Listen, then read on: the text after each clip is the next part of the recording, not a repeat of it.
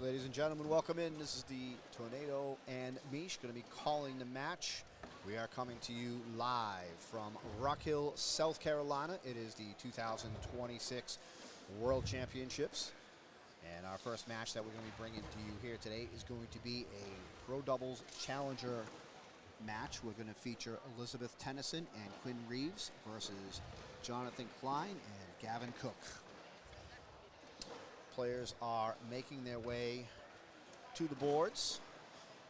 Yeah, so for those of you who don't already know, this is our mic check audition day. So we'll be hearing from a series of different commentators throughout the day. Over here on court 2, you're going to have those commentators in the play-by-play position. Over on court 1, they'll be in the color commentator position with Jake. And then later on today, when we come back for the mixed doubles bracket, it will be Anthony and Doug holding it down. So we're excited. So yeah, welcome in everybody. Let us know where you're tuning in from, and we will get this started soon. They're just now making their way to the court, so give them some time for some down and back. So we got some time to chat with you guys while we wait. So let us know where you're from. Looks like Quinn and Elizabeth's going to throw in the BG bags, and I'm not sure what Gavin and Jonathan are throwing. They're going to be throwing the darker bags. Do we know what they're throwing? Can't see it yet. Oh, it's a swag bag. Swag. Okay, so we got BG versus swag. Yep, they just, oh yeah, move this closer to your mouth so you're a little louder. There you go. Okay. There we go. Can you hear me better now? That's better. I'm a rookie at this thing, so I'm going to lean on Mish to kind of... Oh, wait, no, you're good. Yeah. I'm going to lean on Mish here to kind of give me directions on how to do this, because I've never done this before. I mean, I may have done like 100,000 live feeds on my own page, but I haven't done one of these before. So just a reminder, the challenger bracket is to get to the main brackets. That's going to take place on Friday.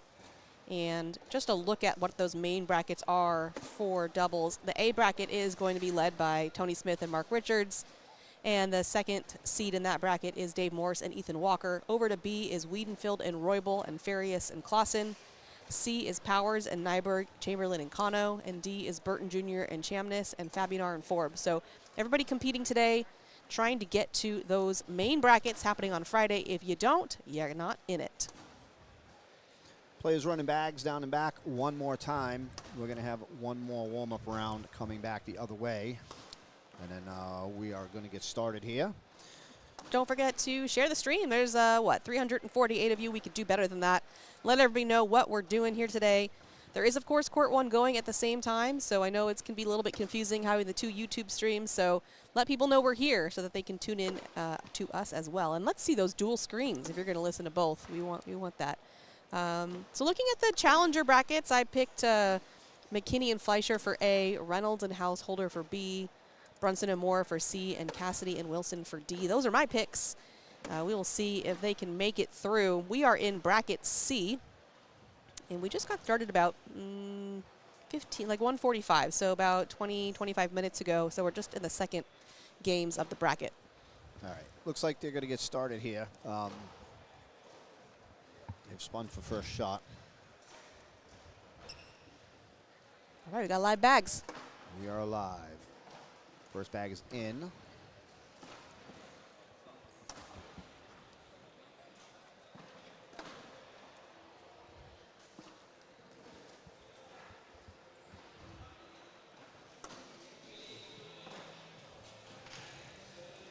Why are we live on Facebook? We're Court 2. So Court 1 is live on Facebook. Oh, Court 1 is not live yet? That might be. I'm not sure what's going on over there. We're over on the other side of the floor.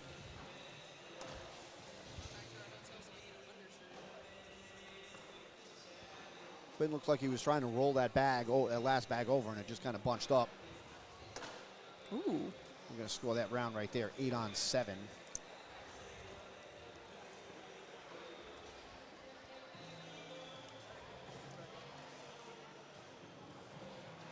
Elizabeth's going to have first bag, heading back the other way. Looks like Elizabeth might have been trying to set a blocker with that first bag. Her bag hit middle, kick left. There's another bag that kicks out of the lane. Oh, everyone's going left and right. Middle should be easy to get in the middle now. 2 lefts and 2 rights. Looks like the one Black bag that's closer to the hole is somewhat recoverable. Elizabeth looks like she may have just pulled it Ooh. back in play for Jonathan to get. Now Jonathan's bag hops over the hole down the middle.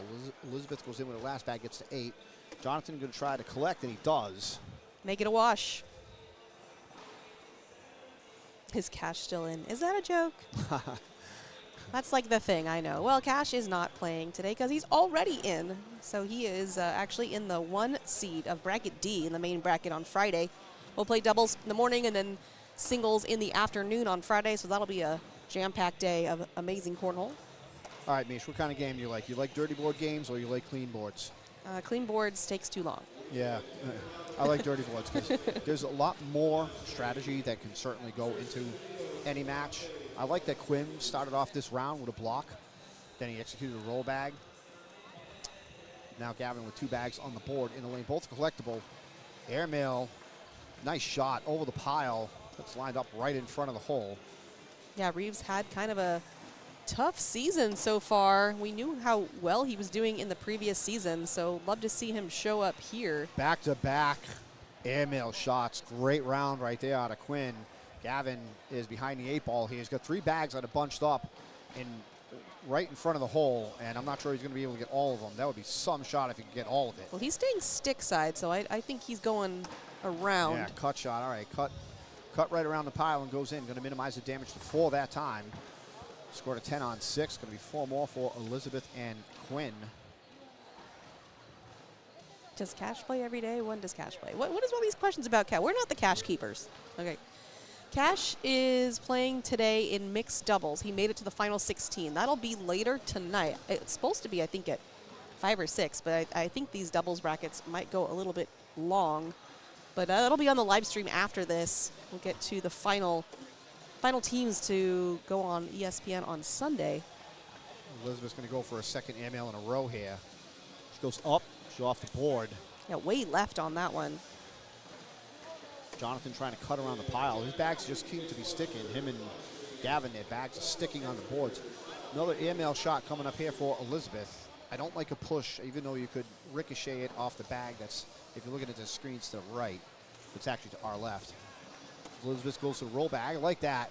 Now her bag is gaining the higher ground. So it's going to be tough for Jonathan to get that bag. He's just going to shoot it, and he's off the back. We score that round 5 on 3. It's going to be 2 more for Elizabeth and Quinn.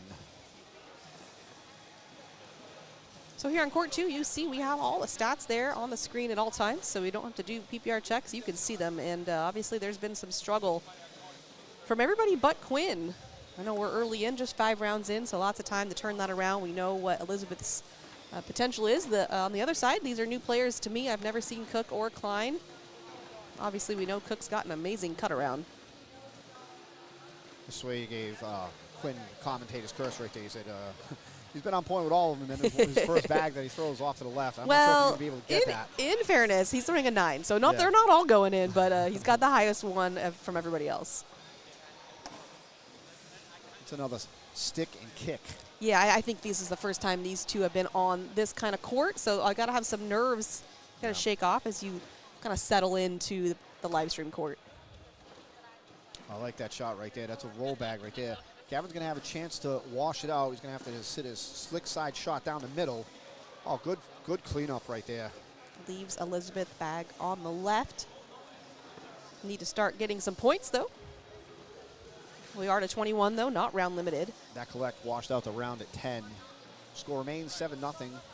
How do jerseys and such work? I don't know if you're talking about like the light and dark colors matching the bags, but that is what they have to do. So whoever has the higher seed gets to choose whether they want to be light or dark. Their bags have to coordinate with the jersey, and the other team has to switch if needed. I'm not sure that's the question, though.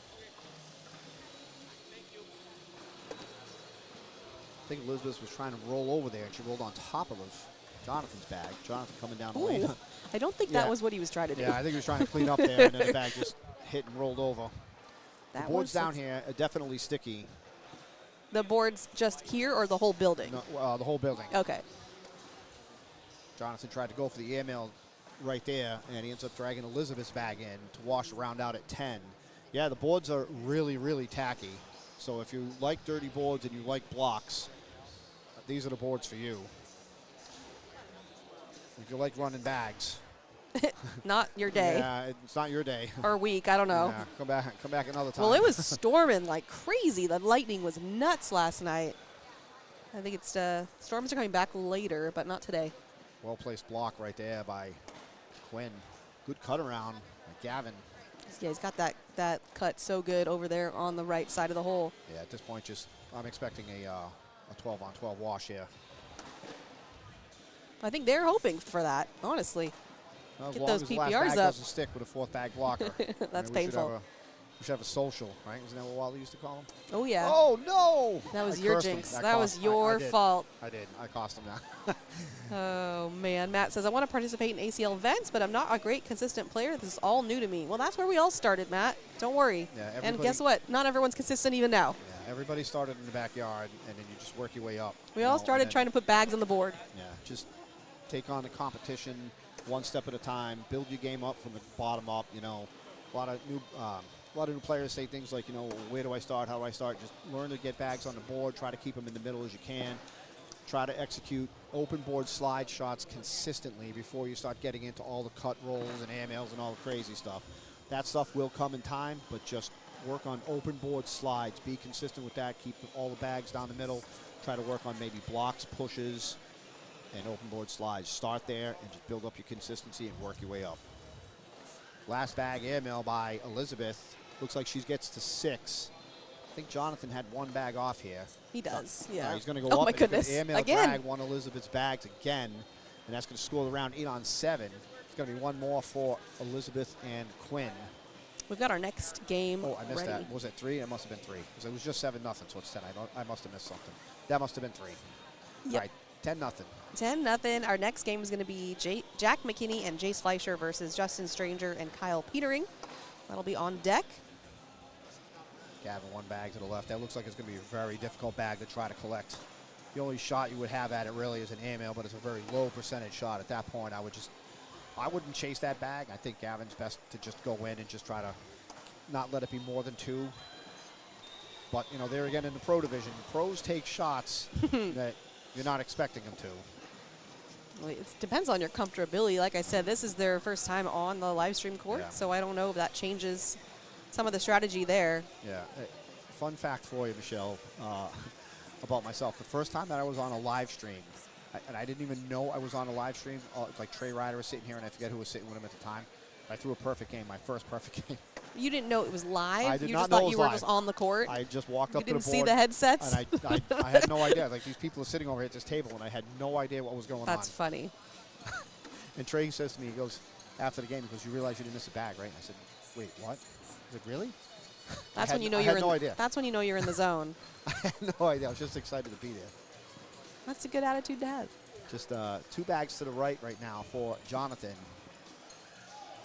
Liz going to run them all. And Jonathan's got to try to. Ooh. He tried to collect, and he got a ricochet right there. I mean, the bag didn't land flat and clean, and skipped up the board and over the hole, and that's going to cost him 6. And all of a sudden, it is 20-0 right now. In a hurry. Yeah. Is Court 1 going live? They are. They're going to be on Facebook, YouTube, and ESPN+. So let's see those dual screens come out. All right, so listen, I'm going to tell you, all right, you can't give up a lead bigger than 20-0, all right? It's possible, but you got to believe that you can do it. Yeah, you will. The way this is going. It's adversity, that's for yeah, sure. I'd say the percentages are against it, but you got to keep playing. Well, you have to think they're not going to play perfect. So Right. you just have to be able to No, capitalize on misses. What I'm saying is that when you're down 20-0, don't quit. Keep grinding. It's hard mentally too. Yeah, and that's going to do it right there. That last bag didn't quite have the distance it needed on the roll shot. I think I would have liked a push there. Slick side, he stayed stick Yeah, and yeah, I got hung agree. up. And you Yeah. said the boards are slow. So, all Yeah, right, first slick game side done. push. All right, very good. That wasn't bad. So what am I doing? Am I staying? Am I going? You're gonna take us out to break. Oh, that's right. I got to take you out of the game. All right. Score the final round, 10-8. Final score of the match going to be 22-0 in favor of Quinn and Elizabeth. They're going to be moving on in the winners bracket. Gavin and John are going to fall into the losers bracket. We will have another match coming up here for you shortly, folks. Come right back.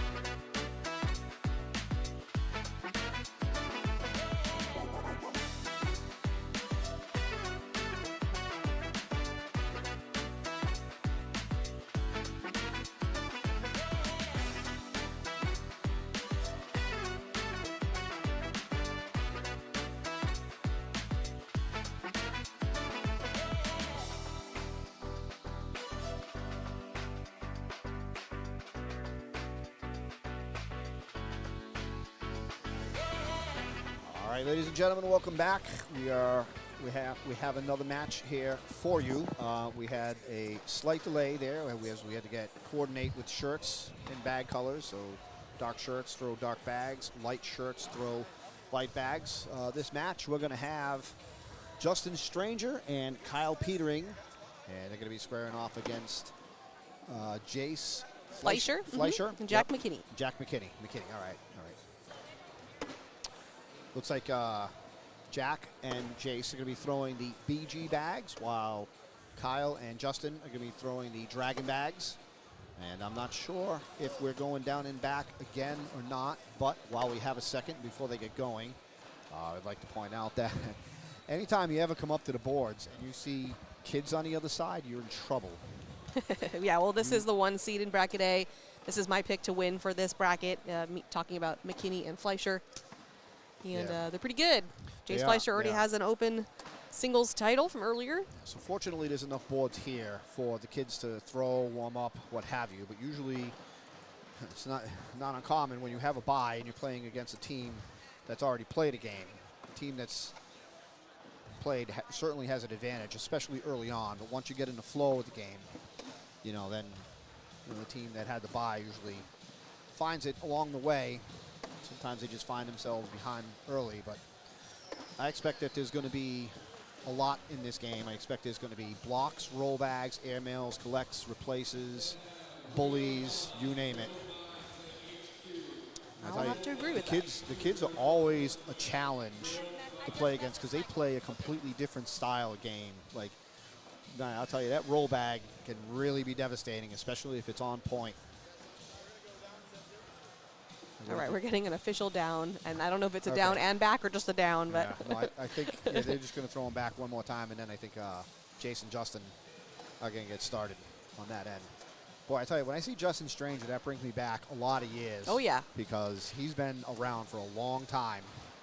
I know at one point he was ready to step away and then had a really amazing back half of the season. I can't remember if that was last year or the year before. Yeah, I was talking to his dad about it a little while ago earlier today, and he basically said the same, summarizing the same story. Yeah, I mean, the game isn't on the tablet. Cat's on it. Okay. She's on it. She got it. All right. I think it's been a stressful doubles challenger day. Everyone just needs to take a deep breath. Yeah. We're all going to be okay. The brackets started a little bit later than what they were. They were. They did start a little late. Yeah. So that's all right. There's just more time for us, right? More time. Yeah, there you go. Right? For the people out there on, what is it, Wednesday? So Wednesday, middle of the afternoon. I'm impressed you knew what day it was, because it is all a blur to me. Yeah. No, I know. I'm trying to be on point with that stuff today because I'm trying to make a good impression. To know what day it is? Yeah, Don't worry, none of us know what day it is.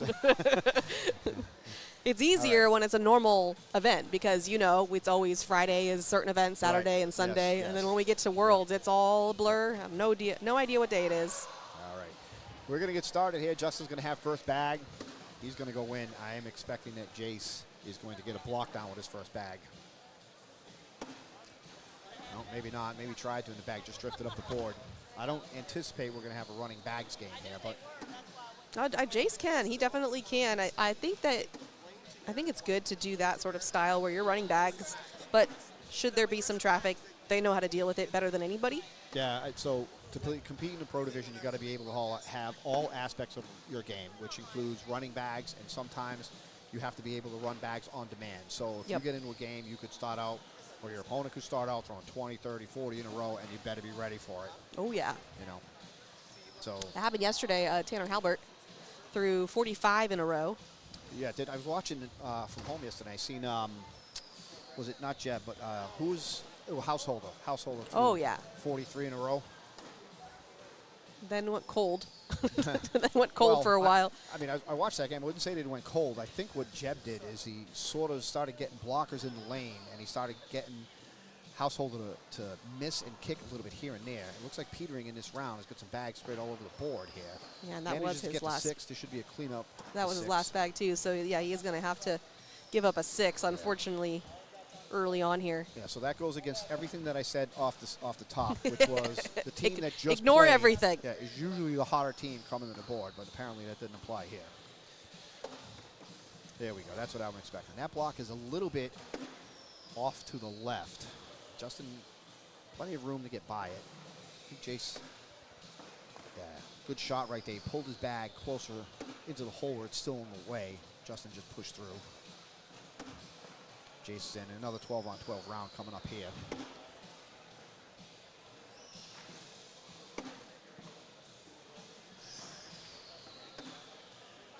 Social. That's what we were expecting. Somebody's gonna take over. Somebody's gonna carry Wally's legend on. Oh yeah, I actually heard Jack say it when he was emceeing on the broadcast court. So I'm like, it's living on. I mean, who doesn't love Wally? And how could you not have loved Wally? Oh yeah, we all love Wally.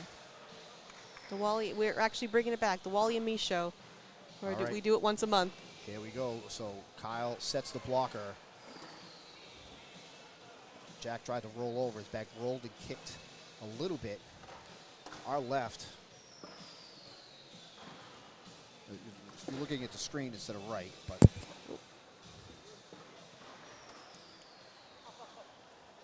unlucky right there for Kyle. Tried to push through, ended up bullying Jack's bag out of the lane. They're going to take a timeout here and kind of assess what they want to do. A lot of bags in front of the hole. Yeah, so I'll tell you what I like right here from Jack is if he could roll over the pile, the two bags that are kind of pinned. Looks like Kyle's bag is about to fall in. Even if that bag goes in, if you still go in, if you're Jack, if you still go in with this bag here, that's going to get you to at least 8. If he shoots an airmail and drags that bag, he could get to 10. There's a path for him. But the only problem with that is it's going to open up the lane entirely for Kyle. Yeah, so he tried to roll and tried to stuff the hole. It's not bad, though. He's making it very difficult now to get any of those bags in. Kyle with the hard push. That's what I was expecting right there. I wasn't expecting him to get all of that, but I figured a hard push shot, slide side, right down the middle, right at it. He needed that more of a cover. Jack needed more of a cover on the hole. Yeah. If he could have rolled over and sat and stuffed the hole, that would have been ideal for him, but didn't work out for him that time. Scores now 6-4. Justin first bag. He's off to the left. Jace gets a block. Center lane. Justin with the cut shot around the blocker. Jace with the roll bag. Justin with the roll bag. Just rolling. All right. Let's save it for the last bag and then clean it all up. Justin, see if he goes back block. We rolled over, goes in, gets a 10. It's like that pop shot. Yeah. Gets so much hop. You want to at least get to 10, but this is a doable bag where you can get both of them on the slick side if he hits it just right. Oh, great shot. Great shot right there. We know how capable Fleischer is of shots like that. We know how good he is at airmail drags. It kept him in the games when he got his singles title. Score that one to 12-10. That is going to be 2 for the boys, making the score 8-4. You're saying boys because they're younger? Yes, Okay. yes. Yeah, yes. I'm like, because to us, it's all boys. Listen, They're all young. Yeah. My cousin Vinny, right, referenced the Utes. There you go. The Utes. What's the age range for that? 17 and under. Okay. Right, the kids. Okay, got it. Jack with a hit and kick right there. Kyle's going to have a chance to pick up 2 here. Jack coming down the lane, gets a 10. Kyle will walk in the front door right there and take 2. Score that at 12-10. So you can see all the work happening in terms of the scoring.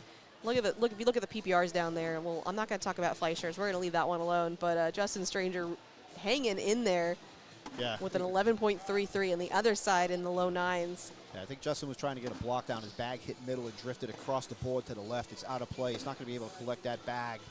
Jace with the blocker. Justin goes in. Jace hopped over his block that's sitting in the lane. Ooh. Justin's bag hopped over the hole.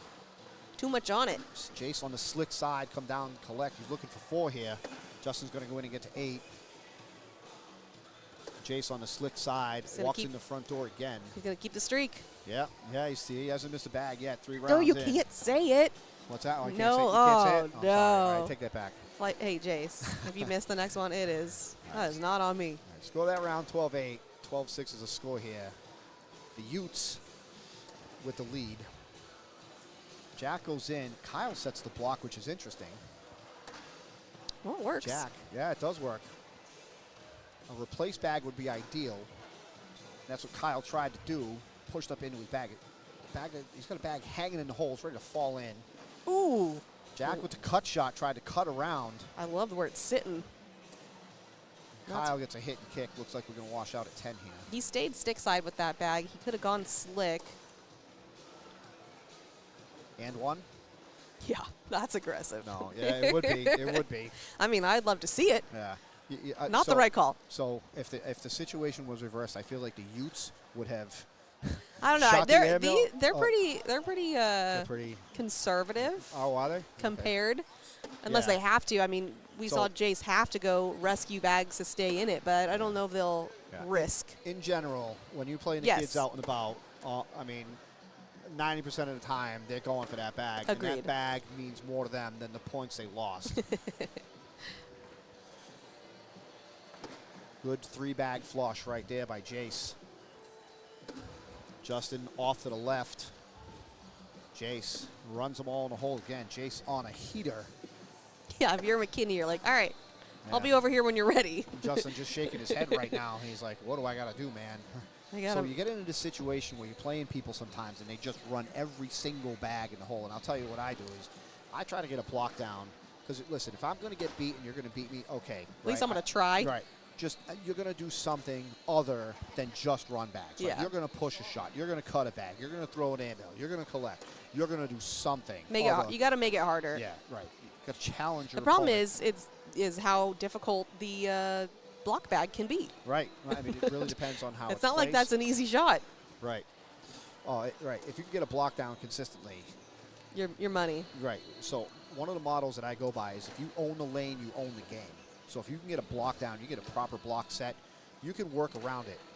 But you got to have secondary shots that go with it. You got to have roll bags. You got to have collects. You got to have airmails. You can't block yourself. Right. You can't block yourself. Right. You got to be consistent. So we're going to score that one 10 on 8.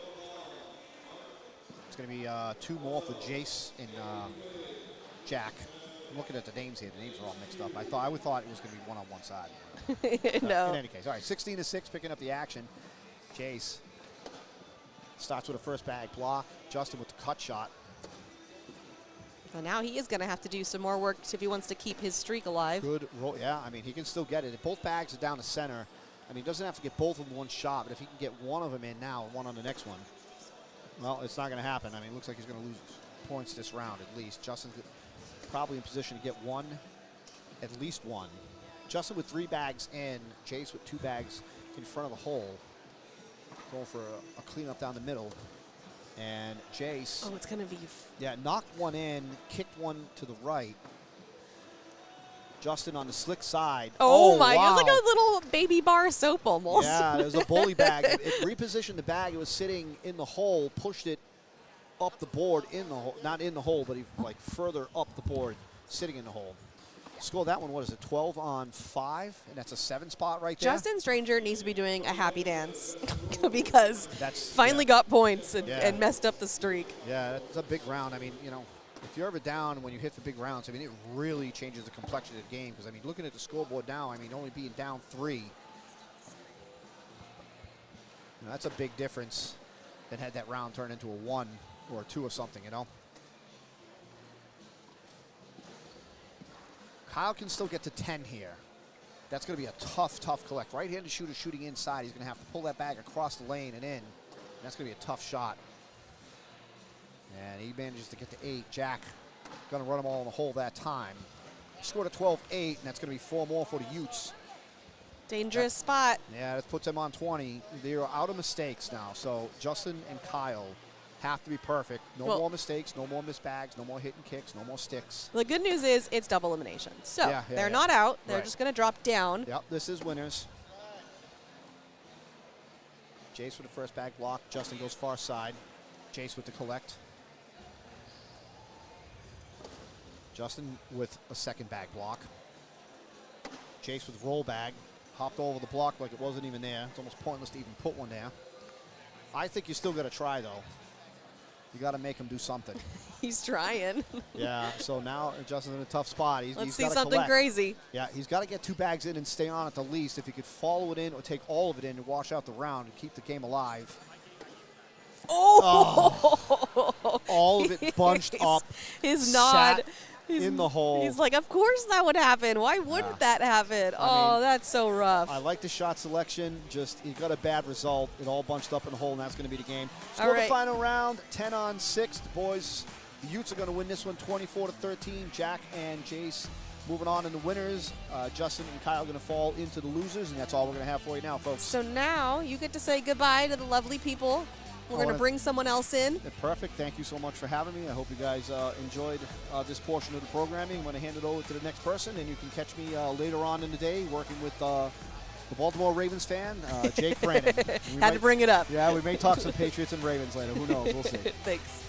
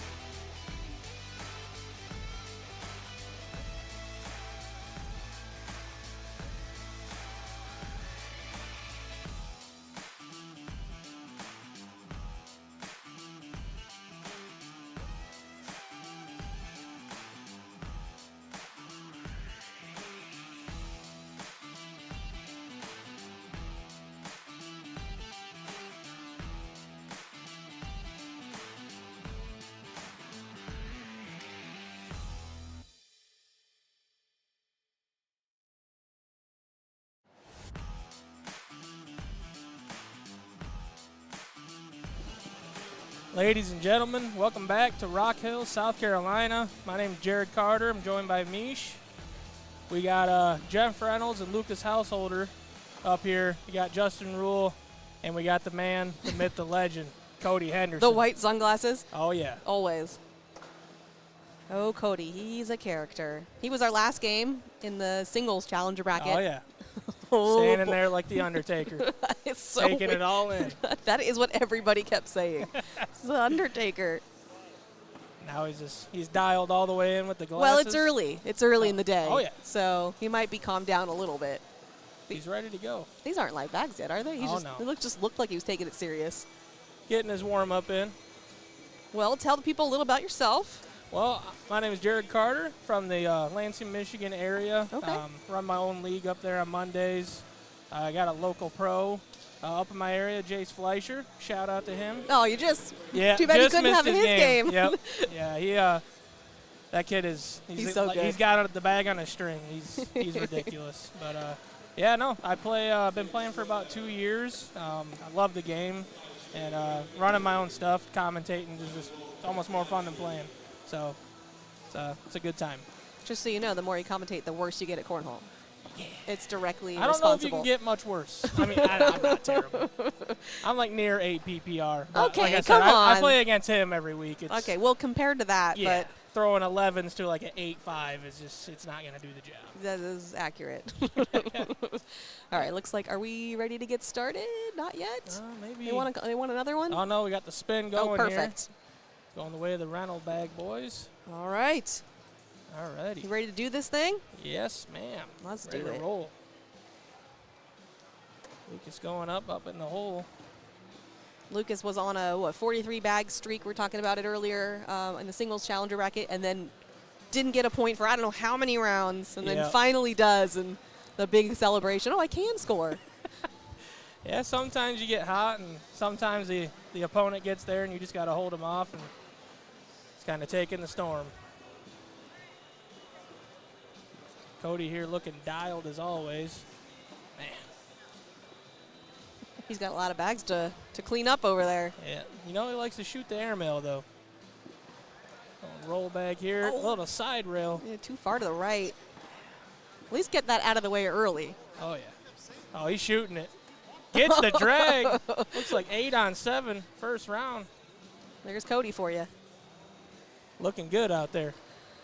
All right, we are Court 2 over here on YouTube. There's also Court 1 going, Facebook, YouTube, ESPN+. So you can check out a dual screen situation. But, like, turn the mics on us, obviously. Oh, absolutely. Yeah, no, we're the ones you Absolutely. want to listen to. I got the goat next to me. That's right.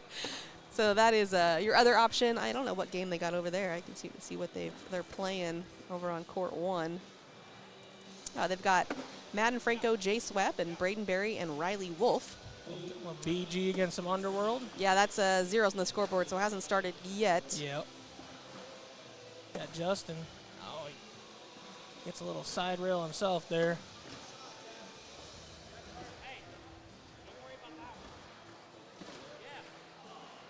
Looks like this regular shot, little slick side cleanup. Well, Cody called him off. Yeah, He went for the step out. He said, "Don't worry about that one." yeah. Better to give up 3 than to give up 8, 10. Oh You boy. name it. Yep. Jep. Oh, And that's why. it's a better choice there. That's 7 why. on 8. Only give up the 1. Man, there was quite the match happening between Bobby and Chad Hunt, Donovan Sinelli and Luke Bryant. It was 19-19, and Sinelli and Bryant able to get that win, 23-19, so they will face off against Adrian Brunson, Gio Mora. That's my pick for Bracket C, is Brunson and Mora. We've seen what they could do this season, especially when they have a jersey that is theirs and fits. Oh, absolutely. Makes Well, a big difference. Yeah. Last game, a little bit of jersey issues there. Oh, man. Sometimes that'll get the best of you. Yeah, Gio You know was what? on a heater yesterday. It's avoidable. Yeah. Let's be honest. Yeah, you could be like me and just not have one. you That's know? one way to do it. I like it. It's good strategy. Absolutely.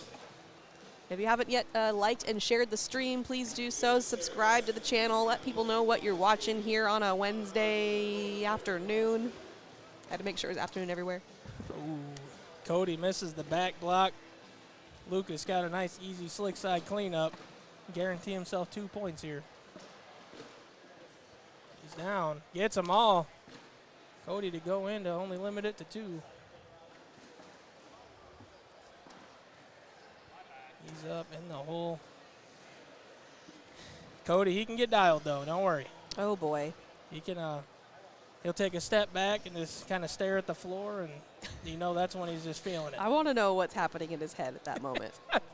He's, like I said, I started playing 2 years ago, and he's one of the first games I ever watched, and it was super entertaining. That is a good first game. You're like, oh, this is what it's like? This is great. Yeah, it was What a character.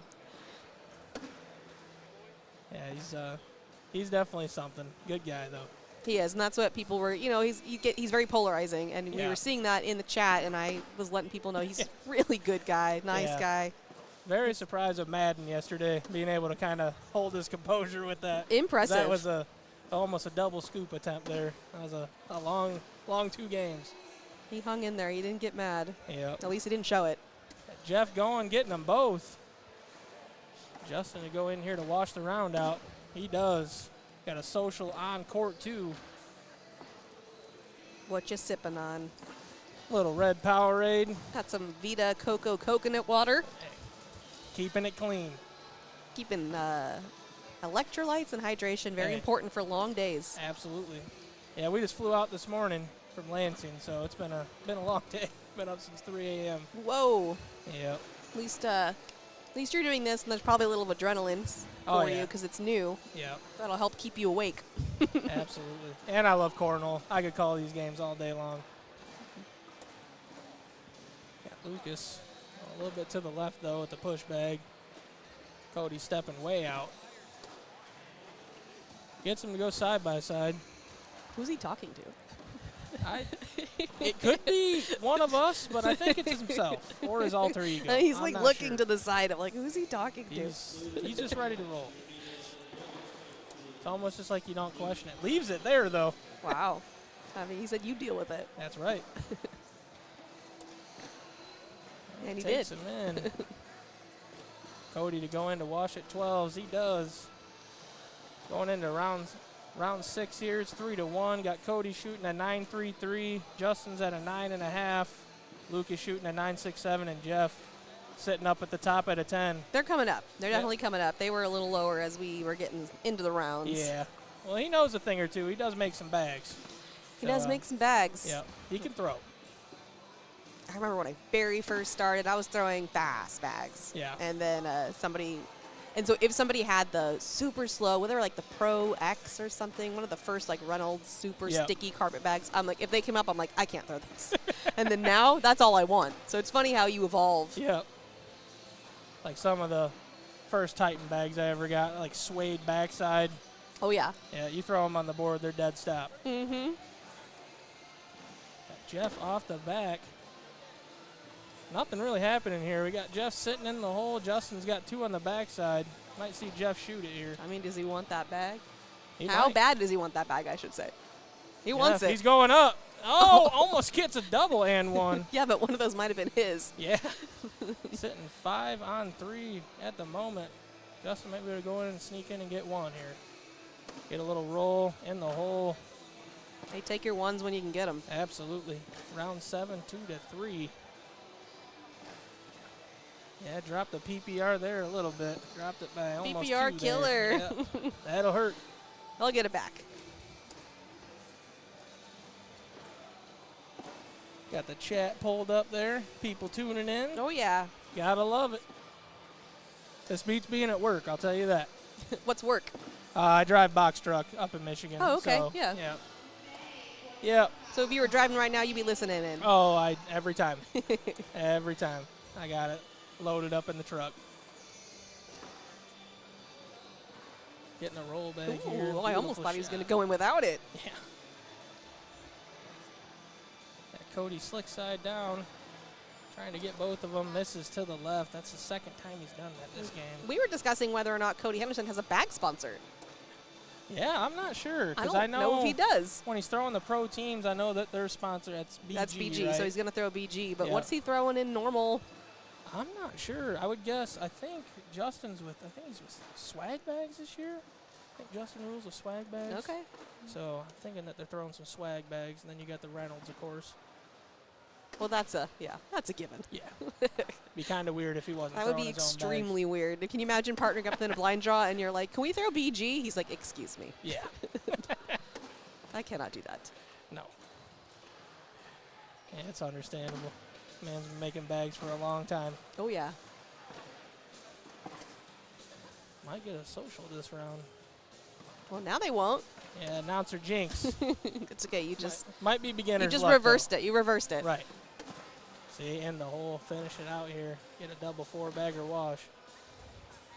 Up and in, got a social on court two. Redemption. I think it's the for second you. one of the game. Oh, my goodness. Second. I believe that's the second one of the game, yeah. Going into round 9. And some bags kind of spraying right and left. Yeah. Yeah, this could be a barn burner of a game. Almost double digits in the rounds, and we only got a total of 7 points on the scoreboard.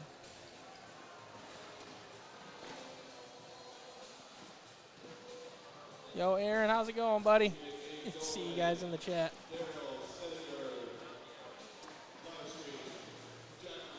Cody, I don't think that's what he was going for, but gets a nice little, Cover. yeah, Not nice mad. little blanket blocker. And I'm not mad at it. Oh, good news for you. Jace Flash is going to be up here next. Beautiful. Yep. If I'm here, that'd be awesome. JC's he's a good kid. He really is. Yeah, they'll take on Gabe Dolan and Daryl Saylor. Oh, no. That is not what you wanted, folks. That was way too deep. I believe that's an 8-on-2. Make it 11-2 going into round 10. All right, the chat says that Cody normally throws Siva. Normally throws Siva bags. That's what Ethan says, if we want to believe him. Hey. We don't have any reason not to. Right. Absolutely. Let's see who else is alive in the winner's side of the brackets. I talked about the game we'll have here next. Also in bracket A, Tanner Halbert, Ty Thompson, Zeb Smith, and Yufeng Yang. That's a fun name to say. Yes, it is. Madden Franco, Jay Swebb up 7-0 on Braden Berry and Riley Wolf over on court number 1. Then, of course, this game here, this is also bracket B.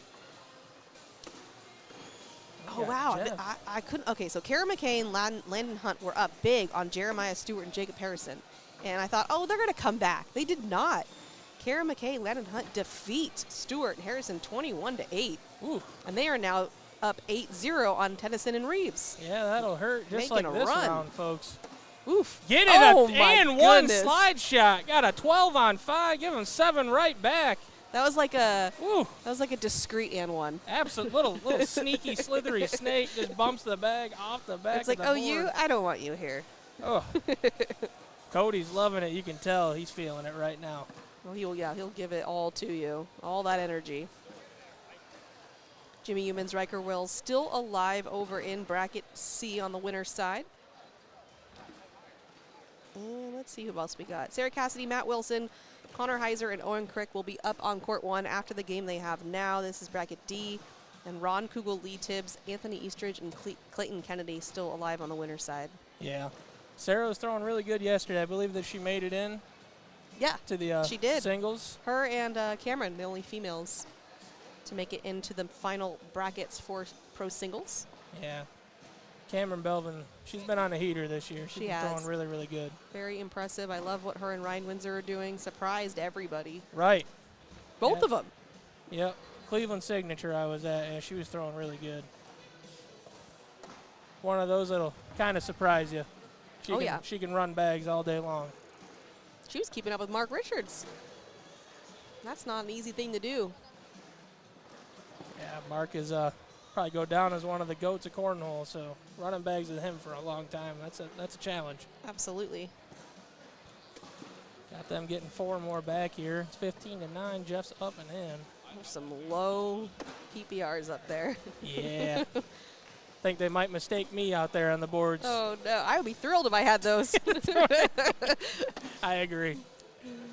Might give up 2 more here. If I throw an 8 in a game, I am ecstatic. Absolutely. I'm more of a 6.5 to 7.5. I'm kind of polar opposite. I'll have an 11 game and then a 3. It's Whoa. just really humbling. Woo, you're on the roller coaster. Yeah, big time Cedar Point fan over here, riding the rides. Justin might go in. Yeah, wash the round out on 10s. On around 13, it's 9-15. Yeah, the PPRs are definitely hurting here, but Well, for everyone but Lucas. Yeah, Lucas is holding the house down? Would you say he's holding the house down? Oh, it's held down. Yeah. He's anchored. He's ready to go. He's anchored.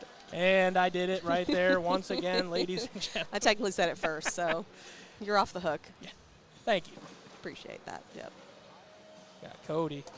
Oh, he's feeling it now. See, gives a little finger wiggle. Might stare at the ground this bag. You never know. Oh no, Lucas, what happened? My bad. Got Cody up his second bag, dripping it in the hole. There it is. I knew it would come back. He's staring right at the Stevie logo. Oh. Lucas gets a bag to drop. Yeah, he did a replace, but it is. It's out there. It's far to the left. Yeah. He's got the slick side advantage. Might help him out. Cody leaving it there. Yep, once again. Taking a breath. Lucas taking a step out, trying to get the bag. Gets it, but replaces it once again. Don't touch the bags, Justin. There's still a bag left.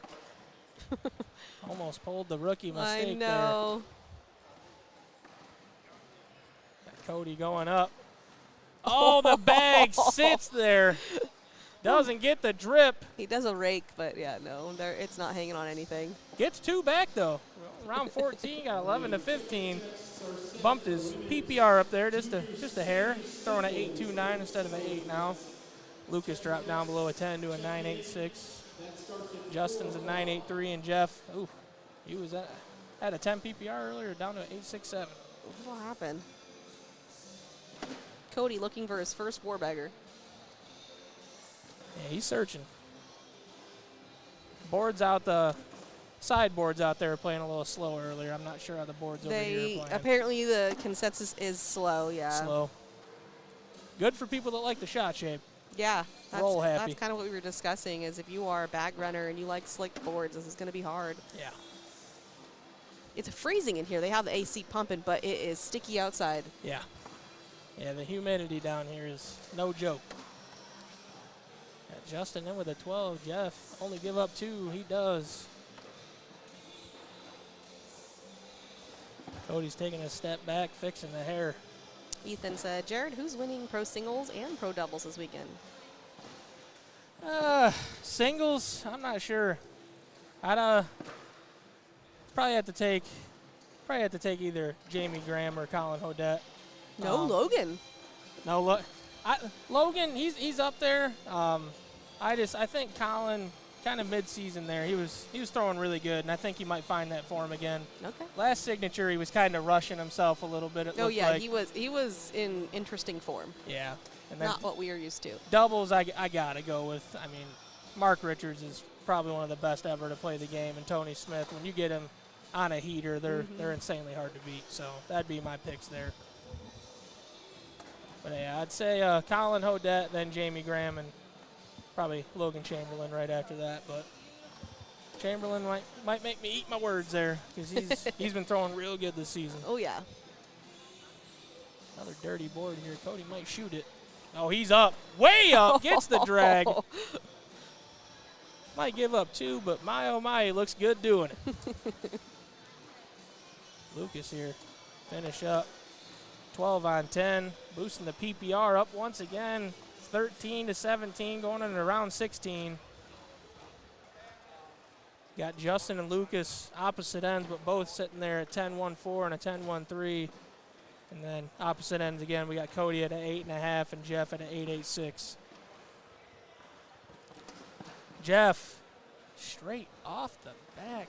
That slick side, it'll punish you. He doesn't normally struggle like this. No. I've never seen him throw in the 8s before. Yeah, Didn't he just win senior singles? Pretty sure. I believe so. Beat Matt Guy. I was watching him earlier. He was throwing pretty good out there. Might just be Just hold unlucky. another one again. They could take the lead right here. He gets all these announcer jinx once again. That's if Jeff goes in the hole. That's when you know you've made it. Absolutely. I'm hoping so. This has been fun. Like it a lot.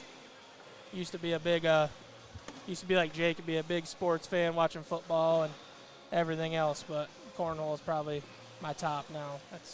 I love it. Yeah, I'm right there with you. Yeah. Ethan Freeman sucking up to Doug in the truck. Whoever's running court 2 from the truck is doing fantastic. Did you pay him to say that, Oh, Doug? Ethan Freeman. Talking Adrian Cornhole. He's been to my event. Ethan's a good guy. He could throw some bags, too. He can throw some bags. Shout out Adrian Cornhole.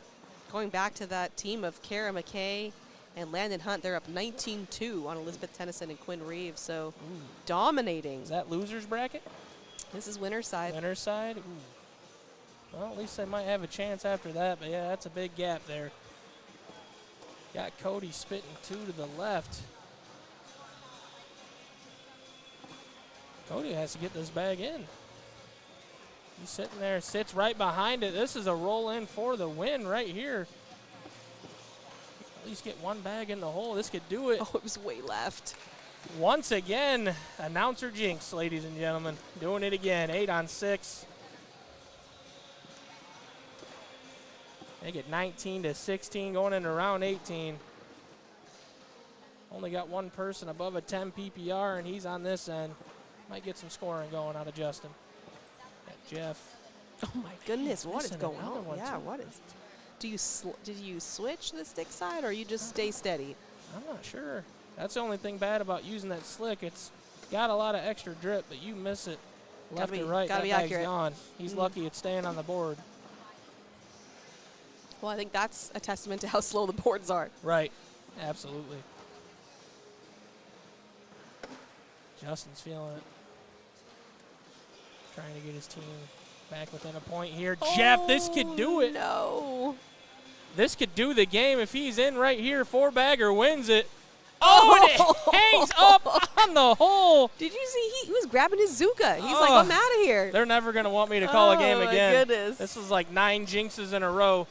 You're fired. Sorry, officially. Cody.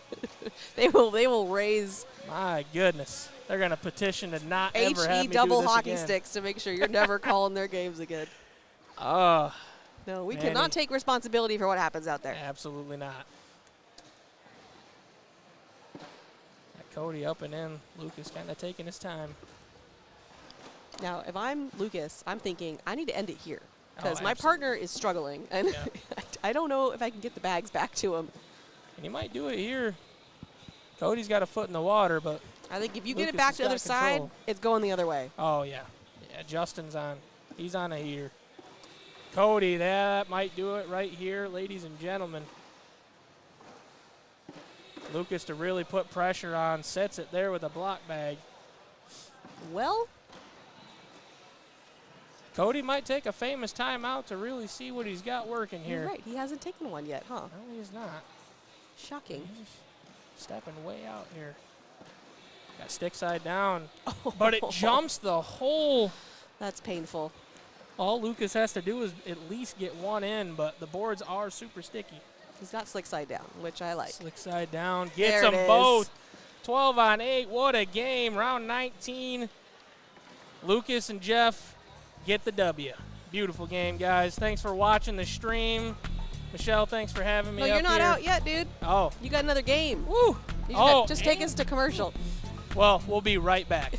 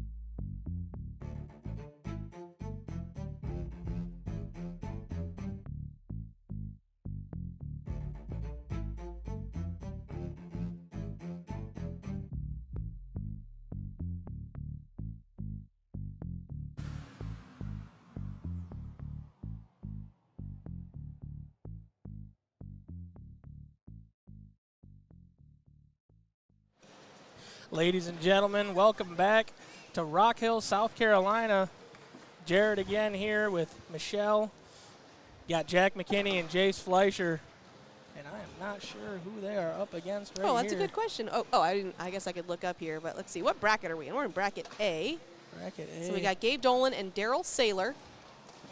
And this is for the quarterfinals. Quarterfinals. So right below them, Tanner Halbert, Ty Thompson are down 15-5 to Zeb Smith and Yufeng Yang. So winner of that gets winner of this. Be a good matchup here. And that'll be your semifinals of bracket A. Taking a look over at some of our other brackets. Madden Franco, Jace Webb up 16-12 on Braden Berry and Bradley Wolf. That is on court number 1. They will play Jeff Reynolds and Lucas Householder, whoever wins that. Over to C, Kara McKay and Landon Hunt did finish off Elizabeth Tennyson and Quinn Reeves, so they will move on. But it looks like the other side is moving a lot slower because they're sitting in the semifinals. We are a few games back there. We got Adrian Brunson, Gio Moore. They are blanking Donovan Snelly and Luke Bryant 18-0. Whoever wins that plays Jimmy Humans and Riker Wells, and then the winner of that will get McKay and Hunt. So they're going to sit for a little bit there. And then over in bracket D, Cassidy, Wilson, Heiser, and Crick will be up on court 1 as soon as the other game finishes. And then we have Kugel and Tibbs up 16-4 on Eastridge and Kennedy. And that is to get to the semifinals. And that's all that's left on the winner's side. I'm not going to dip down to the elimination side quite this early. Well, that's what we got going on. A lot of games left to play today. Looks like we got some BG on Logic Cornhole here. I believe this is the first live round of the game. Well, this is kind of good for you. You get your own players. Oh, yeah. Yep. It's like we drew it up that way, but we didn't. Hey, I'll take it. Yeah, Jace is up there local to where I'm at in mid-Michigan, and he's a great kid. And McKinney's Michigan as well, right? Yep. Yeah. Okay. Over towards Detroit. Yeah, they're both really good kids. People get that confused, too, because Jack's a little bit taller than Jace. They think he might be older, but Jace is a little bit older than Jack. I think by 2 years. But they're both really good kids throwing good bags. Jace is 2 years older than Jack. Yeah. Oh, I did not know Yeah, that. I believe Jack's 15. I believe Jace is 17. That's how my son is. He just looks so much younger Yep. than he is. And yes, he's small too, but it's also just his look. He just looks young, and Yep. he doesn't like it because he's 11. Right. You know, people are like, you look like an 8-year-old, and I'm like, you're gonna love it when you get older. Hey, amen. Be 30 years old like Yeah. me and bald. You'll take it. It's- Absolutely. they're gonna think you're 20 when you're 30. It's gonna Right. be great. Yeah, I looked young until about 3 years ago. Started losing the hair a little bit. It happens. Get the scorer going once again here, round 3. Looks like it's going to be 5-0 left side. Yeah, perfect so far over here for Jack and Jace. Jack's bitten one off the back here. Court 2 has no cough button, so I had to Oh, bless you, by the way. I had to do a sneeze real quick. Hey, That was tough. I guess I could have hit my mute, but sometimes you got to do what you got to do.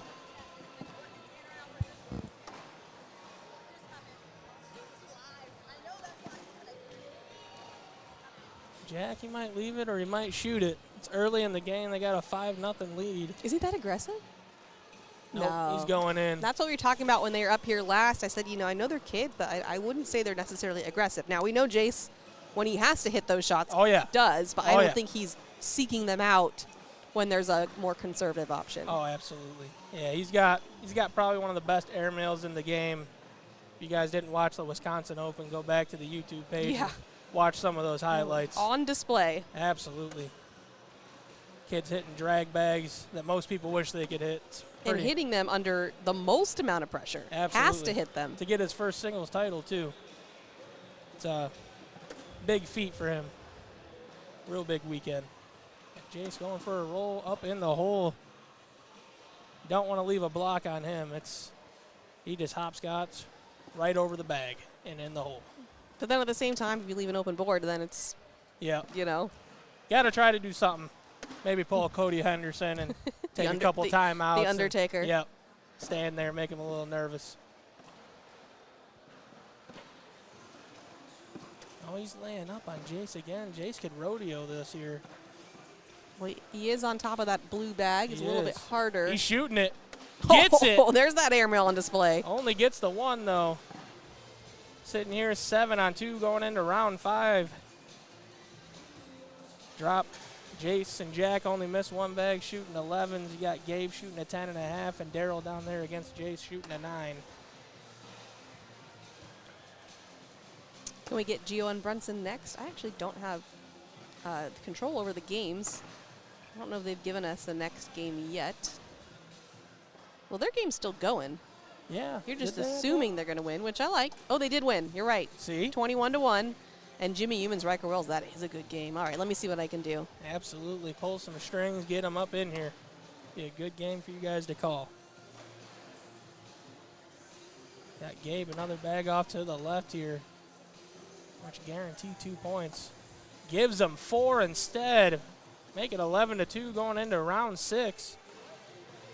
Jack and Jace on a heater at the moment.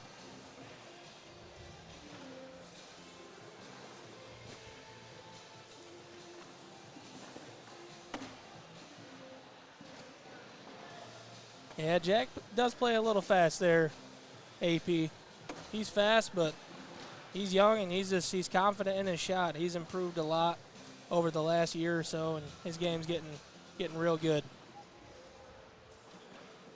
Chase here going for a roll, gets it. Jeez, it dropped before the roll the bag even touched the hole. See, and that's what I mean talking about playing him all the time. Yeah, that's what happens to me. That's unfortunate. Oh, Ooh. Drew with a big push. Good cleanup. Jace misses one to the left here. Daryl, his name's Daryl. Oh yeah, Daryl. Got Daryl throwing logic bags, but he misses one. No, That's my fault again. I called him Drew. He misses one off the back. He heard you. He was totally thrown off. Logic cornhole bag hitting the floor.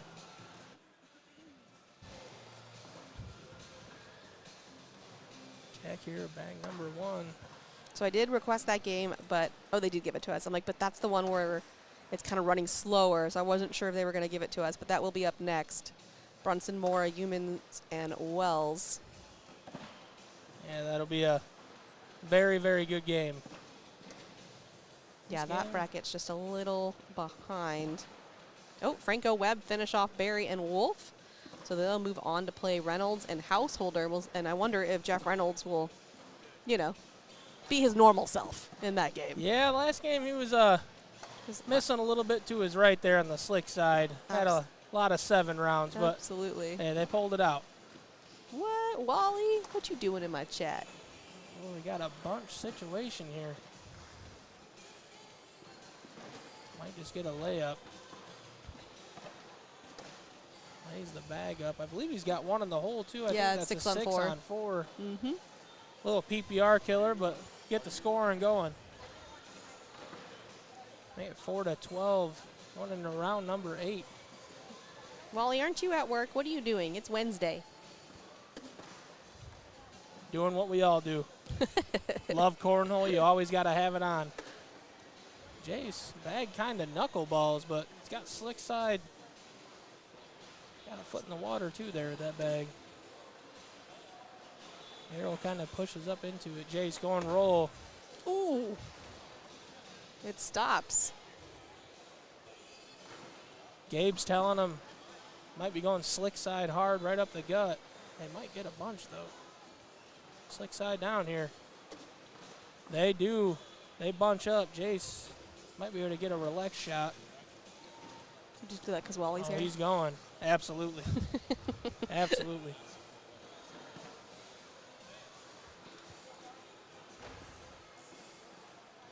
Gabe's calling Daryl to go slick side again. He's going. Oh, Doesn't no. get him. Jace can lay up for a guaranteed 2 points here. Lays up.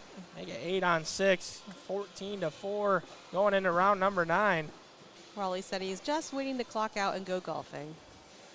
That sounds nice. It's not a bad day. I mean, here, as I ran into Sammy Soto in the elevator yesterday afternoon, and he said they were going golfing, and I thought, that's a horrible idea. It is so hot and humid. I can't imagine just being in a sweat factory out there, but Hey, whatever you got to do for the game you love. absolutely.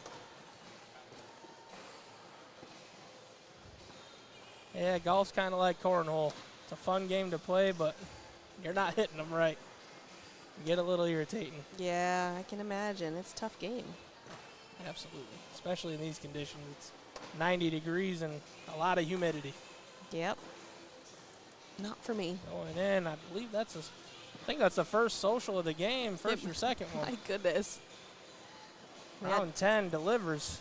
Daryl's still looking for his first 4-bagger. Yep. Jace lays up a level 1 block. Daryl might be able to sneak around it, though. Gets a little step out.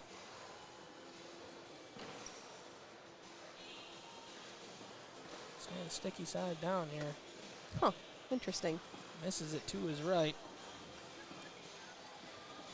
Jace. Ooh, Little flip right around it. that almost went out.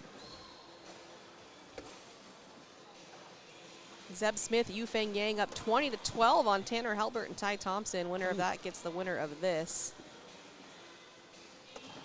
Zeb Smith throwing an 11 in that game. It's on the gas pedal. Doesn't seem to be letting up in that game. Got Daryl to only give up 2. He does. 12 on 10. I think it's 16-4 going into round 11. Kugel and Tibbs, Eastridge and Kennedy all tied up at 17. Winner of that gets either Heiser and Crick or Cassidy and Wilson. That game just got started on court 1. Heiser and Crick up 2-0.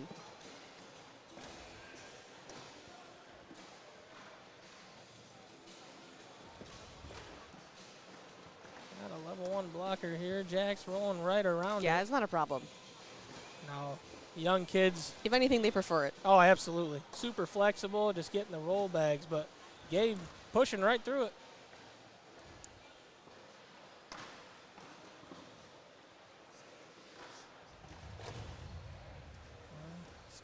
Got a corner hanging in the back, but Jack could go in and leave the bag here.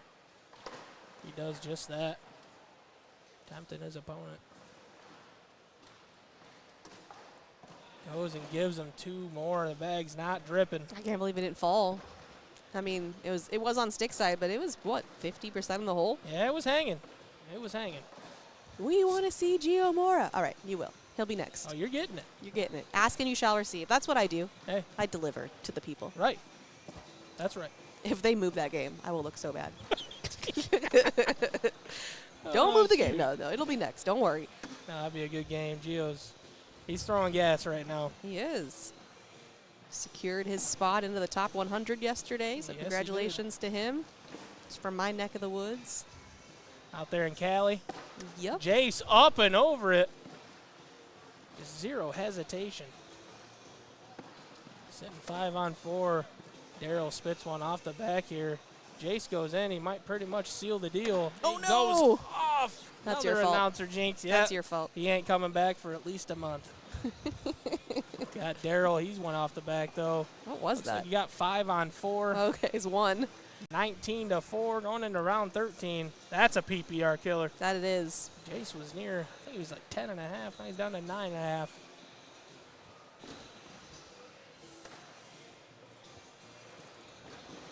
See if we can get some scoring on that. Yep, Uh-oh. I did it again. That could be the one. The dagger. Yep. Here that comes could the do it this block. game. It didn't stop. He can't believe it. The boards are sticky and fast when you don't want them to be. Yeah. Sometimes the cornhole gods are just not in your favor. There it is. That's a block shot, but all Jack's got to do is get a little cut right around it. Goes right in the hole. That's going to be your ball game. Good game out of them. Finishes it in round 13. Jack and Jace moving on. All right. Now you can say your goodbye. Hey, thank you guys very much for watching. My name is Jared Carter. Thank you for having me on Absolutely. here, Michelle. And thank you guys very much. You guys have a good one, and we'll see you later. Just so you know, we're not leaving, just he's leaving. We'll be back after this.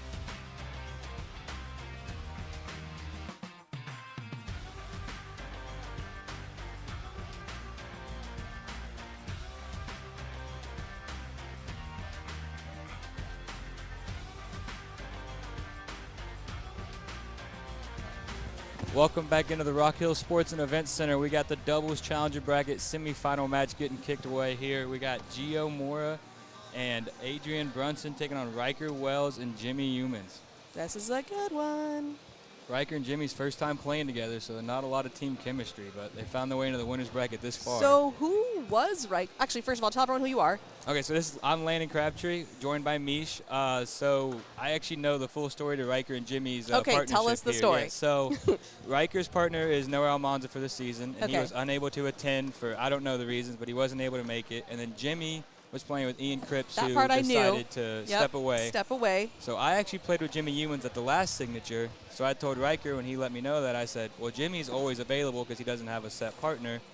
With So the this rules. was put together a while ago. Like, About a week ago, probably a week and a Oh, a half week ago. Yeah, so ago. not much planning to it. No, it was Riker got a late notification from Almanza he couldn't make it, and then I just let him know, reach out to Jimmy. Jimmy never has a partner, and here they are. I think I actually love this team together. I think it works. I think it it's can work. worked so far. I mean, I want 10% of their winnings I because I think that's paired fair. the team, but Yeah. we'll have to work that out But later. you're supposed to work that. That's a yeah, pre-negotiation. Yeah, I got to work on my negotiations. I only took one class. of it. Landon, come on.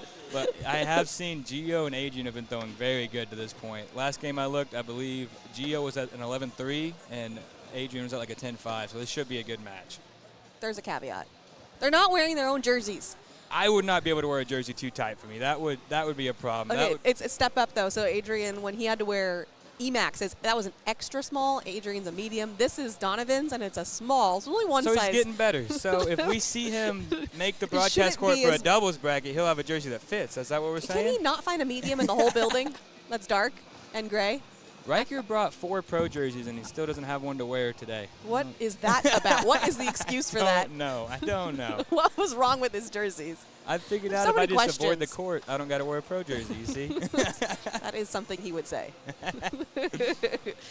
I don't think we're live yet. I'm assuming these are still down and backs. I can't see the score tower. Hasn't been assigned. Alrighty, Let so me there work we on go. that.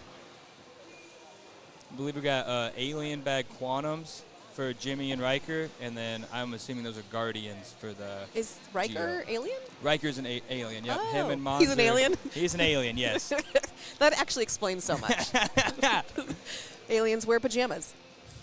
That's what he does. It does seem weird that he doesn't wear pajama pants because he can't anymore. Yes, he mentions it all the time.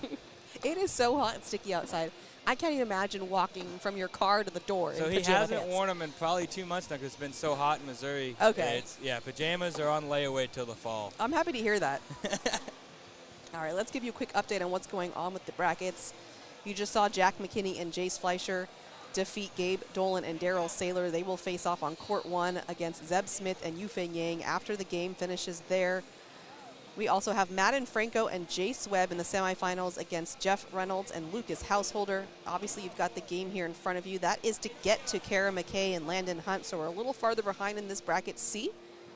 Very impressive by Kara McKay and Landon Hunt. They defeated Elizabeth Tennyson and Quinn Reeves and Jeremiah Stewart and Jacob Harrison. I caught their game against Jeremiah and Jacob Harrison, and Landon was very vocal. He kind of stole the momentum in that game and took advantage of it. Okay, I was wondering. Yeah, no, he let them know that they didn't want it from about round 5 and reminded them. Okay, for so almost I the don't know entirety him of and the like game. his style. So that I is. haven't seen that from him before. I think that was a little bit of a he's seen his opponent was uncomfortable and tried to increase the pressure there and also Hey, get you know what? his partner comfortable. Whatever at it the same time. takes. Whatever it takes. And then Connor Heiser and Owen Cricker up 16-13 on Sarah Cassidy and Matt Wisdom. That is on court 1. Winner of that gets Ron Kugel and Lee Tibbs, who defeated Anthony Eastridge and Clayton Kenny 25-17. They held on to win that. They were up 15-6, and when I went over there, it was tied. So that game had one a I big did see swing. that one. It was Yes. tied. You're right. And then Riker and Jimmy, actually, they were down 17-13 in their matchup against Devin Harbaugh and AJ Sims and got Wow. 8 points in 2 rounds to advance to this game. That'll do it. I think we are live here now. Jimmy, start with a blocker. Closer or further? Oh, all right, there we go. Oh, Whoa. Jimmy off the back. Chance at a big spot early for Gio.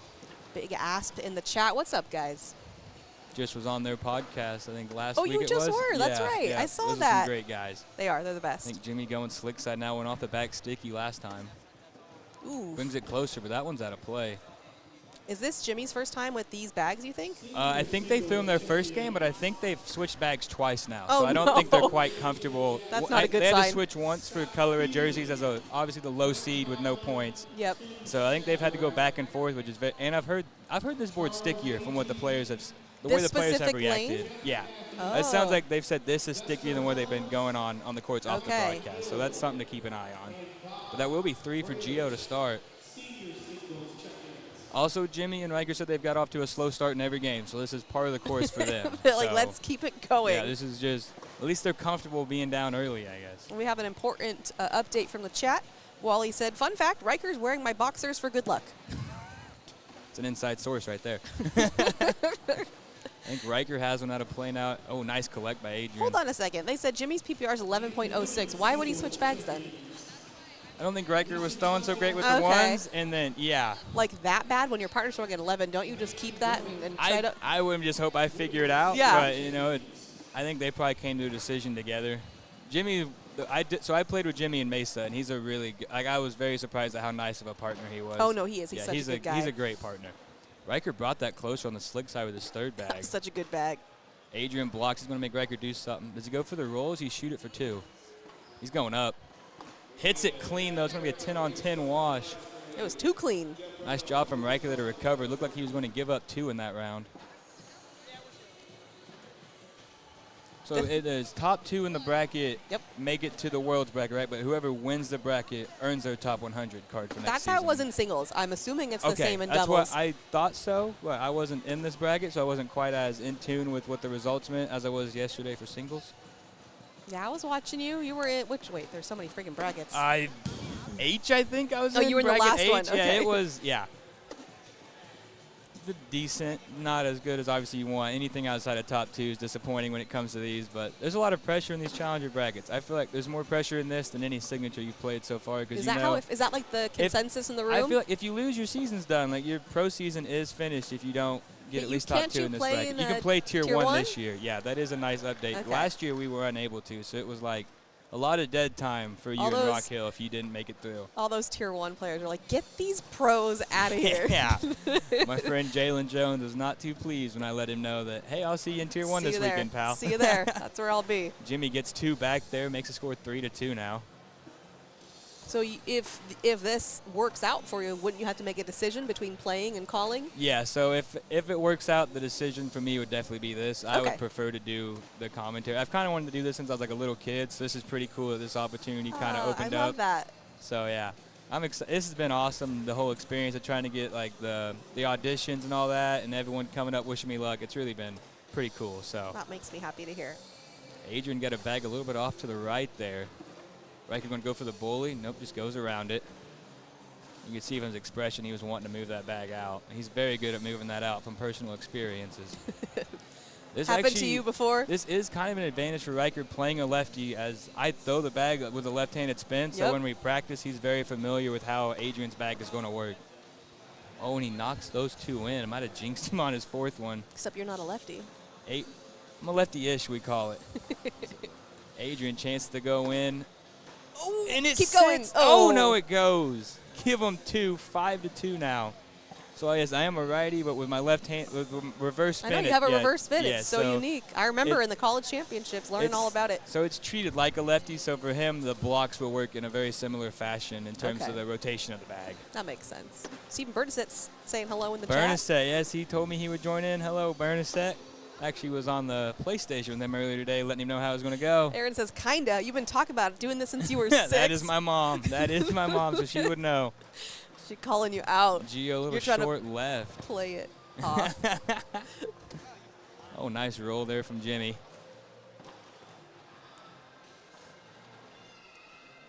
Going slick. He's going to try to collect it now. Oh, out of play. Chance to give up 4. That front one's definitely still in play, but he's going to have to work to get it. Jimmy's just trying to keep it clean. Take at least 2 here. Full step out here. Oh, no. Oh, that's off the back. That slick side looks quick. Chance for Jimmy to get 5. And a lead change, and that's what it's going to be. 7-5 now. Riker and Jimmy take the lead. Oh, there's a long name in the chat. Let's see. Tom, Jacqueline, Bully Bags, cornhole, no E. Hello, Landon. You got this, buddy. I'm glad you had to read the name. Riker sets his first bag in. Riker tends to block a lot, so we'll see if he sticks to that strategy here on this court. As we say that, Adrian puts the block down. Mm-hmm. Side by side from Riker. Let's go, big arms. Jimmy Humans. I think that is the best nickname in cornhole. Big arms for Jimmy Humans. Oh, yeah. And it hasn't changed. He's No, been it's the consistently most- the same yes. size. Riker goes with the back block. Adrian got one out of play.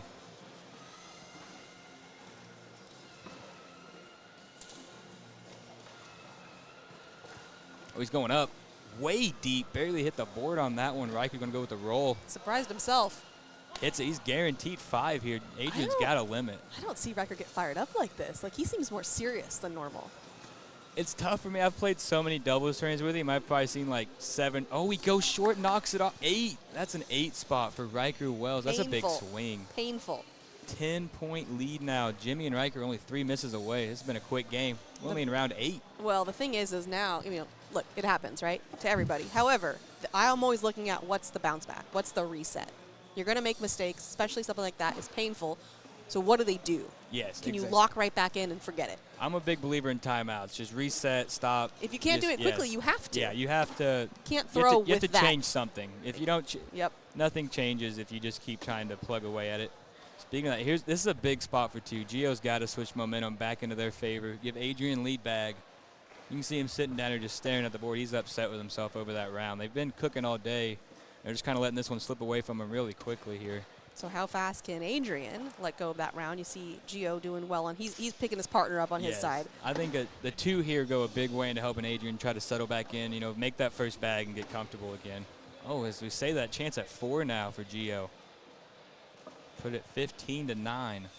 I don't see Humans holding on to mistakes, though. I think he's pretty good at brushing them off. Jimmy's very even kill. He just shakes it off, kind of does a little swing with his arm, reminds himself of his mechanics, and resets. Perfect. Oh, And my then- God, Wally. He's getting fired up because of the boxers, I'm just saying. You're really on to that. No, Riker he gets fired up quite a bit, really, in doubles. I've played countless tournaments with him, and if he hits a big shot or you hit a big shot, he'll let you know. He's just such a funny character. Character is the right word for him. Yes. Nice Nice job, bag. Adrian, getting around it. Yeah, he leaves that bag for Riker to deal with. I like that. Riker puts a wedge. He doesn't love it, but I think he's in a good spot here. Both bags still in play. Gio go back block or roll. Goes for the back block, misses right. Slick side. Riker's got a bumper now to clean this up. That's what he does. Perfectly hit. Does Adrian chase this? He did a little You step can't out. lose, but this is aggressive. Going slick. Off the back. Adrian just not getting settled into this matchup. I think he should have went back to the extra small jersey. Chance for Riker to get in on 5, that was brutal. though. Put him on 20, and he does. The extra small jersey did not work out. Okay, so we need a medium. We really need a jersey that fits, In huh? the whole building. We can't find a dark jersey in a medium. Now 20-9, Jimmy and Riker. So Gio and Adrian are from California. Are they close to your area? Do you see Yeah. them at local events? Yeah, Adrian is about 40 minutes from me. Very nice. That's about the same distance from me to Riker. So we Okay. got some local people There we on go. this end. Yes. Yeah, he comes to he doesn't come every week, but he does come to our events quite a bit. Nice. Gio and Adrian now out of mistakes. They cannot miss, and they got to get 5 misses out of Riker and Jimmy. Excuse me, 6 misses. Sorry. Adrian not even watching is what I was trying to say. He just head down, scratching his neck. Yes, I'm wondering if he's doing a little reset. Can only imagine what he's telling himself in his head there. Probably just trying to tell himself to. Should have brought a jersey that fits. Yeah. I'd be stretching the sleeves, trying to get the neck off me. Oh, it's Donovan's though. Jimmy's It is the in end for of the a season though. At Yeah, least. he'll get a new one. He'll get a new one next year. There's a double 4-bagger there from Gio for the wash. Gio and Jimmy's side is even. The difference is down here. Adrian down at a 7.75. That Which is not typical for yeah, him. no, that is unheard of. He can throw 11s. Definitely an off game for these two. I feel like Gio and Adrian are a team that when they're on, they are truly one of the top teams in the building. It's just all about being able to be consistent and harness that high PPR that they can play with. I do wonder if this was played off of the live stream court. It could be a very different game. Yes, Yeah. they'd be in But their that's the normal- game. You yeah. have to be able to. In order to win and make Yep. the finishes you want, you have to be able to handle different situations and Yes. playing on this court. This court, I didn't like that out of his hand, way right and short. Bag His fell, bag, though. I don't think he wanted that to fall. I think that actually helps Adrian. Still got to be careful here, though. He's still showing down 2. He goes up, hits that one clean. Love the recovery. Nice shot. They were getting back into this game. Now showing a 5-on-4. Both players, 1 bag remaining. I think Riker's going to shoot this. Does he try to go short? He says, I'll just miss it deep left. He said that before. It's not even close to the board. He's one. He knows it right out of his hand if his bag is going to be good or not. Yep. Adrian, I think he's going to go up again. Chance to get 5. Close the gap. He hits it. There it is. Now it's 20-14. All of a sudden, we got a game again. Big swings in this one. I like the. Sorry, 20-13. I like that he's performing with the back against the wall. Cut his DPR in half right there. That helps. Now Gio with lead bag. They will have first bag the rest of the game. That is how it works. Only 4 misses away now. Back block from Jimmy. Gio step out. He's probably going to try and get around this. I feel like almost all Brotherhood players have the same style. When that block's down, they have no hesitation. They're going for a roll. Jimmy goes for the Ooh. cleanup, wedges it up. I don't think that's bad. I think Gio's bag might be able to play deep left or harder to collect, and Jimmy still can get both of those with a slick side. Oh, that one's out of play. Jimmy's going to go hard slick side now. Chance to win it here. Third bag gets them all. Gio's got to drag that and hope for a miss from Jimmy. Going up. Oh, no! And Jimmy doesn't even have to throw it. That is brutal. Tough break for Gio and Adrian. They will move down to the loser's side. Riker and Jimmy move on to the winner's final now. 1 win away from getting into the bracket. Go ahead, We will take be us headed to to a commercial. commercial break. When we come back, I don't know who we have yet, I don't but we'll either. have them soon. We have a mystery game. We'll see you soon.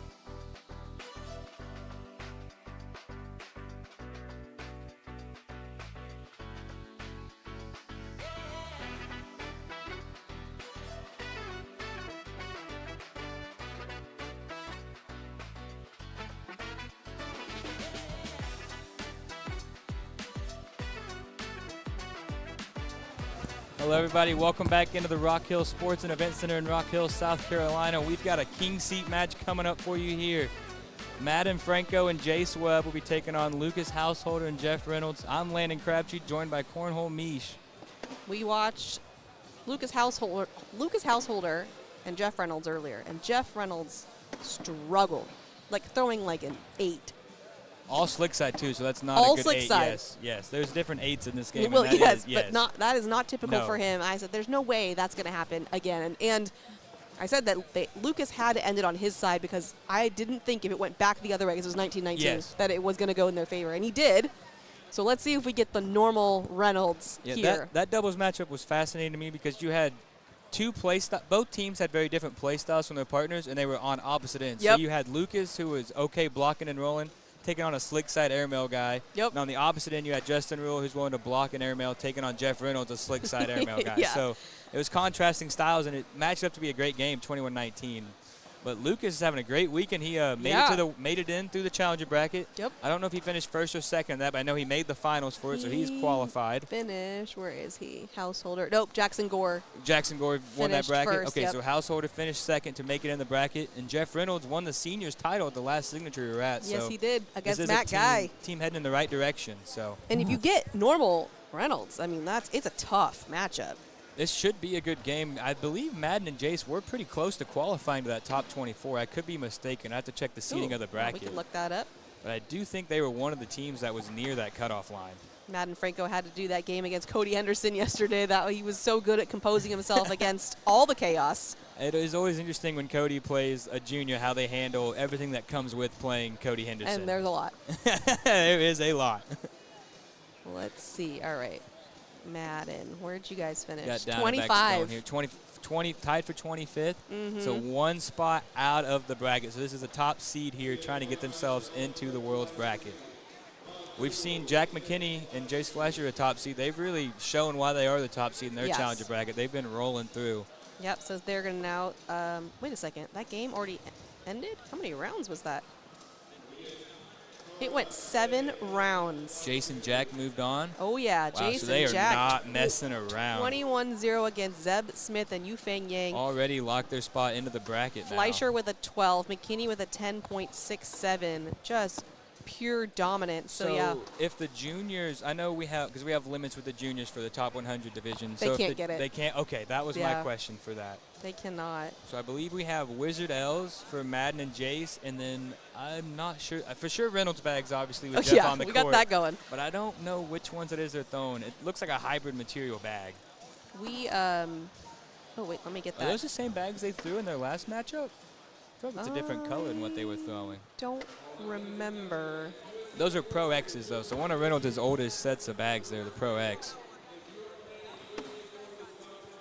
I was starting to say, though, so Jace and Jack are going to have to sit. Look at this, the loser side of the bracket. Oh, wow. They're still playing a 9th place game for those at home. So they are going to be. They got 5 games to wait on. They can go have lunch. Yeah, they can head to any of the food spots we got and hang out for a while. They could probably get in a sit and go or two. See, they should. They really That'll could. They keep could you stay warm. loose and go to the boardroom and get some sit and goes in. Oh, it's funny. I do enjoy having that room in there. That is nice to have a spot. You can kind of play cornhole anytime you want now. Yeah, that is. I haven't actually went over there and visited, but it is a cool thing they're It's doing. a pretty nice stuff. They got a drink booth in there for those that are joining in those festivities. I think we're spinning it here, so these bags will be live. Madden Franco and Jeff Reynolds kicking it off over here. So winner of this game secures their spot into the bracket for Friday, correct? Correct. So that'll be at 10 a.m., I believe, as doubles. And I believe, so Lucas has not earned his top 100 spot then since he finished second. So he he's needs fighting this. to get that through doubles. And as we say that, Jeff starts with 2 bags out of play. So this is what we saw. Okay, so he's just struggling to find that center lane with the slick side. I sometimes wonder with a player that is struggling with that slick side if it'd be better just flip it over and just throw it harder. I said, why don't we versus just flip questioning your speeds. Now, there's 2 sides to that because that means you're abandoning your strategy that got you here. Yes. Essentially. So I don't know. It's like you have to kind of juggle. Do I want to say I don't trust myself to figure it out? It's also hard to, as we said, that Madden goes off the back, so instead of getting 4, it's only going to be 1. I feel like we've seen similar things last game where Jeff should have been giving up really more points than he was, and Justin kind of let him off the hook a few times. Will he be able to settle in this time before Madden has more chances to take advantage of his misses?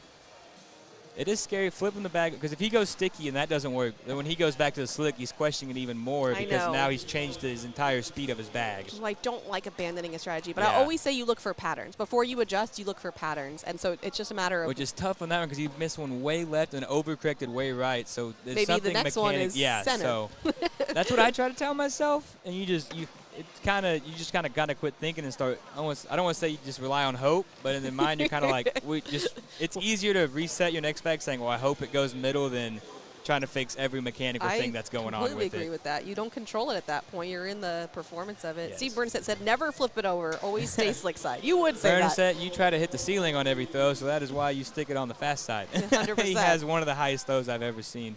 Jace, a little bit of a double clutch. He's got a chance to get 2. Oh, again. A triple. Wonder if that's a thing with the bag or if that's nerves, because we have seen that from both sides of players where they just can't quite get a grip on the bag, which I think is also partially a nerves factor, but it could just be the feel of the bag at the same time. When I've seen Jace play on the live stream court, I noticed that I want to go give him a hug sometimes. He looks almost scared, yes. or timid. So I played Worlds with him last year, actually, so I got a connection to both games we've had so far, but we played the Challenger brackets last year, and it was, when we started, it was like I couldn't get him out of his shell. He was quiet, kind of like almost scared to play together, and I was like, let's have some fun. And he really started coming alive whenever he was able to loosen it up, but he does stay pretty tense, I believe. Yeah, and just like when he misses, like he looks like he's being so hard on himself, and like right now he just looks like I'm like, hey, it's okay. You got to Now, remember I'm just it's still a game. I'm assuming. I'm looking off of, If we can features. only see visual, we can Yeah. only see their visual cues and expressions. We're waiting to, I guess Waiting it's to still see if moving. it's moving. No. Nothing moves there, so it's going to be 5-0 now, Madden and Jace. They could have this game at 8-0 right now. Madden had an open board slide to get back-to-back 4 spots here. We'll see if Jeff and Lucas can get settled into this match before it gets too far away from them. Says there's already more top 100 juniors than normal because of a tie between 2 of them. That is correct. So there's 5 moving forward. I don't have the list in front of me. Jake has it. Again, Jeff's out of play. I think it's like there's something mechanically going on because he's missing. It's not like these are slight misses. These are way out of play bags, top corner. So that's what I'm saying. So once it becomes a pattern is when you have to make an adjustment of some sort. Can he finish up with a 10? Leaves a blocker there. Madden's probably just going to go right around it, make him collect it. That's what he does. Beautifully done. Bag is slick side. It'll be easier to push. Jeff does clean it up nicely. There'll be a 10 on 12, though. 7-0 now.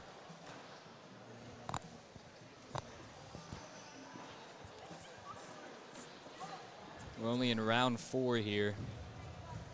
I believe every game is in the semifinals at the moment, other than Jack and Jace already being in the king seat. So bracket B is this one right here. Bracket C, Kara McKay, Landon Hunt, Jimmy Humans, Riker Wells. That'll be on court 1 after the other one, which is Connor Heiser, Owen Crick, Ron Kugel, and Lee Tibbs. So those are your remaining semifinals. How about that from Ron Krugel and Lee Tibbs, I those know. seniors making it all the way to the winners final. What seed were they in their bracket? They were 14. 14. So the lowest team in the bracket has reached the winners final. That's correct. So they beat Miranda Coy, Caleb Chambers, then Jacob Gore, Donovan Vasquez, and then Anthony Eastridge, Clayton Kennedy.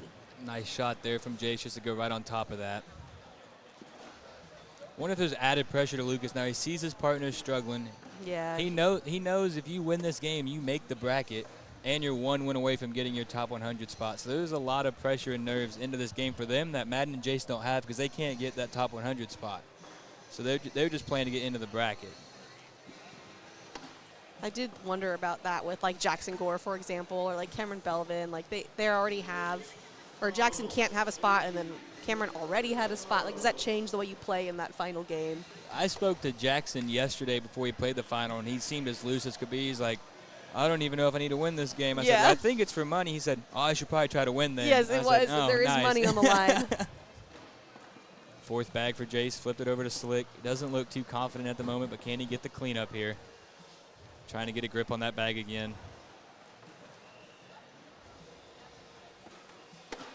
Hits it perfect, so we can see he doesn't feel super comfortable with the shot, but the results are what he's looking for. It's always weird when you see like Tony Smith with the double Yeah, or triple clutch, and then it goes in. I cannot figure that out. If I was double clutching at that rate, I would struggle mightily. Yeah, that you would think that would be the normal, but no, you see it. There's been actually quite a few players doing that sort of reset and then goes right in. It would just spike my anxiety knowing I thought I was about to throw it now, and I'm like, oh, what's going on? We got to reset everything again. Yeah. At least I don't. If I was still flipping the bag, that wouldn't work for me. I'd run out of time.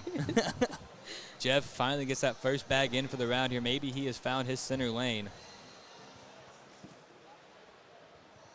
We know these two is a very good team. This is their 2nd year playing together, so there's a lot of chemistry here with these two. So they've been, I'm sure, in plenty of battles where one has started slower. They've both started slow and been able to come back. So Just do you trust your partner? let's see if they can just get some momentum in the other way. A 4-bagger here would go a long way towards Lucas gaining some more trust in Jeff. And there it is.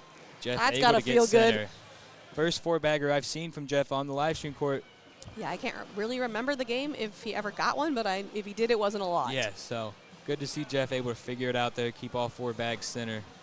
Madden matched him with the 12, so they will keep lead bag. We're in round 6 now.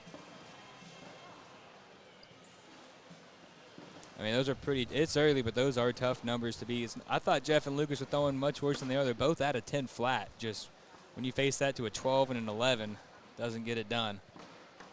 Does Jace travel with his parents or I think, a yeah, parent? so his mom is in the teal pullover right here in the 2nd row. Okay. And then his dad is usually – he's usually here. It's funny because he's a very big guy. And you see Jason, you wouldn't think that is the result. that happens. Lucas, I believe another bag out of play. There's a corner in that red zone, but that is going to be tough to get. That is barely over the hole. He's going to step in. He's not going to chase that one. Chance for Jace to get 2 more. We've seen Jace. He looks nervous, and he's taking deep breaths to compose himself, but he's been perfect so far through 3 rounds. So Yeah, it's working. It's just Yes. painful to watch. it makes you like pull for him because it's like I don't want to. Like I don't think he would cry, but it's like he might cry if it like if he gets beat. He just the expression on his face. He looks on the brink at all times. Yes. Whether he is or not, I don't know. But that is the face. And, like, the mama heart in me just wants to be like, it's okay. Chance to get 2 more here. Kick the desk, shake the monitor. I was afraid I was about to break the setup over here. I'm only on a rental. I don't want to break anything. Oh, and Jay stopped short. His perfect game's done. Lucas try to get around it for the wash. Gets it. 10-on-10 wash. Back-to-back washes now for Jeff and Lucas, starting to settle into this one. Really, I think washes really go a long way when you're down at this point and you've been giving up points. They gave up points the first. Oh, as we say that, Madden off the back. Uh-oh. Chance for Jeff and Lucas now to score. And there's that bag far left again. What so I is wonder if going that's a nerves on? thing. We just There's seen no him get way. center lane. He's been on these courts so many times for so many years. I've seen him nervous before though on like some ESPN broadcasts that we had him on our team. I chalked it up to nerves. It could have just been a bad performance. You never know if a player's nervous or not. That's just kind of my go-to. If a player's a little bit off, nerves tend to cause that. So. For sure. But Jeff Chance, can he sneak around that for 3? He does. Redemption. Leaves that wizard out. He still gets the 3 he was trying to get from that first bag. Now 7-3. That's what those slick side senior division players do. That is so frustrating. Just play those angles with that slick side, able to work around and not touch that bag of Maddens.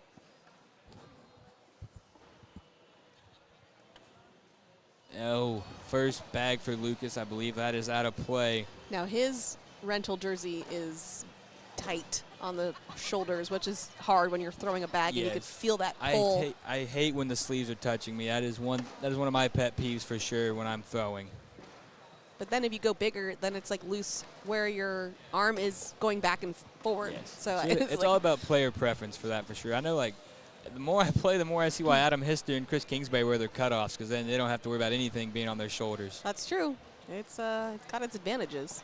Lucas went with the reblock there. I think Jay's going to go for the reverse cut here, try to get in around it and leave Lucas a cleanup. They're going to call a timeout. A little stuck in between shots, it appears. Sorry. You want an official? You want an official? Yeah, you can call an official. Yeah, you can call an official. You don't have to use a timeout for that. I'll let him know. Interesting to see that they're calling for an official here. I would assume that's for Jace, as we've seen him kind of question himself in between some shots, maybe to add some pressure to him. But it looks like we will be getting an official over to this court momentarily. But as it sits right now, 7-3, Madden and Jace. Chance to get at least 2 more here. It's always interesting to see when a team finally gets first bag. I feel like a lot of teams miss their first shot once they get that lead bag. Yeah. Just a change in like your rhythm and your. That's kind of how icing Yes. works, though, right? We see that in all sports.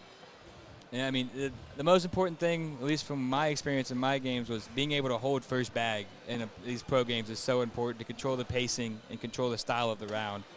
As we say that, another bag out of play for Lucas. Chance at least 4, possibly more now for Jace. Wonder if that's affecting Lucas. Lucas came over to our table to call for an official, so clearly he's got his mind on more than just the game. He's trying to figure something out here. There's the cleanup he went for on bag 3, looking to give up 4 here. Jace to put him on 11.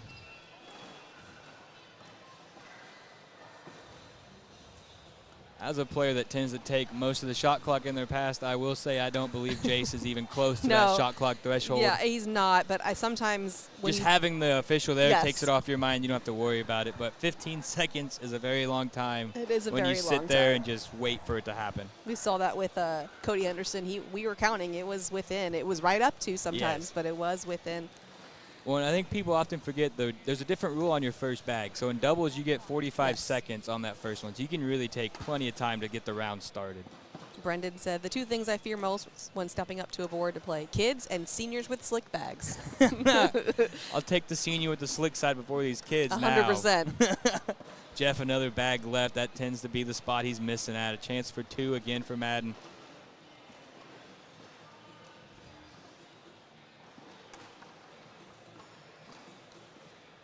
Guaranteed 2. Jeff to finish up, and he does. 13-3 now. And Jeff's not throwing bad. It's a 10, but it's an open board 10 with a bag out of. It feels worse than what it is on the numbers, but that's just when you're throwing that slick side. We've seen it with Matt Guy. You've really got to be near that 11 spot to like truly be competing. Yes, just because players are so good now. If you're not making it more challenging on them, they quickly will find that middle and live there. But now 13-3, Madden and Jace. I will say though, it was low in the previous game, so he is doing better. Okay. So maybe getting more comfortable because they were on this court for their first one, so maybe getting more used to this court. But Madden and Jace only 4 misses away, and we're only in round 10. Quick game again here, our second one. Let's see if Lucas and Jeff can get this one stretched out, inch this one back. Lucas going slick side. This one is more in play than the last one. Oh, yeah. Beautifully done. That's as good as in now. 2 corners hanging in the hole. And he's got two more bags to do it. I expect Jace will probably just take care of that one for him here, but he might also go for a block in front, take away Lucas's chance to just collect that on his own. Just goes in around it, still leaves that there. Normal bag from Lucas should clean that up. Still there. Didn't touch it. Both players 1 bag remaining. Jace with a 2 differential, so even though it feels like Jeff's the one struggling, the points are coming from this end. Interesting. That is not how it was before. There he collects it for him, so now Lucas to finish up. So every time I've seen Lucas this weekend, he's been throwing really well, and he's done a lot of self-talk with himself. Like, and last event, he did really well. Yes, I believe, was it a 3rd or 4th in bracket at the last signature? So he's really been trending in the right direction here. Yep, he sure has. Oh, we've got an official coming to the court, just letting him know that he's here. I've had many a games with the official come up to my board due to shot clocks. They see you coming. They've seen the flips, and they say, "Yep, we're just going to go ahead." Michael. But one of the most amazing Wally moments on this live stream. Oh, yeah. Oh, Jeff off the bag. I think he tried to make an adjustment for that bag to the left. Overcorrected, sailed that one off to the right. Another one off to the right. Chance for 5 now for Madden. You see the frustration on his face. He's got to be careful here. Another bag off, and this game could be over. Puts a blocker. He's not got himself in a good situation here. You can see him just frustrated. Madden, beautiful shot to get around it. That reverse cut just skips right over it. Got to have a bag in here. Cleans it up. Only going to be 5, but it's now 18-3. Madden and Jace running away with this one. At least he redeems himself. You know you're off. You throw your bag off, then you throw it right, and then you leave yourself a push, and you have to get it. There's a lot of pressure for that 4th bag. You do, and I think that shows the bounce back in that moment. Nice composure there from Jeff. A well-seasoned pro. I mean, he's been a pro in this game for a very long time. Oh, yeah. So ever since I've been around. Madden and Jace following in the footsteps of Jace Fleischer and Jack McKinney. These top seeds just running through their brackets right now, showing why they were that close to qualifying before this. Nice shot there from Lucas, trying to get some points here. Do something to change this momentum. God, we didn't look up McKinney's and Fleischer's. I think they were also 25th. I think these 2 teams might have been tied. Okay, let's see. Nice get around there from Jace.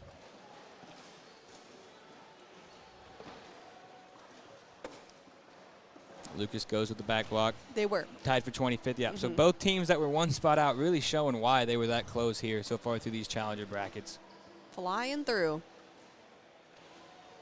We'd have to check Madden and Jace, but I don't think Jack and Jace, they haven't given up double figures yet that I know of in their bracket. I think they've truly been on cruise control through that one.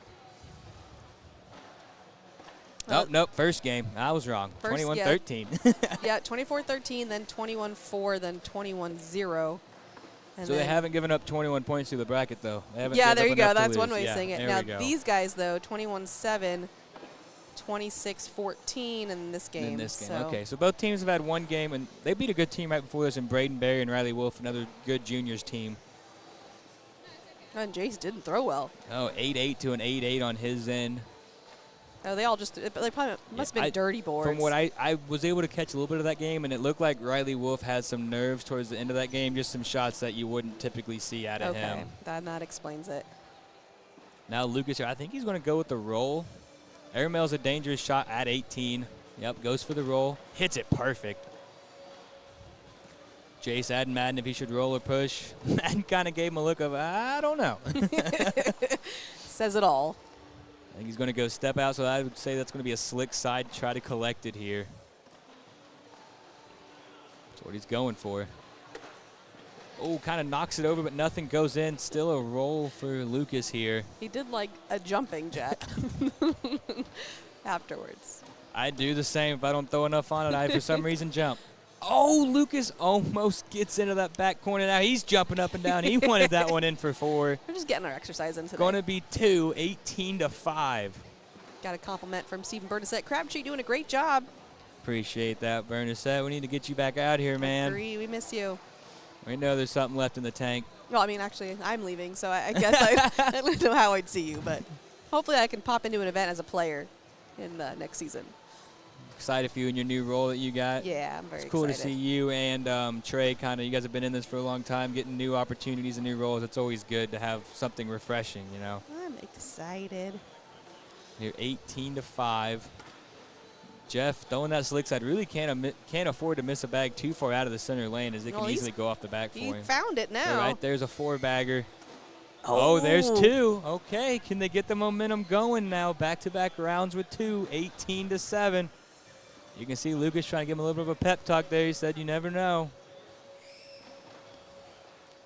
Feel like scoring comes in bunches. Once you can get a couple rolling, they just kind of keep flowing for a minute there. I was going to say, you know how long you can get stuck on 18, 19, 20. You just keep telling yourself you're 1 miss away or 2 misses away, and then they just keep creeping up. You kind of forget to check their score almost, and then you look up and you're like, oh, they're 3 misses away or 2 misses away. Wait a second, yeah.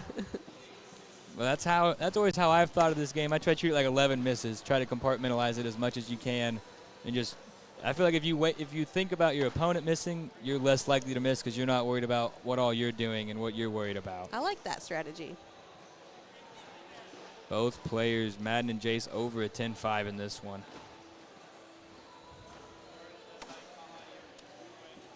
2 bags remaining for both players. So I think Lucas, if anybody's going to incorporate a block, it's got to be Lucas. I think Jeff wants nothing but a clean board. He wants the bags back to Lucas as much as he can. Despite the DPRs right now and Lucas not having his best game at the moment, I think the confidence is still in Lucas. If there's going to be any big spot through a block around, it'd have to be on Lucas's end. Oh, as we say that, Jace, another bag out of play. Chance at 2 more for Lucas and Jeff. Yeah, that miss is painful because now you give that bumper on the right side to make it even easier, and he used it. 2 more guaranteed now. Jace has got to finish up or they're going to start getting loud on the right side. Go as loud as you can with Jeff Reynolds on the other end. Yeah, Lucas gets loud. Will he, though? Jeff probably won't. His face won't change no matter the score of this match. He leaves it short, hanging in the hole. Double figures now. 18 to 11. That's 8 straight now for Jeff and Lucas. And that counted as a timeout, and that is why Lucas called over the official. He was worried about the shot clock, and there was a wonder violation. if that will affect Jace knowing that he was over the shot clock on that one. Maybe speeds up his internal clock without him even realizing it. That was the double clutch. I think that he actually was at the same pace. He just double clutched. Got you. Yeah, so if he can avoid that. As we say that, Jeff is deep left again with the first bag. Set up to give up 2, stepping out, try to avoid that bag. Got to be careful, cannot have another bag out of play. If you're Madden, though, you have to get these 2. Get yourself 1 point away in this run from Jeff and Lucas. Absolutely. You're going to give it to your partner. Oh, and now you can win it. 4-bagger here, I believe, will win it. That is a tough get for Jeff. It is gettable, but it is tough to get in one shot. He's going slick at it. Pulls it closer, but Madden's got to cut around for the win. And he hits it perfect. Wow. That'll be the game just like that. Madden and Jace hold on to win 22 to 11. We will be right back.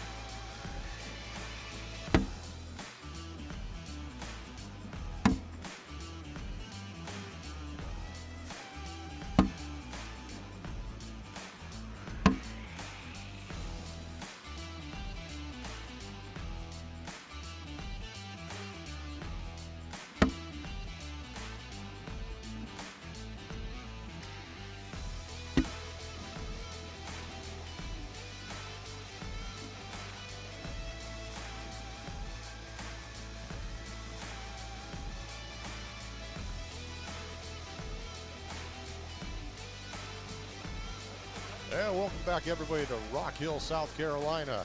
We are here at the 2026 ACL World Championships. Tim Helms in the booth with partner Mish. How you doing, Mish? I'm doing great. Here, just move this a little closer to your mouth. Oh. There we go. Okay. I want to make sure we can hear you. We got an elimination game coming up for you here. We got Matt Wilson and Sarah Cassidy going against Anthony Eastridge and Clayton Kennedy. Waiting in the wings for the winner of this game will be Ron Kugel and Lee Tibbs. And they actually just got defeated. They were playing over on court 1. Connor Heiser and Owen Crick got them 23-7, so Connor and Owen sit in the king seat of bracket D. You just saw as bracket B was Madden Franco and Jace Webb, so they sit in the king seat, and then bracket A, Jack McKinney and Jace Fleischer sit in the king seat, so it's just a little bit farther behind on bracket C. Kara McKay, Landon Hunt, Jimmy Humans, Riker Wells, all tied up at 2 on court number 1, so you can do the dual box there if you want to watch both of those games alongside us. And we're getting down to the end here in our challenger brackets, seeing who can join the top pros on Friday in the main World Championship brackets. Absolutely been seeing some really good games today as I'm waiting around to get in the booth with Oh, Mish. yeah. Some good games, some long games, and some not so long games. Yeah, there's been some blowouts for sure. Absolutely. You could see why these top seeds are where they are. Going a couple down and backs here before we get started.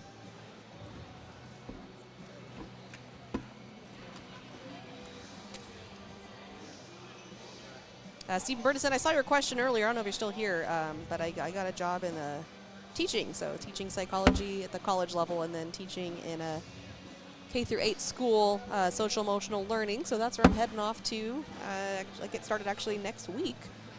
So that's where my next step is. Yeah, congratulations on that. I know Thank you've you. been wanting that position for a while from what I've been reading. I actually didn't know that the SEL position existed. I was looking for jobs, and I knew I wanted to teach, and in that I was already applying at colleges and stuff like that, but then I was just, me and ChatGPT having conversations, and I was like, this is what I love to do, and like, what is that? And they're like, oh, you should do SEL facilitator. And I said, what the heck is that? And then when I read it, I said, oh my God, this is my dream job. I didn't know this was a thing. Nice. So I made it happen. All right, looks like we're going to go live here. All right, getting it started. Got the spin.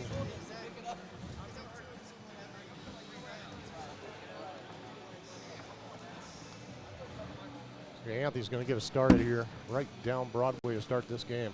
I love Anthony Eastridge.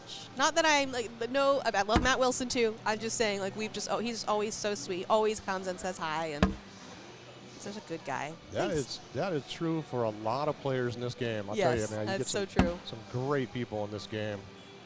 Thanks, Stephen. Appreciate the kind words. Matt with a bag off the right, and Anthony's going to back that up. Not what he wanted to do.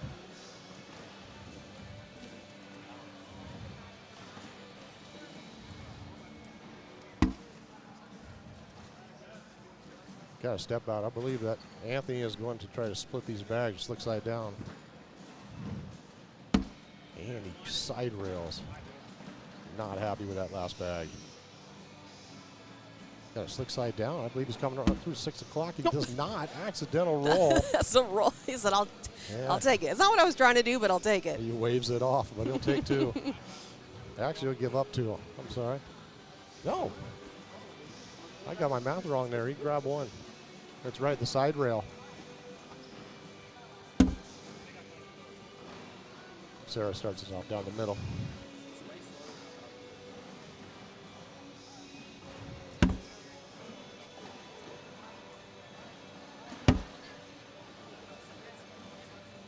Sarah seems to have no problem finding her middle right away. Yeah, congrats to Sarah and Cameron for making it into the main bracket for pro singles. That's right. I was watching that yesterday. Her take on Gio, right? Gio. She did. She Mora. took on Gio Mora, and then She, she couldn't get the win there. Gio did get that, so not in the top 100 yet, but still in that main bracket. well, she needed to double dip Gio, Yes. if I'm correct, and she did take the first game, if I'm not mistaken. That's going to be a double 4 bag wash social.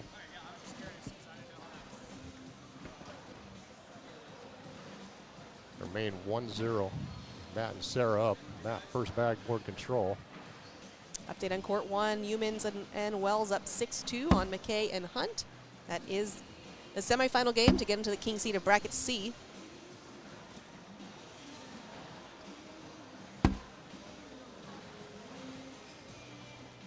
Matt with a pin. Anthony with a nice get around.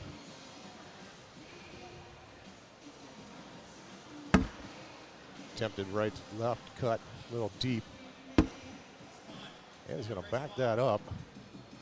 I believe we're going to see the same shot coming. Right, left cut attempt. And he rolls up on top. Got a step out by Anthony. He's going to try to get around that. He does have a slot to get in. Can he mail the letter? He's going to go up. He's trying to drag. I mean, at least you take him off with you. Takes a bag with it. Going to remain 1-0.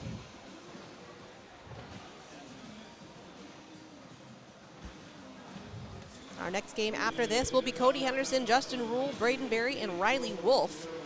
On the elimination side, actually same exact spot as this one. So winner of that game will get Reynolds and Householder to get back to Franco and Webb in bracket B.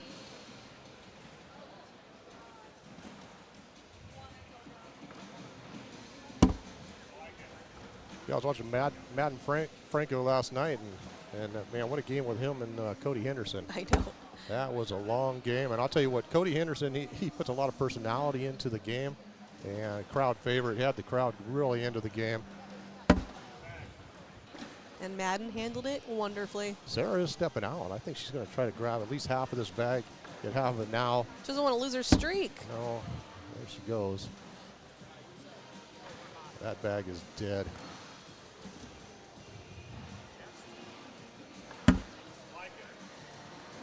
Do you go up? She's got a little lift shot she could use. She's thinking about it. Stick side down. Yeah, so there's that lift bag. Just didn't hit it center.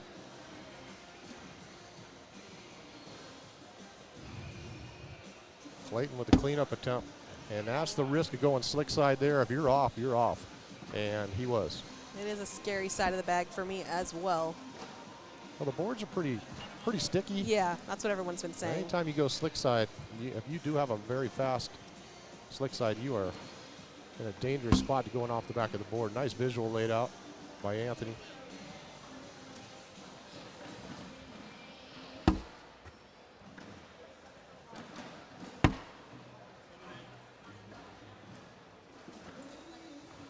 Yeah, tough bag for Matt to collect himself. Ooh. Ends up pushing it back. Well, that's the problem with the slick side. Slick side, you're coming in, you're going to push something. And he did. Anthony's off to the left and pins his bag. Question is, will that bag drop? And it does. Was not on top as much as I was thinking. Anthony finishes off for his 10, steps off. Matt trying to do the same, and he does. 10-10 wash. Going to remain 1-1.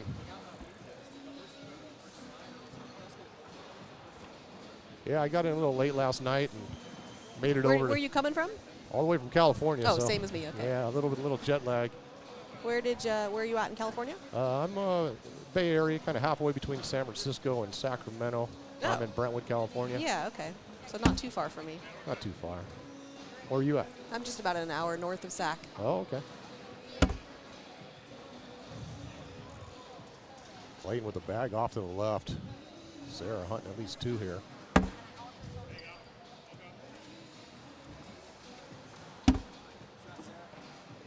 Nice, leave it alone by Sarah.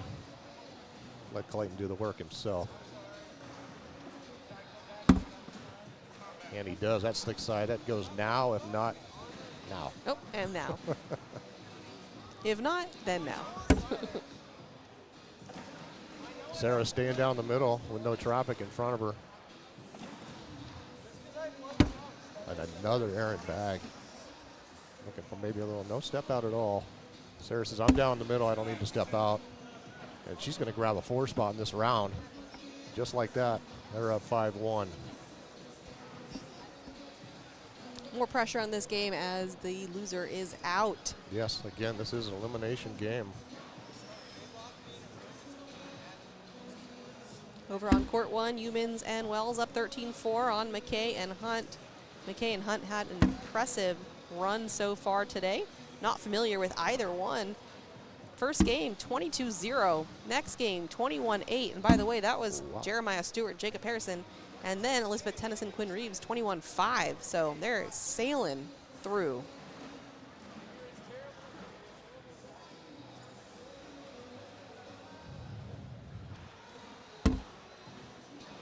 Bag as good as in. Well, there we go. This has a potential for binding up and clogging the hole if he doesn't come right through this. And he is stick side. He's going to get his to drop. What a great shot. Great job avoiding that bag on the left side, staying right. And then same thing on the other side. Anthony cleans it up for his social. Creative round right there. Entertaining. We don't have replays, but you guys can just replay that back in your mind. That's pretty good. You guys go ahead and see. You guys see it? I see it. This is court 2. This is the B. It's the B. Maybe it's the Z court. The T move feed, says Doug. Well, how many courts do you think we're running? Well, I just meant more in terms of the, you say like it's like a B celebrity, C celebrity, so we're like the Z court. Sure. We're basic.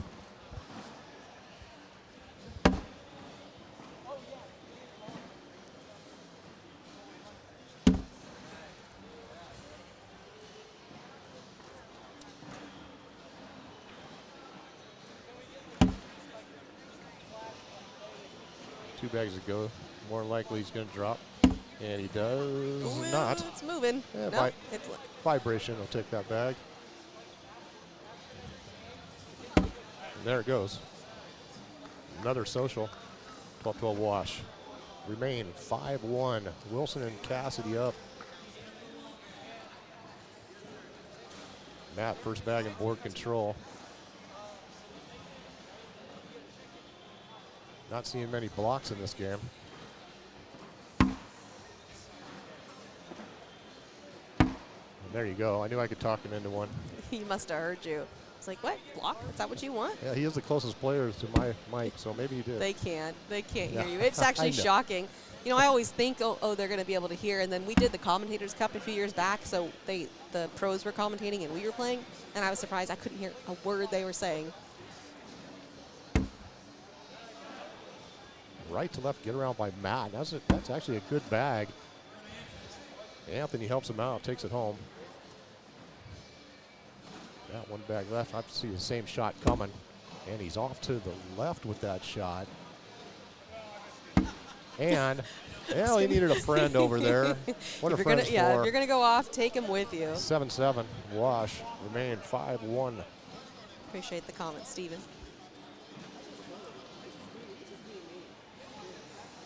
If you haven't liked and shared the stream, I don't know what you're waiting for. Show us some love, subscribe, all the things. Thanks for hanging out with us on this Wednesday afternoon. We got mixed doubles coming up a little bit later. That is going to be your final 16, all the way down to the final 2 to go on to the broadcast on Sunday. Looking forward to some teams tonight. Yep, teams finals, thank you. That's happening. I will be doing that one with Jake. That'll be the semifinals for teams, and then we'll do the finals, I believe, on Friday, or is it tomorrow? I don't know. All the days are running together. So many events, so Let's many see. brackets. It is Friday. Okay, I was right. And I'll tell you, Sarah, she's impressing me, staying right down the middle. And Ooh, up and over and come back. That was as close as it gets. He wanted the camera to see all of his bag. Yeah, there it is.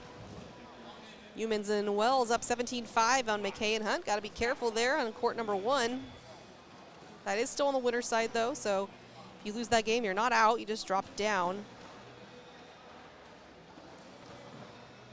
Sarah grabs 2 in that round, now up 7-1. Little bumper place by Anthony.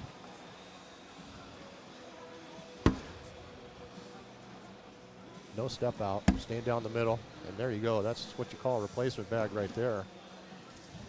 Great shot by Eastridge. Make Matt work for this, slick side up and over. Pulls his bag a little closer to the hole. And I'll tell you what, Anthony is living there this round. Asking for help for Sarah. Sarah says lay down behind, make him work.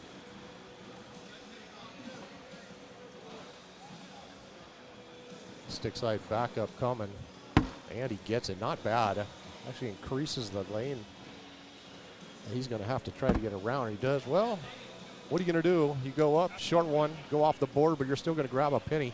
1 point for Anthony, 9-8. Now gonna be 7-2. Clayton with first bag and board control. See if he decides to block Sarah, who's been down the middle this entire game so far.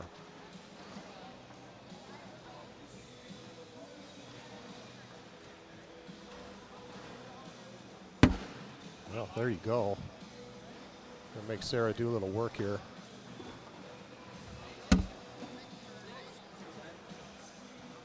Could have been a lot worse. She's got a toe in the pool. But that bag is not moving. It's going to need a lot of help over there on the right side. Sarah's up and over, right through the middle. If you check out the PPRs at the bottom, you see that Sarah is the PPR leader at the moment by quite a bit. Not the replacement Clayton was looking for. Sarah, crafty bag, up and over. Slick side down. He's got to be going right through the middle, and he does. Limit the damage here. Sarah can get in and grab two, and she does. What a great shot by Sarah. It's going to be a 10-8.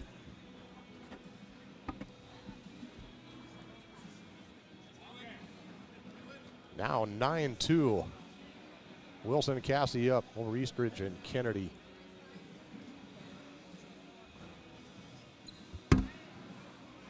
Well, there you go. I do believe Matt was trying to block there. He's off to the right, though.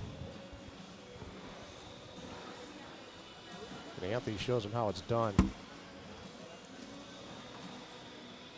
the waters are getting muddy.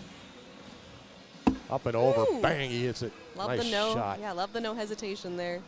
He knew exactly what shot he wanted to do. And that is not the shot that Matt was looking for there. No, but he's still got a bag left. Slight step out here. Looking for a slick side cleanup. A little pressure on Anthony. He's going to have to go in now if he wants to. Just asking Clayton if he thinks he should go slick and try to peel that bag out. He's going stick. And he does not grab his bag, but he does go in. And that's going to give him two. Sarah throwing fire? Yes, Sarah is throwing fire. That is accurate. She's killing it. Also killing it, Humans and Wells up 20-7 on McKay and Lynn. So they have not, I feel like, haven't scored in a minute. I think they've been stuck on 7. Where is it? Oh, a few rounds. Okay. Now 9-4 here. Rare errant bag with an open board from Sarah off to the right. Kennedy looking to grab two, maybe more. He stay down the middle here.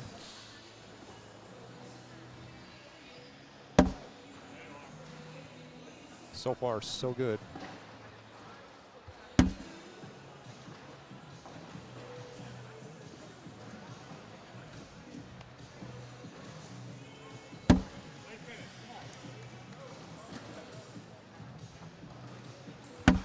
Sarah in to limit the damage to 2. And a dinger, 10.67 PPR, but not bad. I think she can afford it. Now down to a 10.57. Oh boy. Abysmal. Now 9-6. Eastridge and Kennedy trying to chip away at that lead. Well, there you go. You got goalpost now. I don't think you're going to get a step out by anybody here.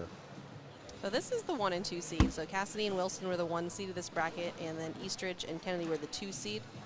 And their very first game, Eastridge and Kennedy, they barely squeaked by. It was 22-20 against Nick Moore and Clue Kite.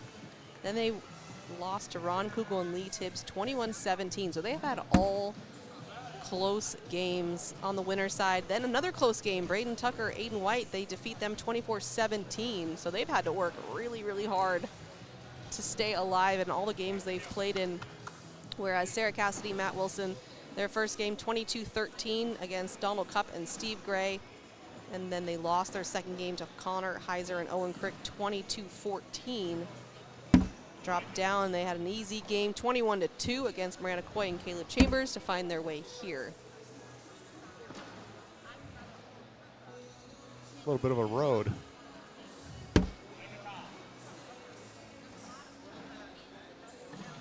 And then in the king seed of this bracket is Connor Heiser and Owen Crick, and they were the 5 seeds. So the other 2 brackets so far, it's been the 1 seeds that have sat in the king seat. But here in bracket D, it is the 5 seed, and then we're still working on bracket C. But Jimmy Humans and Riker Wells came in as your 10 seed. They are looking, oh, actually they just did it. They defeat Kara McKay and Landon Hunt 22-7. So they will be your king seat of bracket C. Nice win. Congrats. Never a bad place to be in the king seat. Not so much. If we look at the loser side of bracket C, Tennyson and Reeves tied up at 16 with Stewart and Harrison. That's a tough game. Winner of that gets Brunson and Mora. So that's a really tough path. And then winner of that will get the McKay and Hunt since they just lost. And that is the path in bracket C. Tough bracket. Looks that way. Again, you got Kugel and Tibbs waiting for the winner of this game. Again, an elimination game here. Sarah picked up 2 points in that last round, now up 11-6.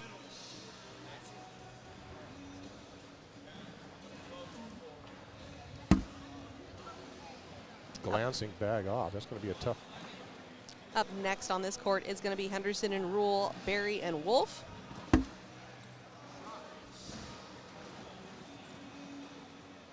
Not asking for help here. I think he's going to back this up. And he's off. Right, well, here you go. He said it as soon as he let the bag out of his hand. Let's see if he can kick a field goal here. Matt Wilson right down the middle, slick side, and he does. Great shot. Looking at potentially 4 here. And oh my goodness, no way. that's going to be a 10-on-4 6 spot. That's a big number. Yeah, the problem with sitting on 17, you can't have 2 bags on the board if they're putting them all in. That starts to get risky. Now 17-6.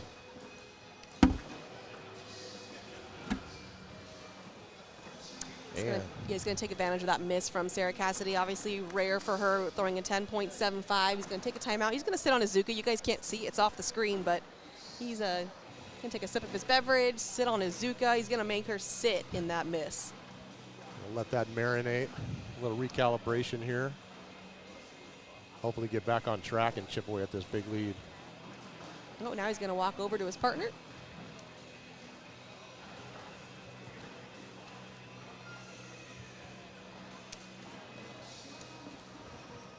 Little pep talk. Going to make each other laugh. I love that. There you go. I love that it's not serious, because at this point you really have to have fun with it. Stay loose. It's always an important shot here after a timeout.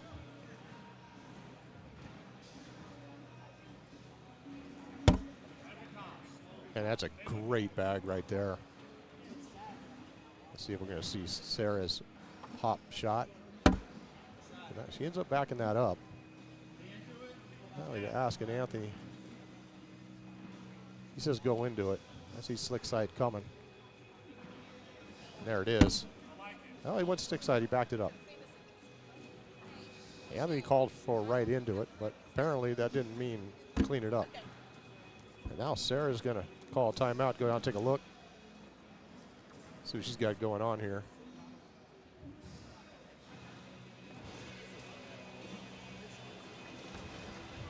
Again, muddy waters out here. 4 bags on the board. Man, 4 what did I bags to miss? go. I walked away for 2 seconds. Oh, you missed another timeout. My goodness. Got messy out there quick. Over on bracket C, Stewart and Harrison pull ahead 20-16 on Tennyson and Reeves. Trying to get to Brunson and Mora. That's on the elimination side. Up next, as I said, Henderson, Rule, Barry Wolf. And then over in bracket A, Halbert, Thompson, Gonna face off against Dolan and Saylor. Hasn't started yet. 0's on the scoreboard.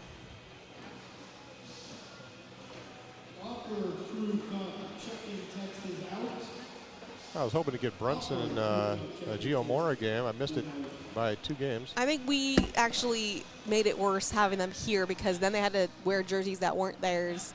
It didn't go well. You know, I noticed that. Yeah, well, Adrian came and told me. He said that he ordered his jersey and then there was something wrong and he had to reorder it and he thinks he may have forgotten to submit or something along those lines. And so he never got a jersey in the dark or whatever. That's kind of what happened. And now it's at the end of the season, so. What are you going to do? Yeah. Sarah coming through hard. Only gets 1 to drop. I think she was hoping for 2. You get a little step out here from Clayton. Big opportunity here. If he can clean this up. Grab a crooked number here. He's going to get 1 to drop. It's going to end up being a 10-6 4 spot. That's got to feel good, though. Yeah. Double digits. Absolutely. Had to be that timeout. Had to be that earlier timeout. Got him going. Hey, do whatever it takes. Now 17-10. Eastridge first bag of board control. Lays up a visual.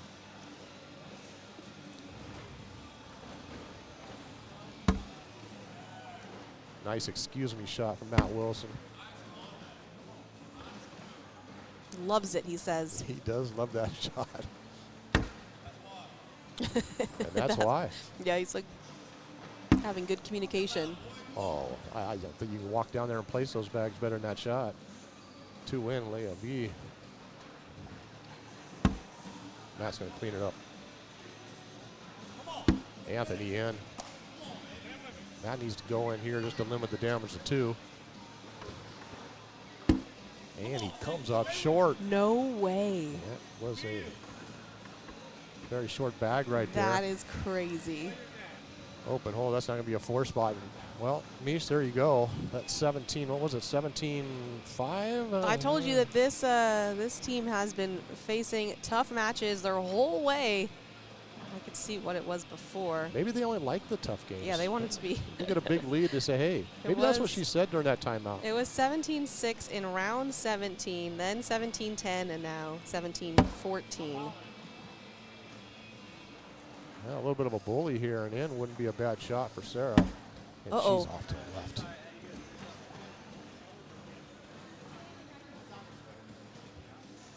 Anthony slick side down, clean up, nice. Yeah, the sorry, momentum has shifted. You can feel it. Sarah needs to find her middle again.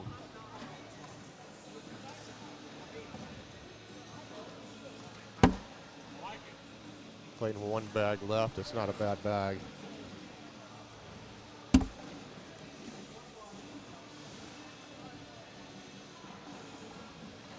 Oh, here you go. He cleaned this up to get a minimum of 2. He only gets 1 to drop. Got 3/4 of the hole closed up. He's okay with that because Sarah does have a bag left. He's hoping that will get in the way. Well, she'll clean it up. Yeah. Clayton says, thank you, Sarah. I'll take the 2. Now 17-16. What happened to that lead, Mish? It went fast. In about 4 rounds. Yeah. Commentator Hex. Eastridge off to the left. Wilson trying to get back on track. Salvageable bag for sure. Back up.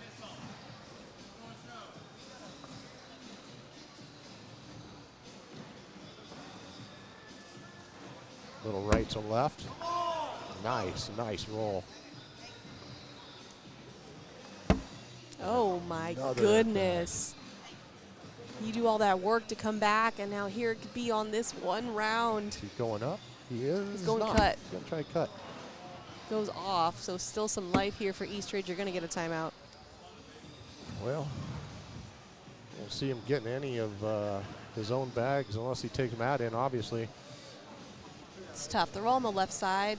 It would be, if you stay center, there's 3 bags you have to push, and Sarah's is in the front. I mean, Matt's is in the front. So if you do a cut around. That's a dangerous push to try to clean that up, yeah, I'll tell you that. The push would be very difficult. And the bag in front is sitting up, too, which makes it even harder. Exactly. gives him a good wall to push, but Yeah. that is a You, wall. you will run into a wall there. Yeah, I think you need a little step out here and cut around. And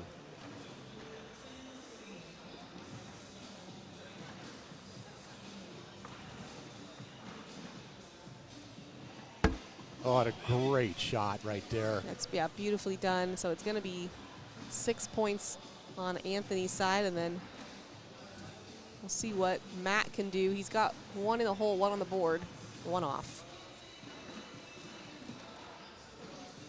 Not going up. He's going to get around. That's the same cut he wanted before. Just Exactly. put too much on it. Beautiful shot right there on Matt. That's going to be a 7-6. He's going to grab one. Oh my goodness. Well. Get that kid on the snack cam. Didn't you hear we're the Temu court? We don't have that kind of functionality. The cameras that you see are the cameras we have. Matt and Sarah back on the score sheet. Finally, I've been on 17 for a minute. Now 18-16. Sarah with one in. Is she going to back this up? Yeah, she takes it in.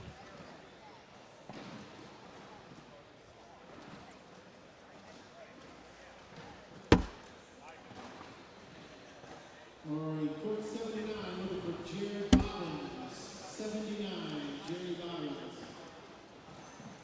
Stewart and Harrison were able to finish off Tennyson and Reeves. They will face off against Brunson and Mora on court 1 as soon as their game finishes.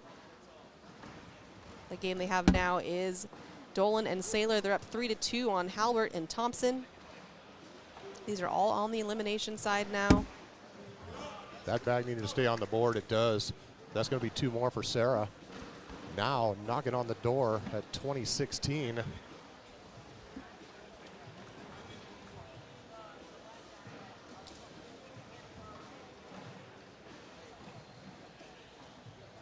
We'll see if Matt decides to lay a block out or he just goes in. And he's in.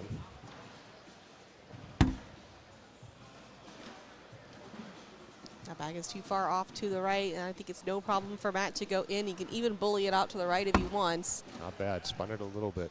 Got to make Anthony work for this.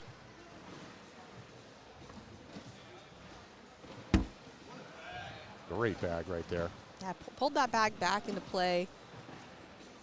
And on the right side for Matt to have to deal with.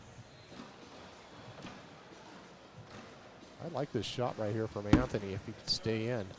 Did stay stick side. Decisions.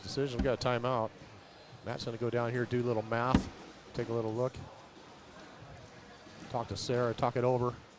Get their best play here. Yeah, probably trying to see how we can close it out here. They only need 1 point. Oh, nice roll. I like a nice roll here. That's a pretty good pile to get over. Yeah, you know Wilson can do it. He rolls. It's going to be up to Eastridge to have to work with his 2 bags on the right side. He's actually going to take advantage of this timeout for himself, too. He's looking at the pile.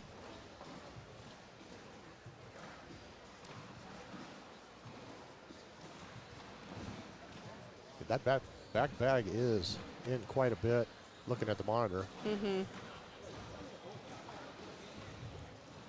It's as good as in.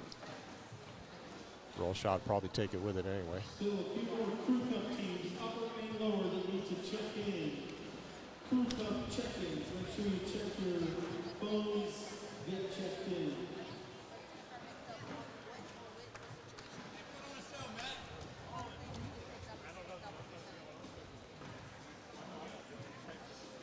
They're having a good time over here, talking about things not as serious. There's the roll. Doesn't get there. Does need to get one to drop, though. And we get another timeout. He needs to see his bags again. He did already look I at don't it. think it changed a whole lot. It did not. Yeah, you just talk it over with your partner. When you're down 2016, make sure you're on the same page. You don't want to talk about this after the game. Say, what were you thinking?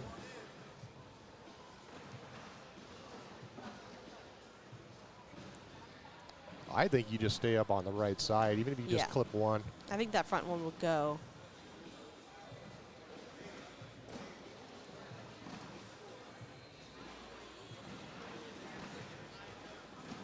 cut shot here would be nice.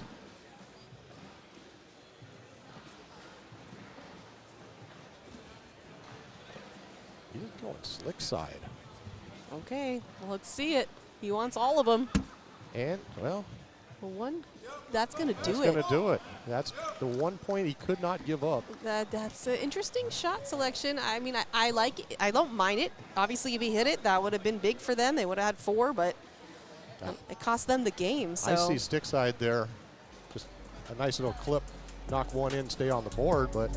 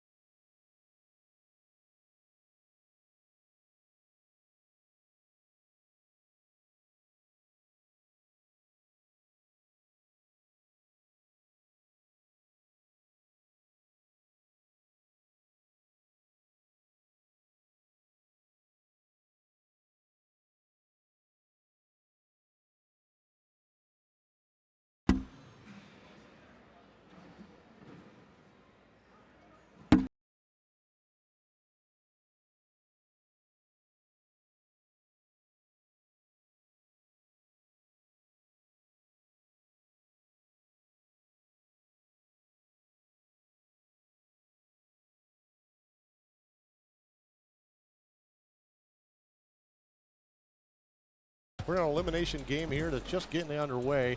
These bags are live. We've got Justin Rule and Cody Henderson against Riley Roof and Braden Berry. Again, this is an elimination game with the Reynolds and Householder waiting in the wings. Cody Henderson, the character with the white glasses. Braden Berry on the other side. Mr. Personality.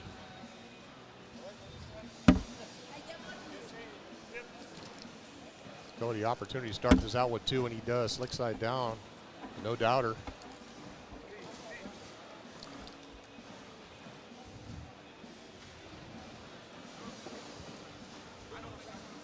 Henderson Rule out the gate, 2-0.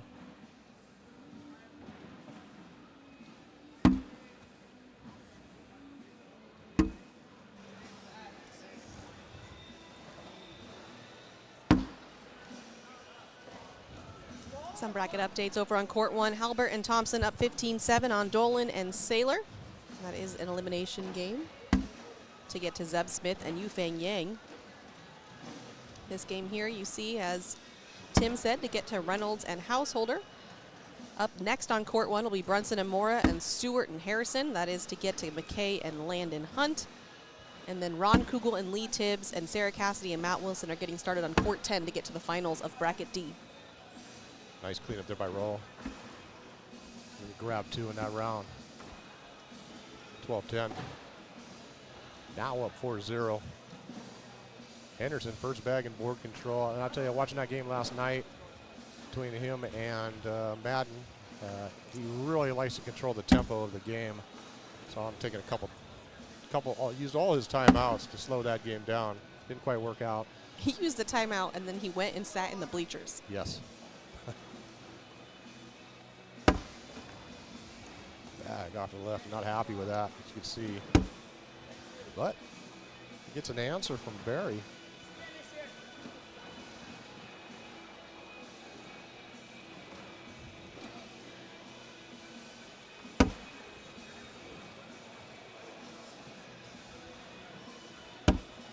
In to limit the damage. If Henderson goes in. Some good partner communication coming from Wolf. Told him to shake it off, stay with me. And it works. There you go, 10-8.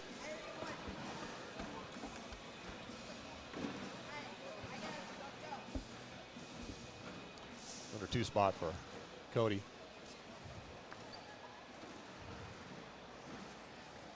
Justin first bag, board control. Oh. Jake Brandon said they're not doing any more challenger stuff. They're switching to mixed doubles. That's probably just court 1, I'm assuming. And then they'll probably keep us going unless, I don't know. I haven't been told anything. I'm assuming we're going to keep going, but I don't know for sure. Well, that makes 2 of us. So Tyler, you know more than I do.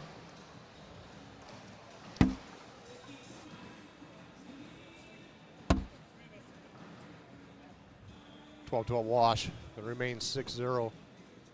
Justin and Cody up.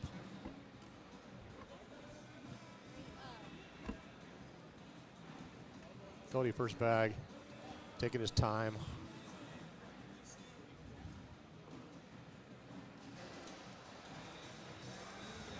Right down the middle.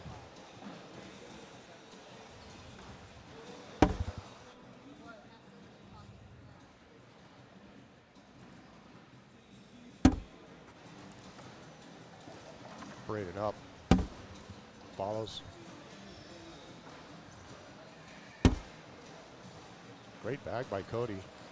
See what Braden can do with that. He's going to back it up. There you go.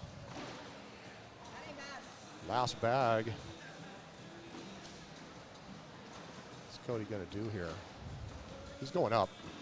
Bang! He hits it. Nice shot. Okay, appreciate the update, Tyler. Yes, just court 1. I heard you say that Jacob and Jay Stu on court 1 next. He said that we're going to keep doing challenger brackets. Okay.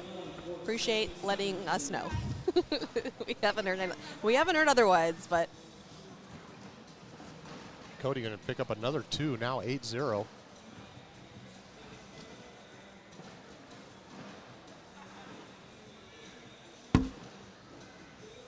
so they're still finishing up over there. So Halbert Thompson 15 over Dolan and Saylor 7.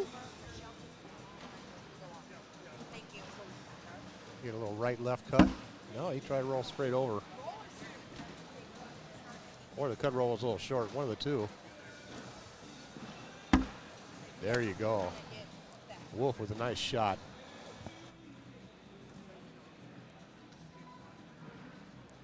Justin with a tough work to do here. He's going to go up and he hits his.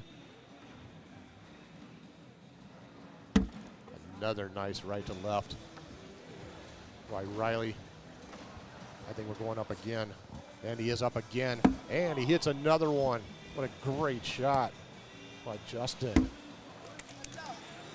And Riley answers. There you go. Very entertaining round right there.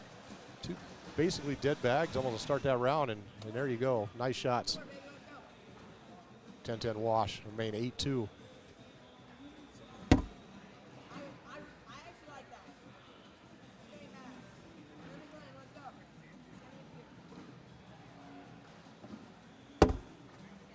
Ooh, that bag was coming in hot. Reached out and grabbed 10 o'clock. There's a bag off the right by Barry. Nice cleanup by Cody. He's not going to wait around and let it get any messier out there. I think he'd be happy to grab 2 in this round. And again.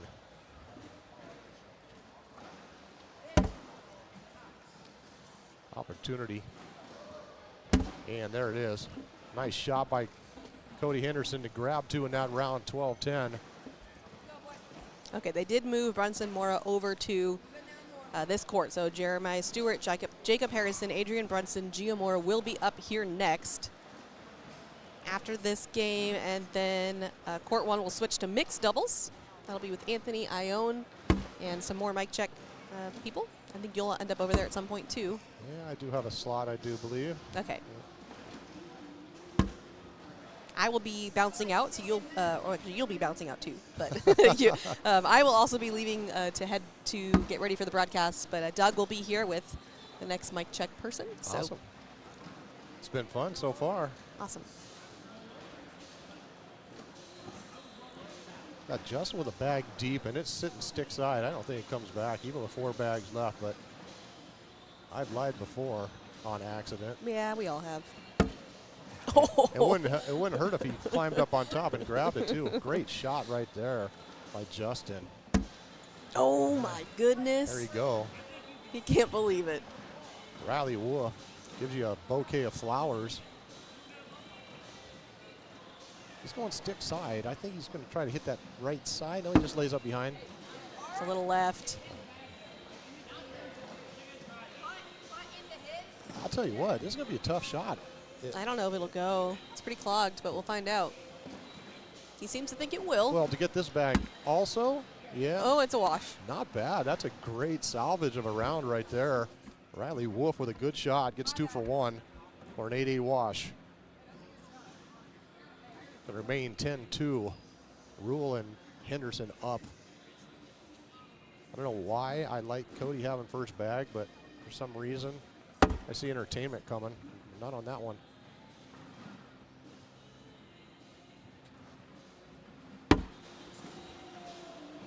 Both players down the middle start this round.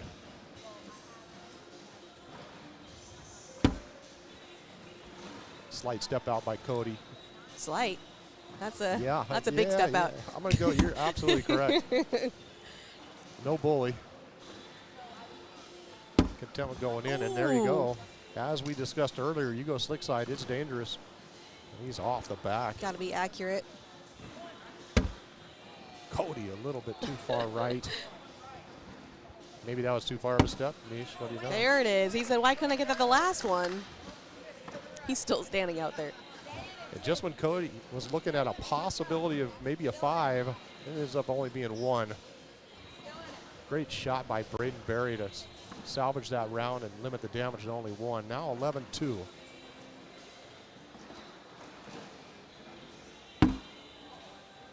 Bag to the right. Justin. Oh, that gave it back. There we go. Goalpost again.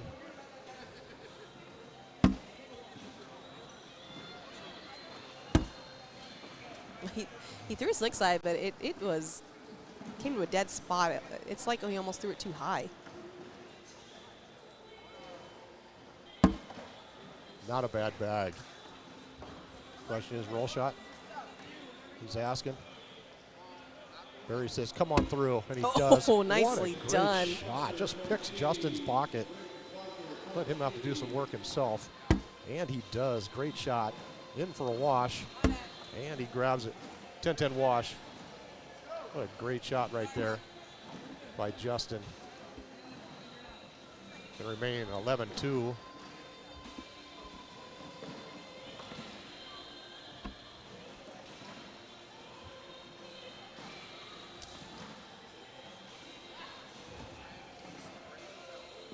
As I said, Mish, Cody likes to control the tempo of the game. Get this round going.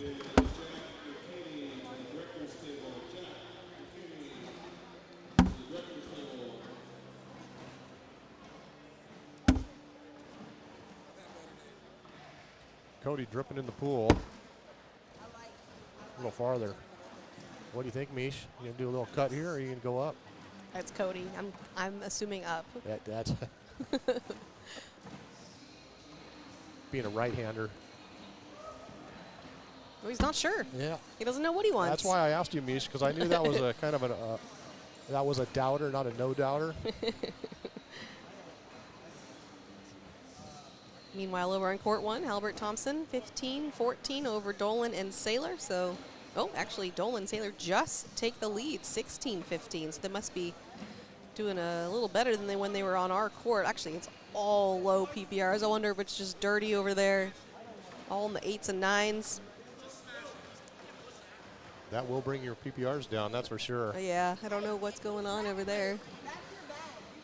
And once again, this is an elimination game with Reynolds and Householder waiting in the wings. Up next will be that Brunson, Mora, Stewart, Harrison. That should be a great game. Coming up here, it'll be Doug and one of the other mic check contestants.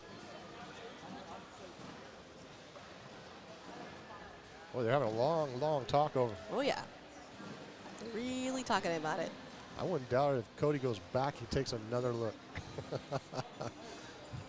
I'll just block is what he said. So Justin Rule must have talked him into a more conservative shot, I'm assuming. Well, for now. Maybe now. his third bag.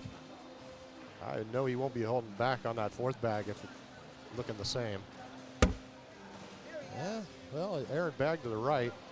Be a tough bag for Barry to collect on his own, and he all but does that, especially with one bag left. Cody goes in and cleans it up. Looks like he could be conceding two. Ooh. And it drops. Oh my God, that bag was on the right. Sure does. Redirected, almost held up, but it goes in. Barry's going to grab two in that round. Now 11-4. As you can see on the bottom of your screen, it's Cody Henderson that is leading PPRs at the moment in 11.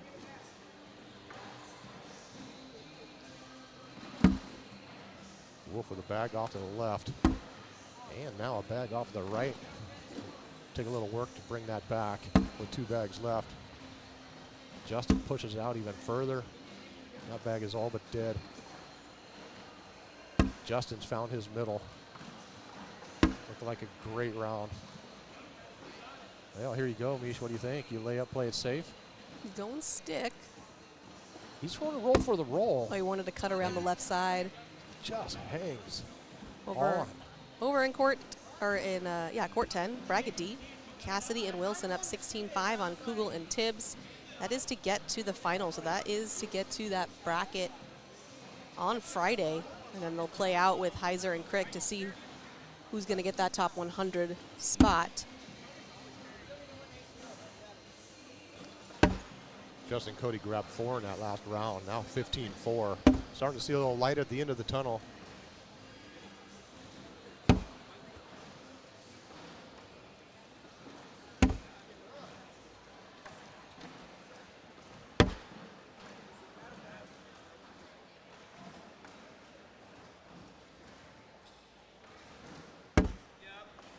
Cody backs it up.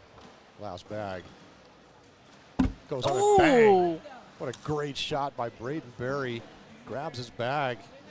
Turns that round into a 2-spot. That should get some momentum going this way. You see, ooh, that is a reset there for Wolf. That was a quick pickup and throw right there. Yeah, it was. He double pumped. Now 15-6. He's trying to chip away at that lead. Bag out to the right.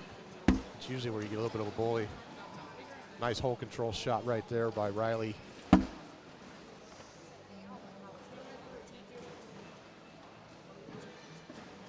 Riley asking Braden if I should just come right through, and he says yes, and he does. Great, great shot. 2 for 1. Shot to another bag to the right. I told you the momentum was coming this way. You're absolutely They're right. feeling it. And it is flowing. Oh that is my not- goodness. And there you go, Mies, just like that. That big, big lead is not so big anymore. Yeah, only a 3-point game now. All tied up on court 1. Halbert, Thompson, Dolan, and Saylor tied up at 18. Oh, just like that. Every time I go to announce it, it changes. And now Halbert Thompson sitting on 20. So 1 point away of facing off against Zeb Smith and Yufeng Yang over in bracket A. And then if we take a look over at that Cassidy Wilson game, it's 19-5 over Kugel and Tibbs. So 2 points away of getting themselves to the finals. Very nice. 2 errant bags by Barry. Cody's licking his chops here. He'd love to have a 4 spot right here after momentum had shifted. Sometimes when you get those And big, exciting momentum swings, it comes with a lot of adrenaline. 2 bags in for Cody here, and that's going to do it. Wow. That's crazy. You saw that swing the other way, and then it's just one bad round. In for the win for Cody. And that hole is wide open. Yeah, and you have the Well. bumper on the right side. You're right. It makes it so much easier. But, wow, almost a great comeback from Wolf and Barry, but Great bag. couldn't make it happen. Justin Rule, Cody Henderson going to take that one down 20-12 and move on. And we'll be right back with another game for you guys.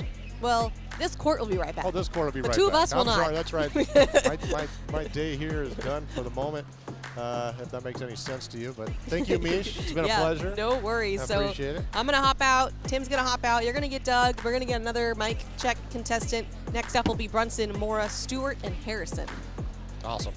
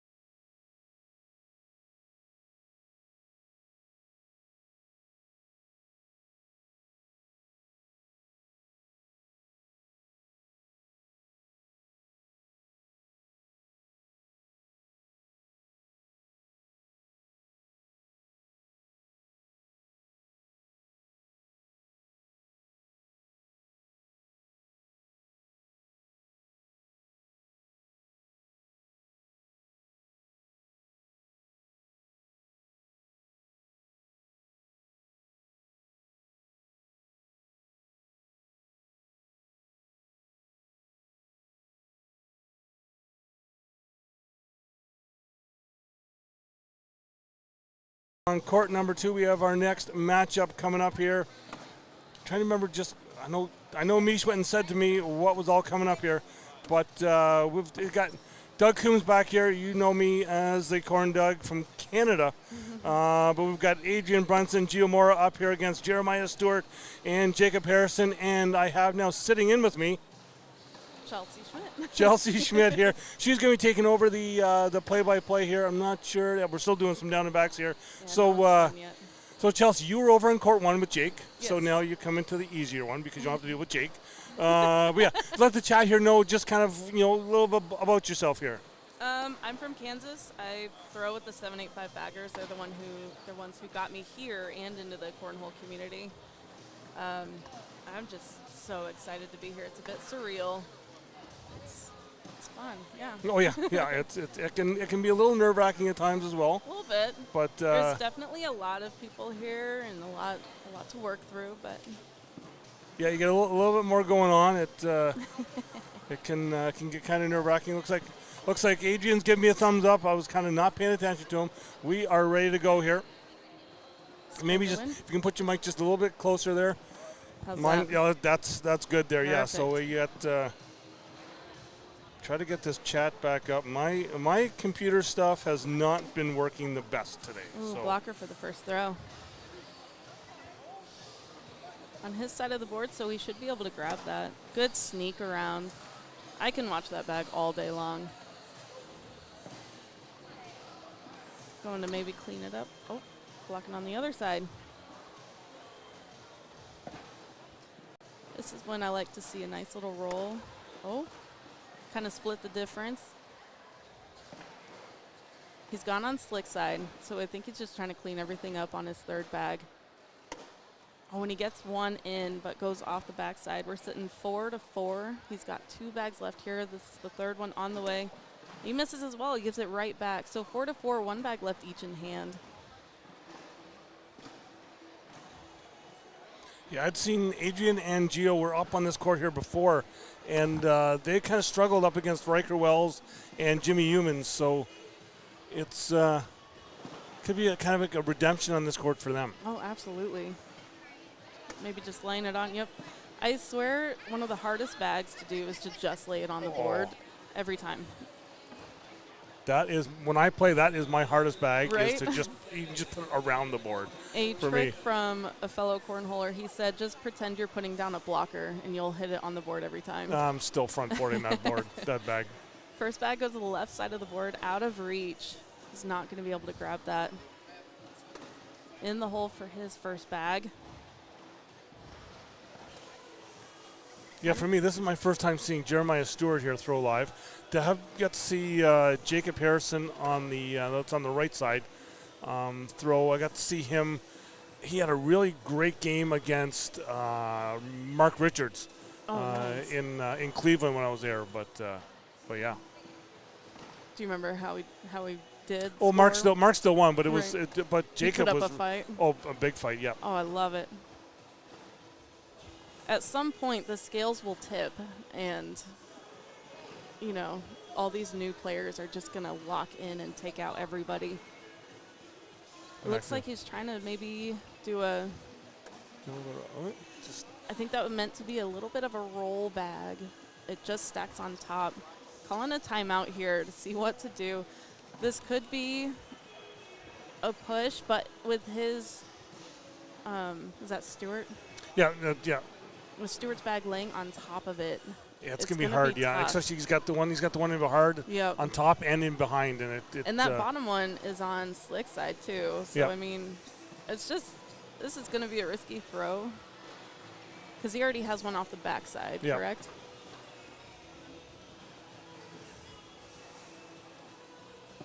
Let's see what he does. He's on slick side. Oh, and he misses. It goes to the right side of the hole.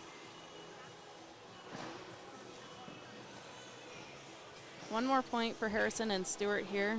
We're in round 3. This game just started.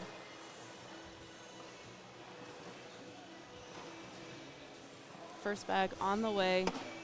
Goes in the hole. I think it's really hard to throw blockers on these boards. They're just that slick. But Well, these well, guys- I'm not sure how court one's been playing. This one here has been a little stickier today Oh, that's good. for some reason. So maybe he meant to go in the hole. This bag should go in fairly easily for him. Picks it up 6-6 with 2 bags left each in hand. Third bag on the way, goes in. We're straight shooting this round. 9-9, 1 bag left on the way. Sitting on a 4. 4-bagger, I should say. And it's a social. First one of the game here. Yeah, so the winner of this game will go on to face Kara McKay and Landon Hunt to see who will go back and face the guys in the King seat right now, which I think is the game you just seen over on Yes, that court was one there. a very long 2020 game. It's Jimmy Humans and Riker Wells. It came down to an airmail, I'm pretty sure. Back left corner on the first bag. Giving him something to look at here. But it's so far in the hole, I just clean it up and go in. Or replace, too. I think he may have wanted his bag to stay a little more center. Yes. Oh. Oh. That was a little too hard. Yeah, I was not expecting Gio just to roll over top of the hole like that. It gave him an opportunity to try and pick that bag up, though, which now he's sitting 3-3. There's a roll, but it sits on that back side of the hole, but it's on slick side, and it might drop in depending on where the beans are laying. Well, we say it should drop in. Yes. I'm going to say might. Oh, there my we go. goodness. That was a slow drop. And it took a couple of Jeremiah's bags with him. And Gio here has one off the back side of the board. That'll be a 10-9. One more point for Harrison and Stewart.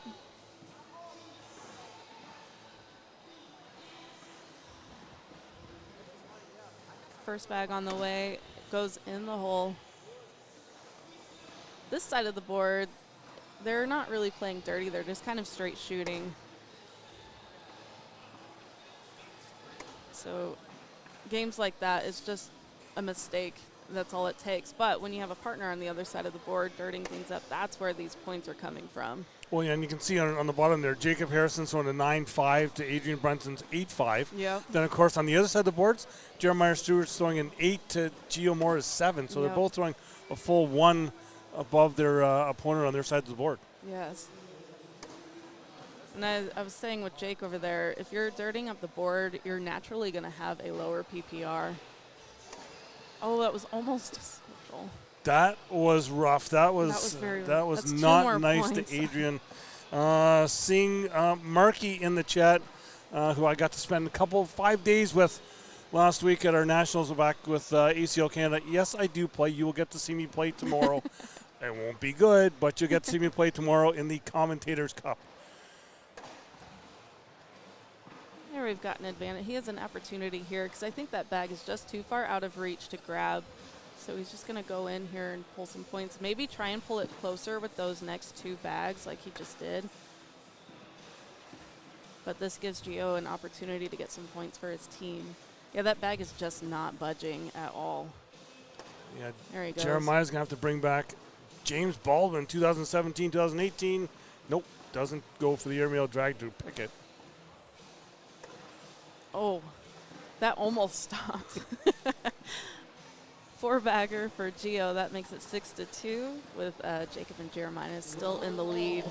There's been a couple bags with that just kind of hit the brakes and had a little pause and thought to see if we want to go around or not. Yeah. First bag in the hole for Adrian. I think that's the first bag he's gotten to throw for the first bag, correct? I think so, yes. Looking over in bracket D, we've got Sarah Cassidy, Matt Wilson up 16-5 on Ron Kugel and Lee Tibbs. That is to go to the bracket D final to face Connor Heiser and Owen Crick.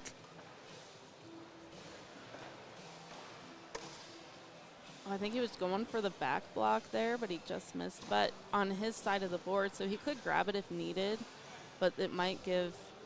Oh, doesn't no. matter. He picked it up. Yeah, and looking at bracket B right now, Jeff Reynolds, Lucas Householder up 6-4 on Cody Henderson and Justin Rule. That winner of that, easy for me to say, winner of that game will go on to play Madden Franco and Jace Webb. 2 more points for Harrison and Stewart here. It makes it 8-2 as Adrian just threw a 10 to Jacob's 12. That is Jacob. Yeah, yes, it is, yeah. First bag in the hole.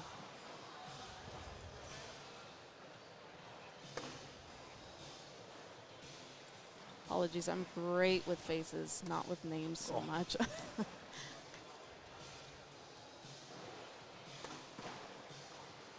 Yeah, coming down here this week, it's been I've been so much focusing on our ACL Canada stuff up there that coming back down here is like I've seen some older faces that I've seen before, but then there's a lot of new ones. Oh yeah, yep. You just don't know, and it's such a fast-growing sport too. Yeah. That was a nasty cut around. That was a really good bag.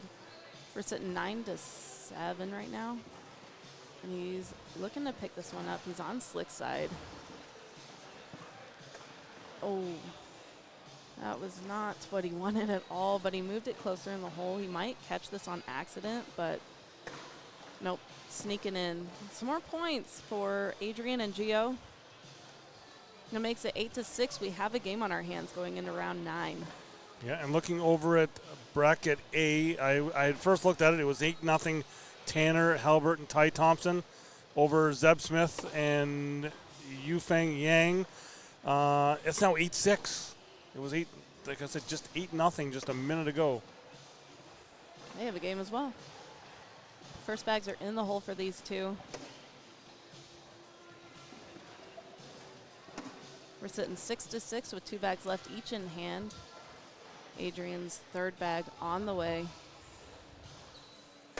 Goes in effortlessly. Again, these two don't really mess around. They just throw to throw, go in.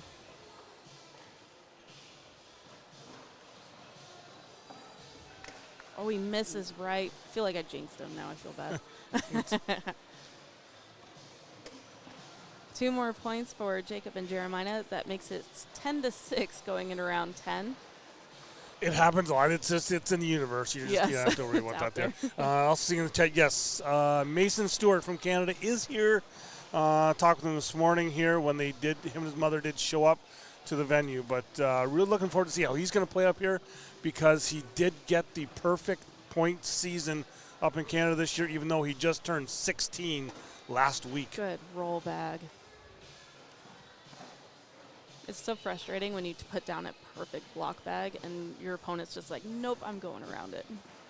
See if he can pick this up. He has it on slick side. Another double clutch from Jeremiah there. Picks it up. 6-3 right now with Gio's second bag on the way.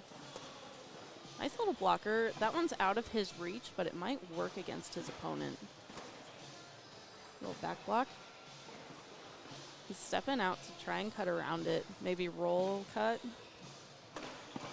I liked it. Just didn't have enough pop on it. But now can Jeremiah split those 2 Geo bags and push his right through the middle? From his angle, it looks like he can. I would have called a timeout. He's going slick side down. He's got to push really hard to get that in, along with this bag. Oh, another double clutch. You got to throw it perfectly. Oh, and he missed. Oh, no. And he knocked in his opponent's bag. So we're sitting 7-8 right now. This is an opportunity. Oh, nope. 12-10. Sorry. That makes it 8-10, Adrian and Gio. A couple more points on the board against Jacob and Jeremiah. Adrian gets the first throw here. Every time it looks like someone walks in behind the camera there. I Just know. all of a sudden we got like just kind of earthquake in the building. First bag of blocker. That's nice to see. It's in the hole enough that he can probably pick it up very easily. Jacob just cuts around it.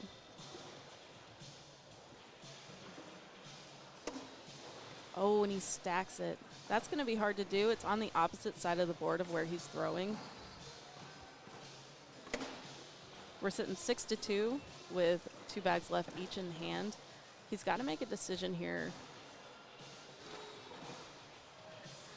And that was a great bag. He had to hit that perfectly to pull those in. And he bullied his closer to the front of the hole where he can grab it. Where it's a little more, maybe not now, side by side. Well, yeah, I like that bag from Jacob there, because if Adrian does miss it just, you know, a couple inches to the right, his then right, he'll pull in. or your left as you're watching. Yeah.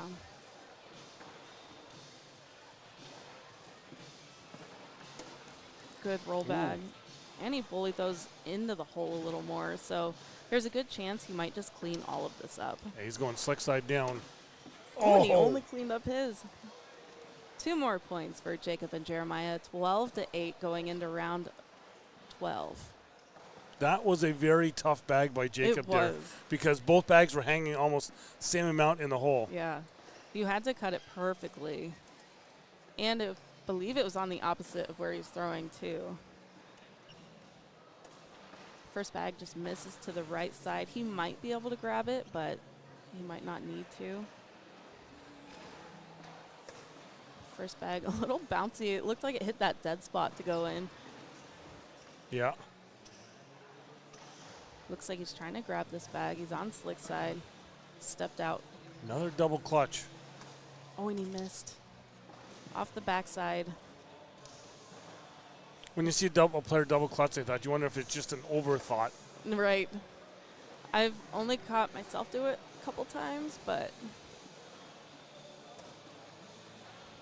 I know someone who caught their own bag as they were starting to throw it because they're like, nope.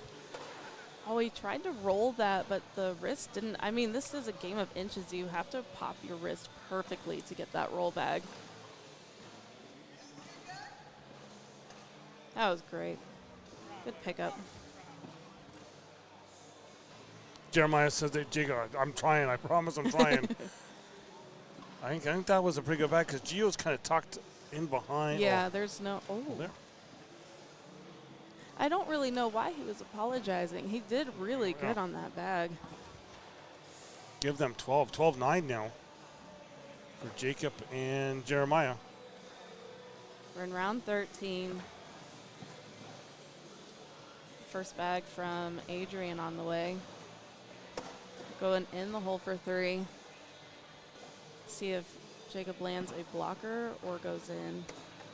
Oh, it goes off to the left a little bit. Laying in the hole, though. And it's moving every time that board is hit. It's stick side down, too, so that's... Maybe it might not budge. Sometimes they get stuck right there. But we're sitting...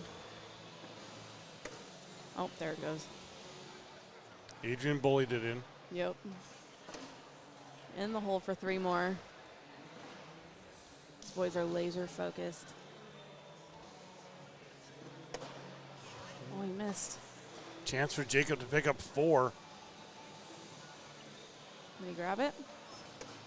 Oh, still grabs 2, though. That'll make it 14-9 going into round 14. 13. 14. Sorry, I didn't change. Jeremiah gets first throw here, going in for 3. Gio's first bag on the way. Bit of a blocker there. That was a great roll bag. We're sitting 4-6 right now. Jeremiah up with his third bag. Maybe trying to roll again, but kind of back. I don't mind that, because he's sitting a little bit, yeah. you know, corner on top of. He won't be Gio's able bag. to grab that bag very easily. Gio won't. No, because he's just got that little bit of a corner showing. Yep. Great roll. Jeremiah's sitting at 10, and it'll wash at 10. Another wash as we go in around 15, sitting 14-9 with Harrison and Stewart in the lead over Brunson and Mora. Jacob gets first throw here.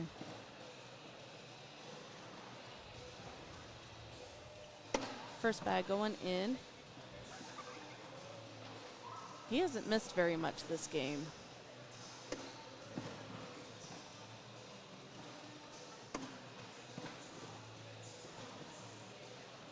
Second bag on the way. Go ahead. Jacob throwing an 11 here. Is he really? Oh, wow. Yep.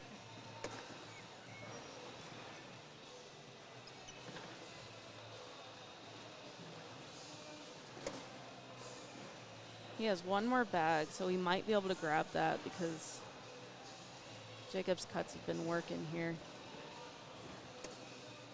Just a little spicy goes to the backside of the board. So this is actually an opportunity for Adrian. If he picks up this bag, he gives his team 2 more points.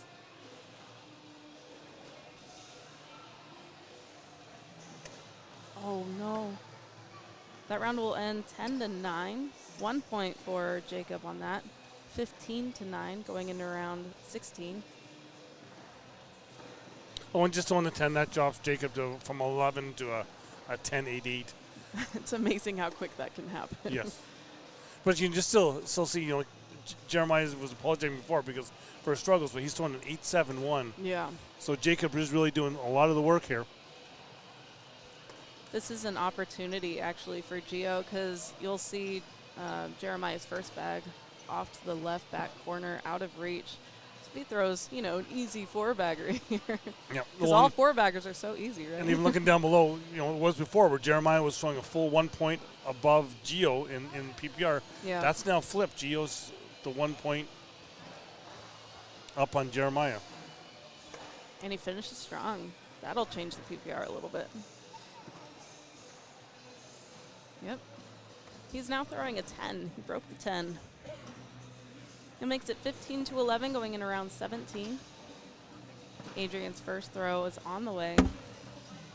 He's our lefty thrower over here. How many lefty throwers do you know? I don't know many. Well, you know one more. I'm a lefty thrower.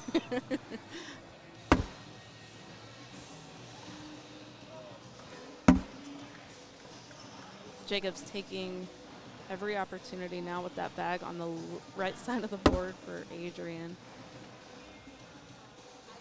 This might give him a couple more points if he stays laser focused. Adrian finishing strong with a 10. And he finishes. That'll be 17-11 going in around 18. Jacob with a nice 4-bagger. That puts his PPR back up at 2-11.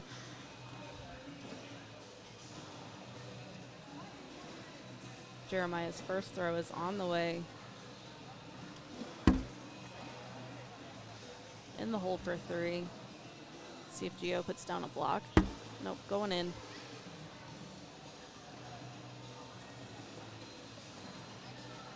Would you block here? I would be exactly just doing that there, yeah. But I think you can tell that's what he was really kind of focused because he double clutched on that again. Yes. He has a tell. Yeah. Gio kind of puts the one sitting on top of Jeremiah's bag, but maybe it can be used as a ramp here. Oh, it goes off to the backside. I think he was trying to maybe roll that, roll cut it. Good roll bag. I wouldn't hate an airmail drag, but I like the aggression. Good roll. Good finish. I think he needed that just to get that confidence back. Yes, I think you're right. No one ever really talks about the mental aspect of the game just because it's, oh, it dropped in. That round will wash at 10-10. That roll was beautiful, but Jeremiah's bag was hanging over just enough that it dropped in. Still sitting 17-11 going in around 19. Jacob's first bag. So I do have to say for people tuning in to wanting to watch the mixed doubles, that is over on the other YouTube feed as well as Facebook and ESPN Plus. We are going to finish out the Pro Doubles Challenger bracket. Here we'll have the finals of those games coming up on this feed. Oh, he tried to clean that up, but he didn't throw it hard enough. You can see the bag on slick side, but it just bunched up right near the hole.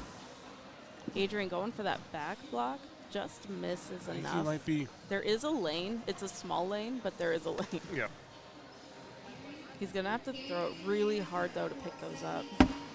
He got two of them. I like that. I do, too. He also put that bag directly in front of Adrian's bag. Yeah, because now Adrian now has to push through his bag and Jacob's bag. And it hops right. And that opened it up for Jacob. Jacob's got an easy, Yeah. we'll say an easy shot This going up might the middle. be game if he just cleans this up. Oh, maybe not.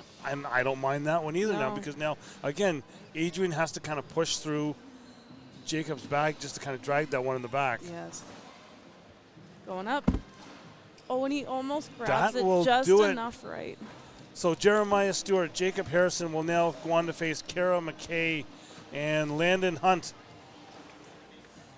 That was a really good game. Jacob and Jeremiah for the win in 19 rounds. Jeremiah Stewart threw a 9 that game. Jacob Harrison had the highest PPR out of all of them, 1090. Gio with a 10, Adrian with an 880. And that'll do it for this game. Looks like Jeremiah is going to stay on this board and maybe gain some of his confidence back before other opponents come into the area.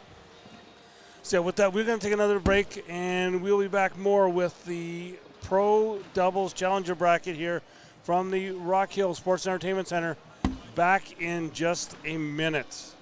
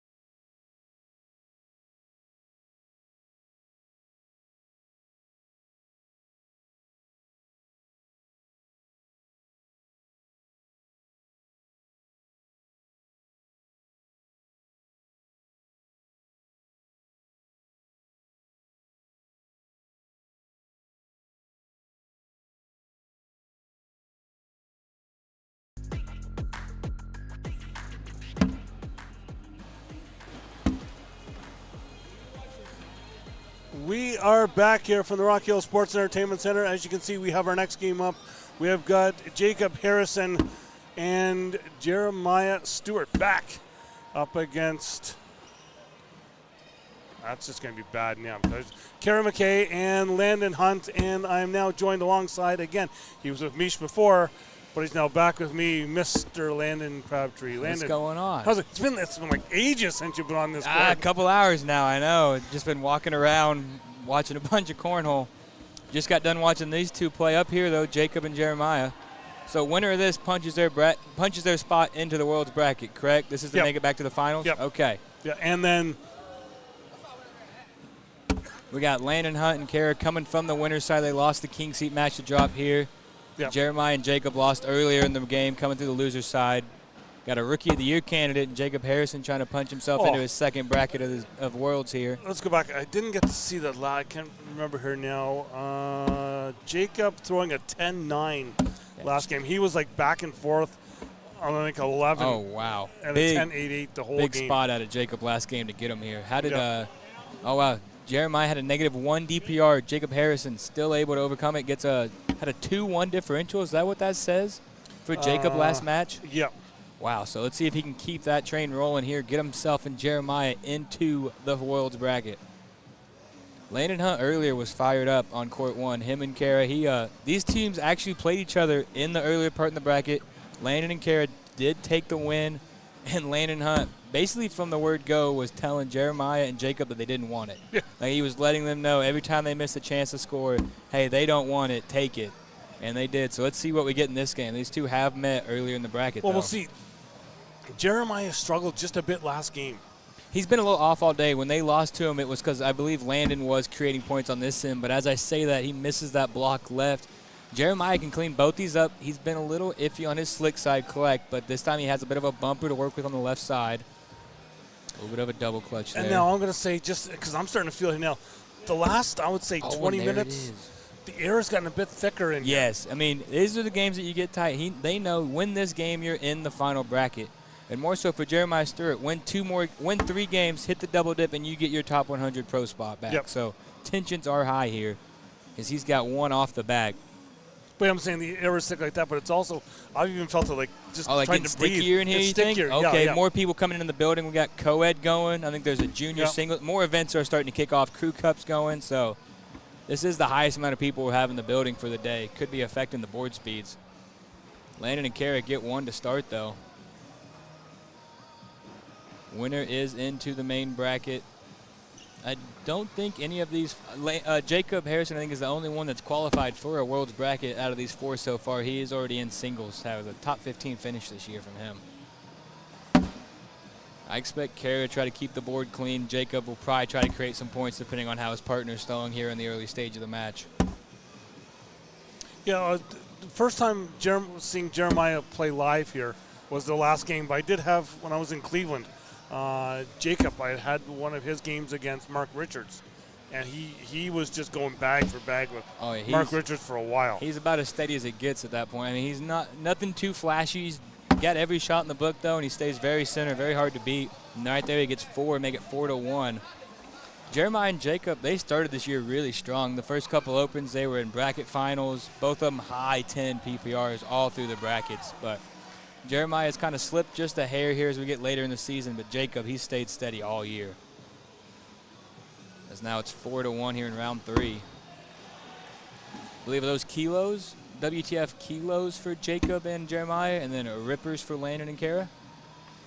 Bags are looking sticky for Landon. Yeah, That bag stopped on a dime. I would give advantage to Jacob and Jeremiah if the boards are on a very slow speed. Yeah, well, like I said, it's been about the last half hour that this really felt like it's gotten sticky in here. Yes. My hands, now you mentioned, are almost clammy, as if there is like some more humidity in the air. Both players, 2 bags remaining.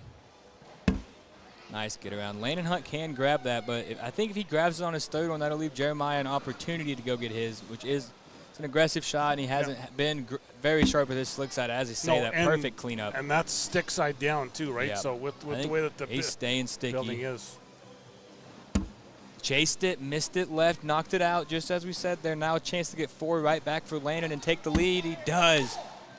5-4. There you see him getting fired up. Landon Hunt definitely bringing the energy for their team, facing a much quieter team in Jacob and Jeremiah. Jeremiah had a round almost like that, and he kind of hollered down to Jacob. He goes, "I'm trying. I really am trying." In their last game. Jeremiah's a great player. He's just a little bit low on his confidence, I believe, and I think it adds pressure having a player as good as Jacob's been this year, because you know that you've got a good player down there that you're just trying to get the bags back to. As we say that, Jacob's got another chance at 2. I got to reach over on court 6 there, which I believe is. Say we heard him just get loud. I think somebody just hit a shot. Oh, another. Because I'm seeing right now Zeb Smith, Yufeng Yang, Ty Thompson, Tanner Halbert. 20-20. Chance for Jacob to get 4 more here again. Looking at a quick pace matchup right now based on the scoring. He gets the drip, 8-5 now. Jeremiah keeps that 4 differential. Yeah. Quick swings in this game, as you can see by the numbers there. I am not even going to talk about Jacob's PPR. I don't think we need to yet. It's early. It is early. Not going to mention a thing. Let's see if Jeremiah Stewart can get it back on the right track here again. He puts that block. I'd like to see him just, I know it's sticky, but you got to find a way to get bags in. Stop leaving yourself throwing that slick side that he has struggled with. Again, going slick side down. That time he gets it to go in around the bag he's trying to collect. Still got 2 bags to get that. If you're landing here, you go for a bully. That's what he's doing, slick side. It's not a bad spot. Makes that a much harder lane for Jeremiah. He's got to stay tight to that left, work a bit of a reverse cut here. Just want to make sure you stay in play here with this one. Not a bad spot. Still gettable, but Landon can really either bunch it up here or even go with a collect and put Jeremiah in a tough spot. He's going slick side. Misses it right. And I think that Jeremiah's bag being stick side down hindered that from being able to move. They're going to take a timeout here. I don't know if Jeremiah can go slick side, kind of almost at Landon's bag there in the front corner. You just want to work that front corner, that kilo bag, just a little closer. If you collect it, great. If you make it harder for Landon to get in, also great. But you want the bag in your hand to go in right here. Exactly, yeah. He's either going to go slick collect or even a sticky side, maybe bunch it and make it harder for Landon to roll in there and take a wash. We'll see how he plays it out here. Both players 1 shot remaining, showing a 5 on the board right now. Again, all the points for both teams on one side. Landon Hunt's got 5 down here. Jacob Harrison 8 on the other end. Seen that a lot of Jeremiah last game. He double clutches a lot. Nice shot there. Perfect. Goes in, brought that a little closer. If Landon wants to get around, he's going to do some kind of skip. I don't think he can slide around that bag anymore. No. Going slick side. And it bunches up. 8 on 6. Big 2 spot for Jeremiah Stewart. Now 10-5. As he was able to break that sequence there of getting points, giving up points, getting points, giving up points on both ends there. Let's see if Jacob stays center. Starts with a block. I don't want to say I'm a jinx for boards like that, but last weekend with our ACL Canada Nationals, I had about 12 times on the live feed. We had all 8 bags bunched up in the hole. You guys had some great games on that live feed. I was checking that out. Big old laundry basket. That doubles game you guys had was awesome. Yeah. That 21-20, take a timeout, slam the bags down, and then throw it off the back to lose. That's tough. But those were great games I checked out on you guys' page over there in Canada. Nice get around there. I don't think that's what she was trying to do. It looks like she was trying to back block, but that's better. Yep. Jacob slick side. He can get both these still. Oh, he gets one, but he kicks it off to the back. Interesting. So Jacob was able to score the first 2 times. Jeremiah scored. Now look, Kara a chance to answer right back and pick Landon up. He's staying slick, trying to attack that bag. Brings it closer, but he's out of bags. Chance to get 4 here. And she does. Now 10-9. Great job by her to pick up Landon. Puts him right back in this one. It's weird having another Landon on the court, I must say. You know, it's weird. I feel like I'm talking in a third person, but I'm not. So Zeb Smith, Yufeng Yang defeat Tanner Halbert, Ty Thompson 22-20. So Yupeng Yang and Zeb Smith have made the bracket? They will now go and play against Jimmy Humans and Riker Wells. Not sure if we'll have that final game on here or not. Good for them. Zeb Smith fell just short yesterday of making the bracket in singles, so nice to see him get himself in. We got another game over in bracket B. Cody Henderson, Justin Rule, 20-19 over Jeff Reynolds and Lucas Householder. And again, that is the game to make the world's bracket. That is the 3rd place match in bracket B. Yep. Landon Hunt starting with a blocker. Oh, sorry, that's a second back blocker. My apologies. Sarah Cassidy and Matt Wilson look comfortable in that matchup. 16-5, they lead in the third place game. And Singh over in A here. Nice hit from Landon there. Okay, so yeah, so Zeb Smith, Yufeng Yang. Oh, they're going to be over in court 6. Congrats, you make the final in the bracket, but you got to play Jack McKinney and Jason. Although, so interesting there, Zeb Smith and Yupeng Yang, neither one of them are top 100 or qualified to be top 100 pros for next season, so they have a lot to play for in that game to try to earn their pro spots back. And they did lose 21-0. Yes, and it was quick. Yeah. Check the score. I think it was 6 rounds that match. Yeah, 8 rounds. Yeah. It was a very quick game. They did not play their best in that matchup. But here, Landon's got one off. I think. Or does he just only have one in? I think he's got one in. Because he shot an airmail, so it's either a 7-on-5 or a 5-on-4 here. My apologies. We was checking the bracket. Yeah, looking for a roll here. That's what's going to be. Hits it perfect. You can see a little sigh of relief from Jeremiah there as well. Absolutely. That is going to be a point for Jeremiah and Jacob. So 8-on-7 was the score of that round. See Patrick Macbeth in the chat there. Python Pat rooting me on. Appreciate it, dude. Jacob starts first bag in, not going with that blocker this time. Slick side from Kara here. Replaces that one, nicely done. It's the first close game I've seen since I started calling. My first 2 games were quick, and they weren't the closest match. It's good to see we got a back and forth game here early. Still only round 8. A lot of points being scored so far. Jacob for a 12. Kara answers. Double 4-bagger there. Keeps the score 9-11. We have co-ed going on court 1 right now. Yeah, mixed doubles. Yeah, I think the plan was to have all of the finals on here, but I think due to time constraints, because we have our first broadcast. Yeah, I think it's ESPN Go tonight. Slingers tonight, baby. Yes. Cali Slingers on top. I'm probably supposed to be impartial, but I'm still on the team. So go Slingers tonight. Check that out on ESPNU, right? I believe it is. Yes. ESPNU tonight at 8:30. I think is the broadcast time I've seen. 8:30 Eastern time, that is.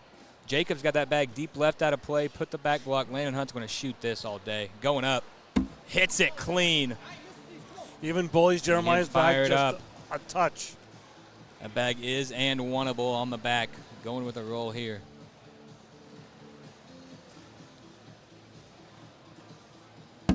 Nice shot to get around there. I'm going to make Landon hit it again. He's going to shoot the next 2 for sure.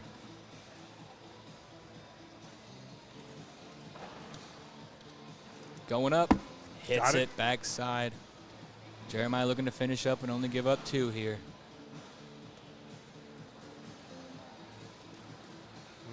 Sam resetting, trying to make sure he gets a good grip on that bag. It's deep. Do we get an and 2 here? They're both set up on the backside. He almost got it there. Taking the time out. He's going to regroup himself here. He doesn't want. I like this. You can see those 2 bags back there and just shoot it real quick, because shooting your first shot. I like slowing down here. This is a big shot. Hit it clean. You get 4. Hit something crazy here. You can get 6. Yeah, as he was walking down, you kind of see him make a hand motion. Like he almost said to Kara, he could even go short and get 6 if he wanted to. I feel like that would be aggressive. I think he's just going to try to go clean, get his 4 here, and take the lead change.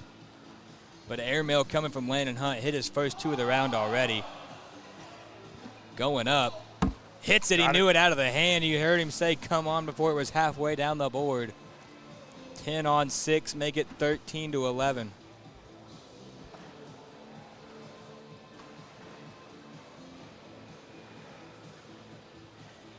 (13-11) now. Kara's got lead bag.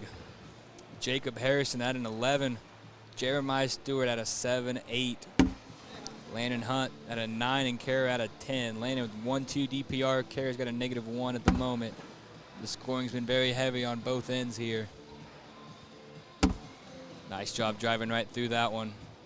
Trying to keep. Kara just wants to keep this board clean, get the bags back down to Landon Hunt. He's been doing his thing on this end. Oh, little hot on that one, and it is way off the back. Chance to get 3 and take the lead back again. This game is going to come down to which partner can settle in first and hold their end down, as Jacob and Landon are both putting in work right now. Yeah. Nice But job even to look finish at, out. Kara was throwing, going into this round, Kara was throwing a 10 as well. Yeah, no, Kara's been shooting well down here. Jacob's just at an 11+ for this game. He's just been automatic. So he gets 3 there and takes the lead back again, now 14-13. Will we see a big round at any point late in this one?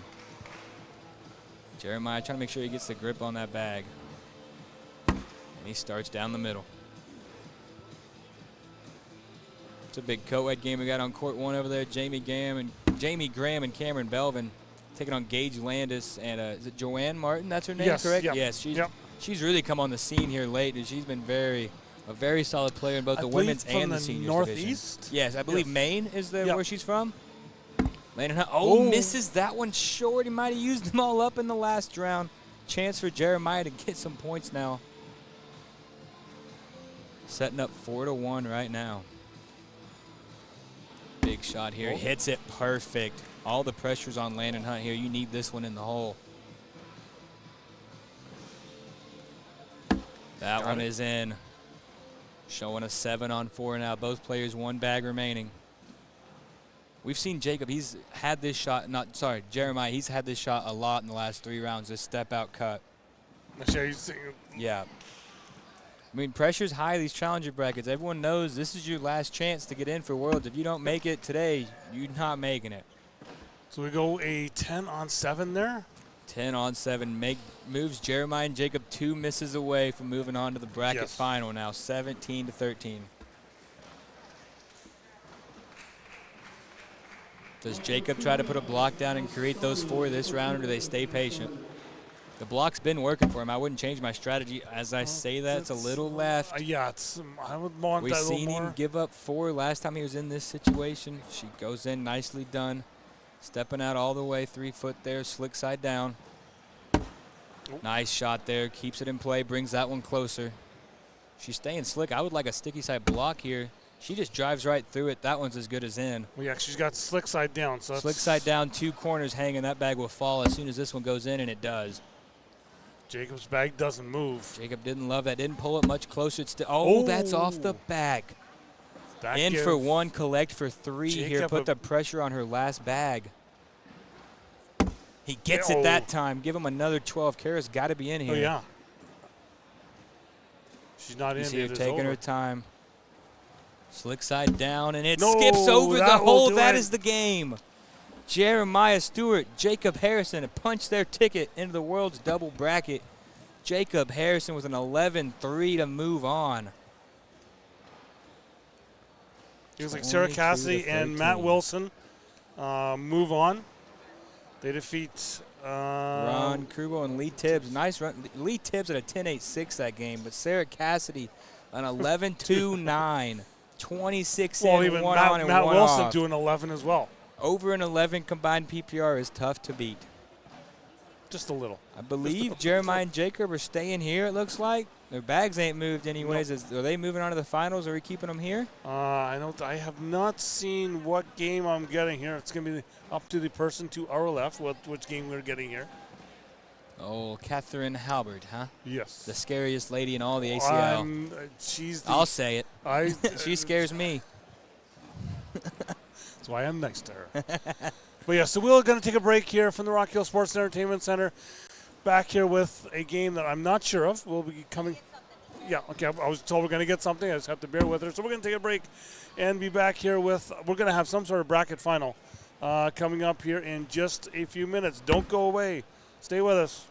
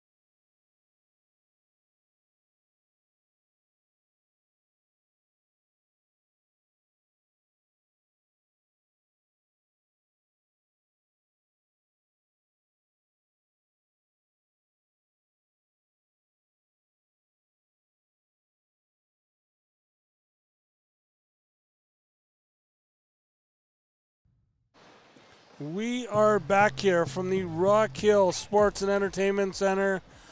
We have what I've been told is our final game here for the Pro Doubles Challenger Bracket. So after this game, we're going to be shutting down the stream, change some titles up, and we'll be right back up with the mixed doubles. So Landon Crabtree still with me. This will be your final game. Yes. And I was on mute. I'm here. How about I turn the mics on? How about you? But yes, so this will be your final game because you've got to go downstairs. I got to go root for the Cali Slingers tonight on ESPNU. Yeah. Catch us taking down the. Who do we play? You're playing Chicago. No, you're not. No, you're not. No, we play Georgia. Taking down Georgia. the Georgia Sliders, who have been overhyped since the draft. Haven't won an event. Going to take them down, advance to the finals, hopefully. But no, that'll be a lot of fun tonight. 8:30 at ESPNU. That is Eastern time. Believer got a down and back here. Riker's hoping for his sake because he's side railed there to start this down and back. So 3 of these 4 players have qualified to be top 100 pros already through singles. Jimmy, Riker, and Jacob are all in the singles bracket, so automatically top 100. Jeremiah Stewart is the only one here. If they double dip, he will earn his top 100 card for next season. So kind of an interesting story to keep track of for this game.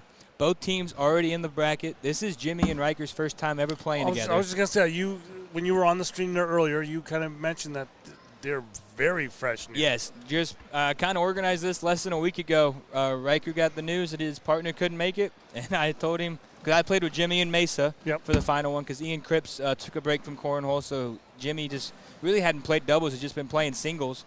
And we played Mesa, and I told Riker, I was with him in the car going to a tournament when he found out from Monzer. And I said, well, Jimmy always needs a partner, and they linked up, and here they are having success, so it's good to see for them. This is the 3rd game in a row we've had Jacob and Jeremiah now, so I'm going to go advantage them for game 1 on board control. Oh, exactly, yeah, because we haven't seen Riker and Jimmy on the board here. They've been sitting for a while. A little while. And then, like I said, we've had the temperature change on these boards here. And I can tell you, Riker's bags are sticky. I've thrown those many a times. They are a sticky, looser, kind of bouncy bag. It's a hybrid material, but it's got more of a bounce fill into it. I believe we are going to get live here. I didn't see the spin. I believe Jeremiah is going to go first here to start us off. Yep. First one's down the middle. I've seen Riker really does prefer that dirty game, so if these boards get sticky, I would put advantage his side, but we've seen Jeremiah last game. He really started to figure out that cut roll shot on his step out. He really kind of honed that in. Nice shot there by Riker to replace and take lane side control. This is where we've seen him struggle, though. A step out, slick side. We've seen him miss it left predominantly. That's where Riker's bag's at. Hits it well this time, brings his bag closer and takes Riker's. Riker sits again, nice spot. I think same shot here. If you're Jeremiah, you just go slick side in between them and hope it comes back again. He's going sticky this time, though. I don't like this. Going with the roll, and it sits on the back. Is there a chance Riker gets 4? Is he just going to try to get 2? Oh, he's not going to get anything. They sit 8 on 8. Put a cut on it and just didn't quite put enough power into it there. Again, I'm still going to chalk that up to the way the boards are. Like, just stickier? Just that sticky. Because like you said, I'm even even a little like more stuffed up and stuff yes. here right now. Just the air is a bit thicker. If you take a look around, this place is packed. Anywhere you look, there is a group of people. So a lot of events going on right now here at the Sports and Events Center.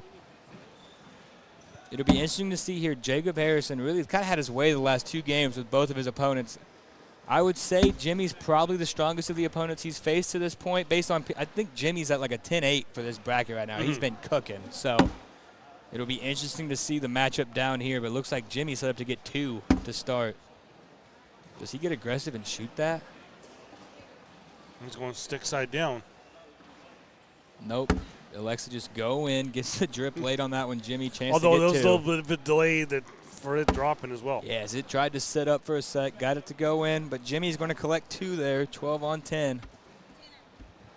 So are we down to the final 2 in all of our brackets? Do we know who's qualified? So. We could go through that real quick. Right there. Look at Zeb Smith, Yufeng Yang up 18-13. They do have to double dip. Jace, Jack and Jace, that is game 1. They're up 18-13 They there. do. Madden Franco, Jace Webb up 4-0 on Jeff Reynolds, Lucas Householder. We have our game here. And then Waiting on one more between Sarah Cassidy and Matt Wilson. Oh, that game was finished, I believe, right? I think. Yeah. Yes. So we have our 8 teams set then for who's in the world's bracket. Every game left is a bracket final.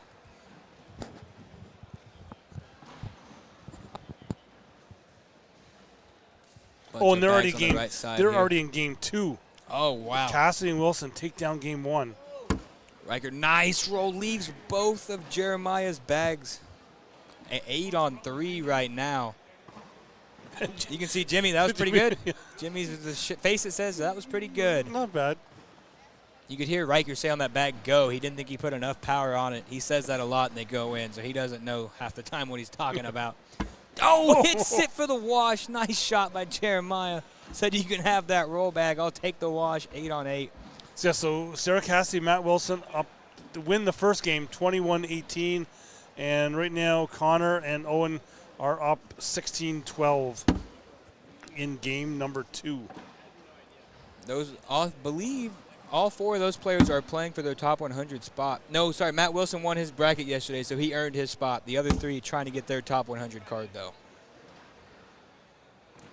Jimmy's got a bag out of play. Jacob chance to get 2. Oh, he went for the cleanup, and it flipped over on the slick side there. That's a question mark bag. I don't think it's going to come back with any slide, but I think if you wanted to go get it, there's enough beads there to maybe attack it. But I don't. Oh, as I say that, he misses out of play again. Yeah. Definitely not shooting it now. Looking to give up 2, and he could have got 2. Jimmy knocks that one back on his last one to make sure. Jacob finishes up, but another 2 for Jimmy. 10 on 8. We've currently got a singles game with Ghost 8 on the other end. They've washed out on 8s both times down here. You can see Riker's bag when he throws it. Just kind of has that action to it. It doesn't really slide. It really has like a hop cut kind of action to it. That might honestly help him on these stickier boards. That one stops right in front of the hole. Jacob misses left trying to drive through. Oh, sorry, Jeremiah misses left trying to drive through it. Riker's slick side now. Just be able to push right Cleans through up easy, looking to get 2. This would be a sleeper team tomorrow. Friday in that bracket. Riker and Jimmy. Oh, for we sure. don't really know what to expect from them. We know that they're both top 32 players in singles, and they've really, they've seemed to have played pretty well so far together chemistry-wise. They've meshed well instantly. So another 2 points there for Riker. Now 6-0. And you can tell Riker after each throw, he's got his confidence in there as well. Both players very confident in their abilities, and it's showing here in doubles. I think they're both just playing their own game on each end, and it's just working for them. I think Riker shows his confidence a little more vocally. Jimmy's just that quiet kind of. Jimmy shows it in his expressions, but he doesn't. You're not going to hear him tell you how good he's throwing. No.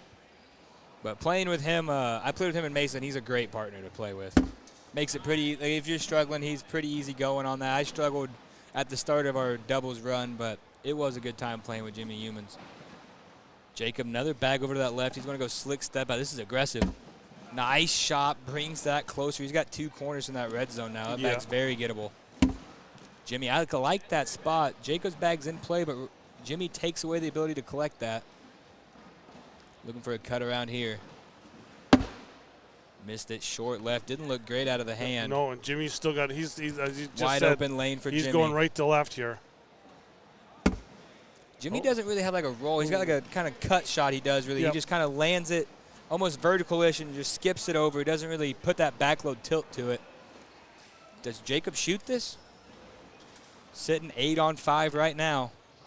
Goes for the roll. Misses that one right over adjusted. Gets 2 more for Jimmy. Jimmy's gotten 2 every round so far.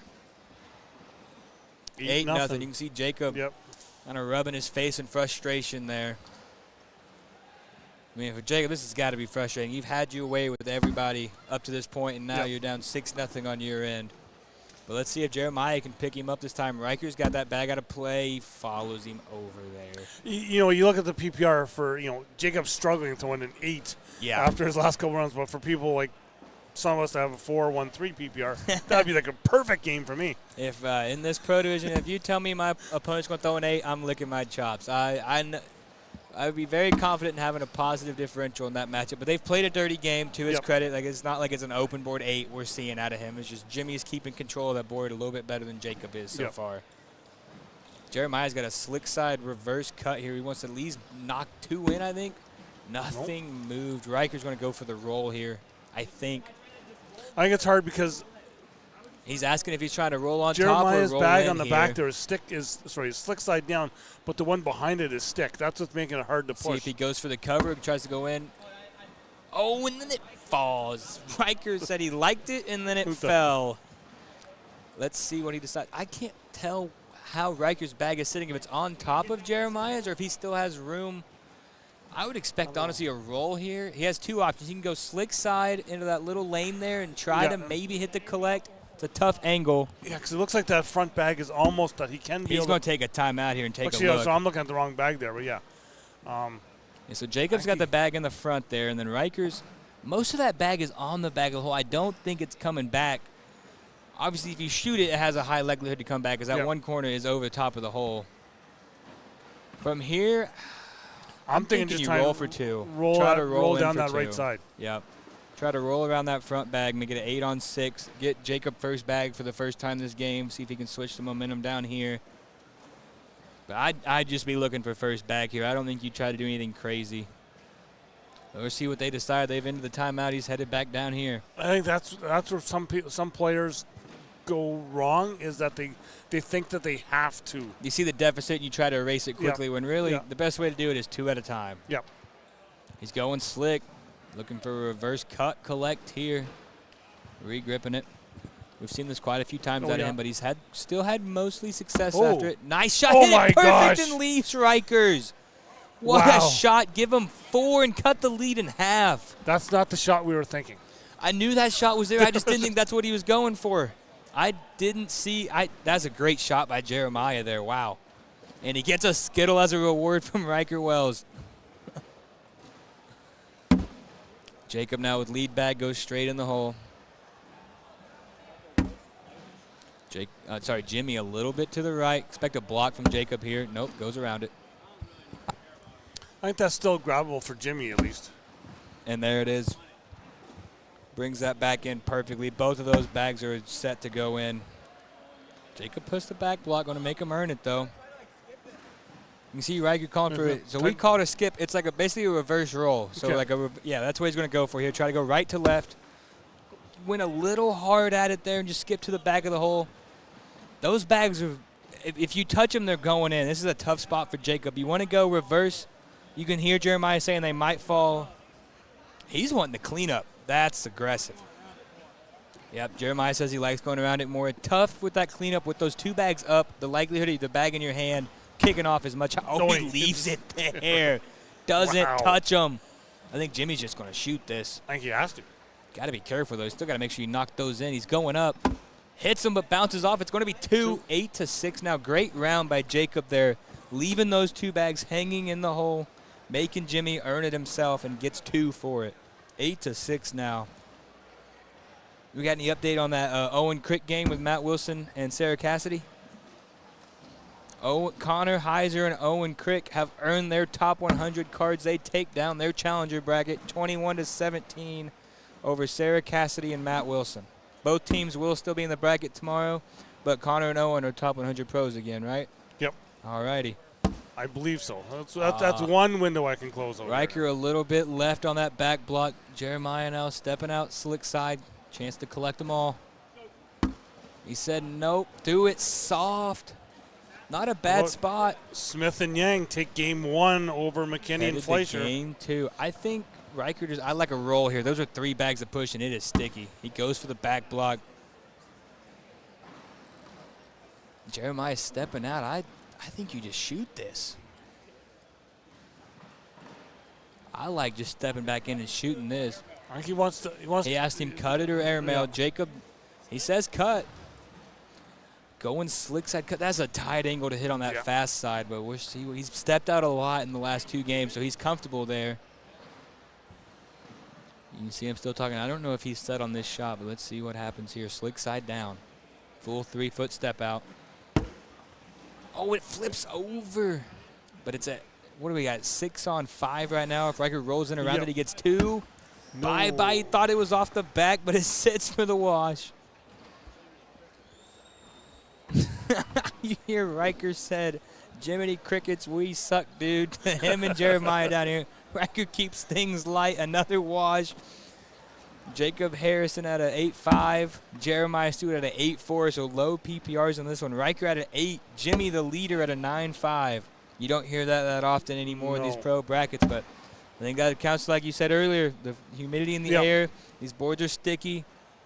Difficult to get in the hole. Both teams are making it difficult on each other. I'm wondering, I'm looking now, we've got a door open to our right that's down to the nice roll for down Jacob. to the leave it in pit, play. and we got the trucks coming and bringing all the So it could be equipment. a moisture getting drawn in from outside. Yeah.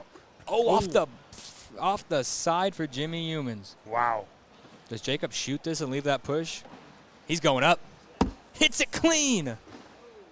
Leaves it there. He's guaranteed a point. But he kind of just puts his hands in the air like I tried. Oh, and he misses the cut. Give him 3 more. Lead change now. 9-8, Jeremiah and Jacob. That's 9 straight now after starting down 8-0.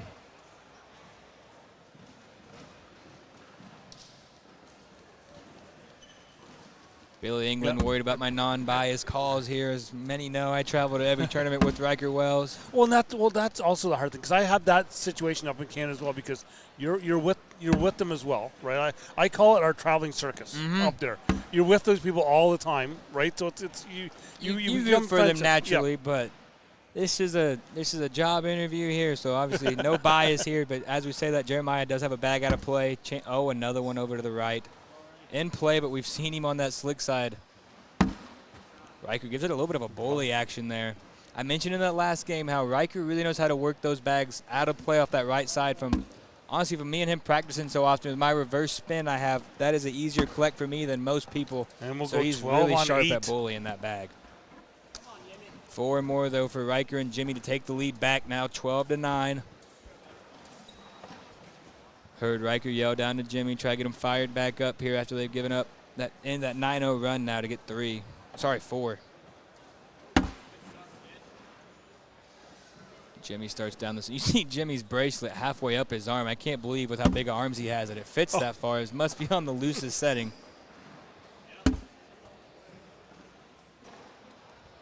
A little bit of a short left blocker again for Jacob. These boards seem just a little stickier than what he'd like. Jimmy just working right around that. Perfect cleanup there by Jacob. Jimmy's in for his 12.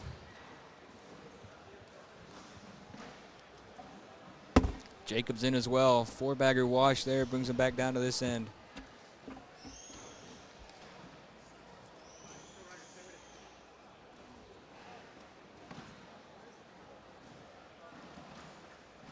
Twelve to 9, still your score. Riker has lead bag.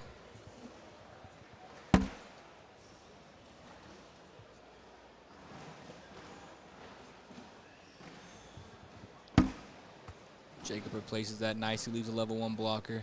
Riker goes right over it. Made that one look easy. Yeah, very. Oh, that one's a little to the right, still in play. And it sits perfectly there. I think there's still a path for Jeremiah to collect that right side bag with a cut here to bring it closer on this one. He's going sticky. I think that's what we're going to see here. Looking for the cut. Oh, no, he shoots it.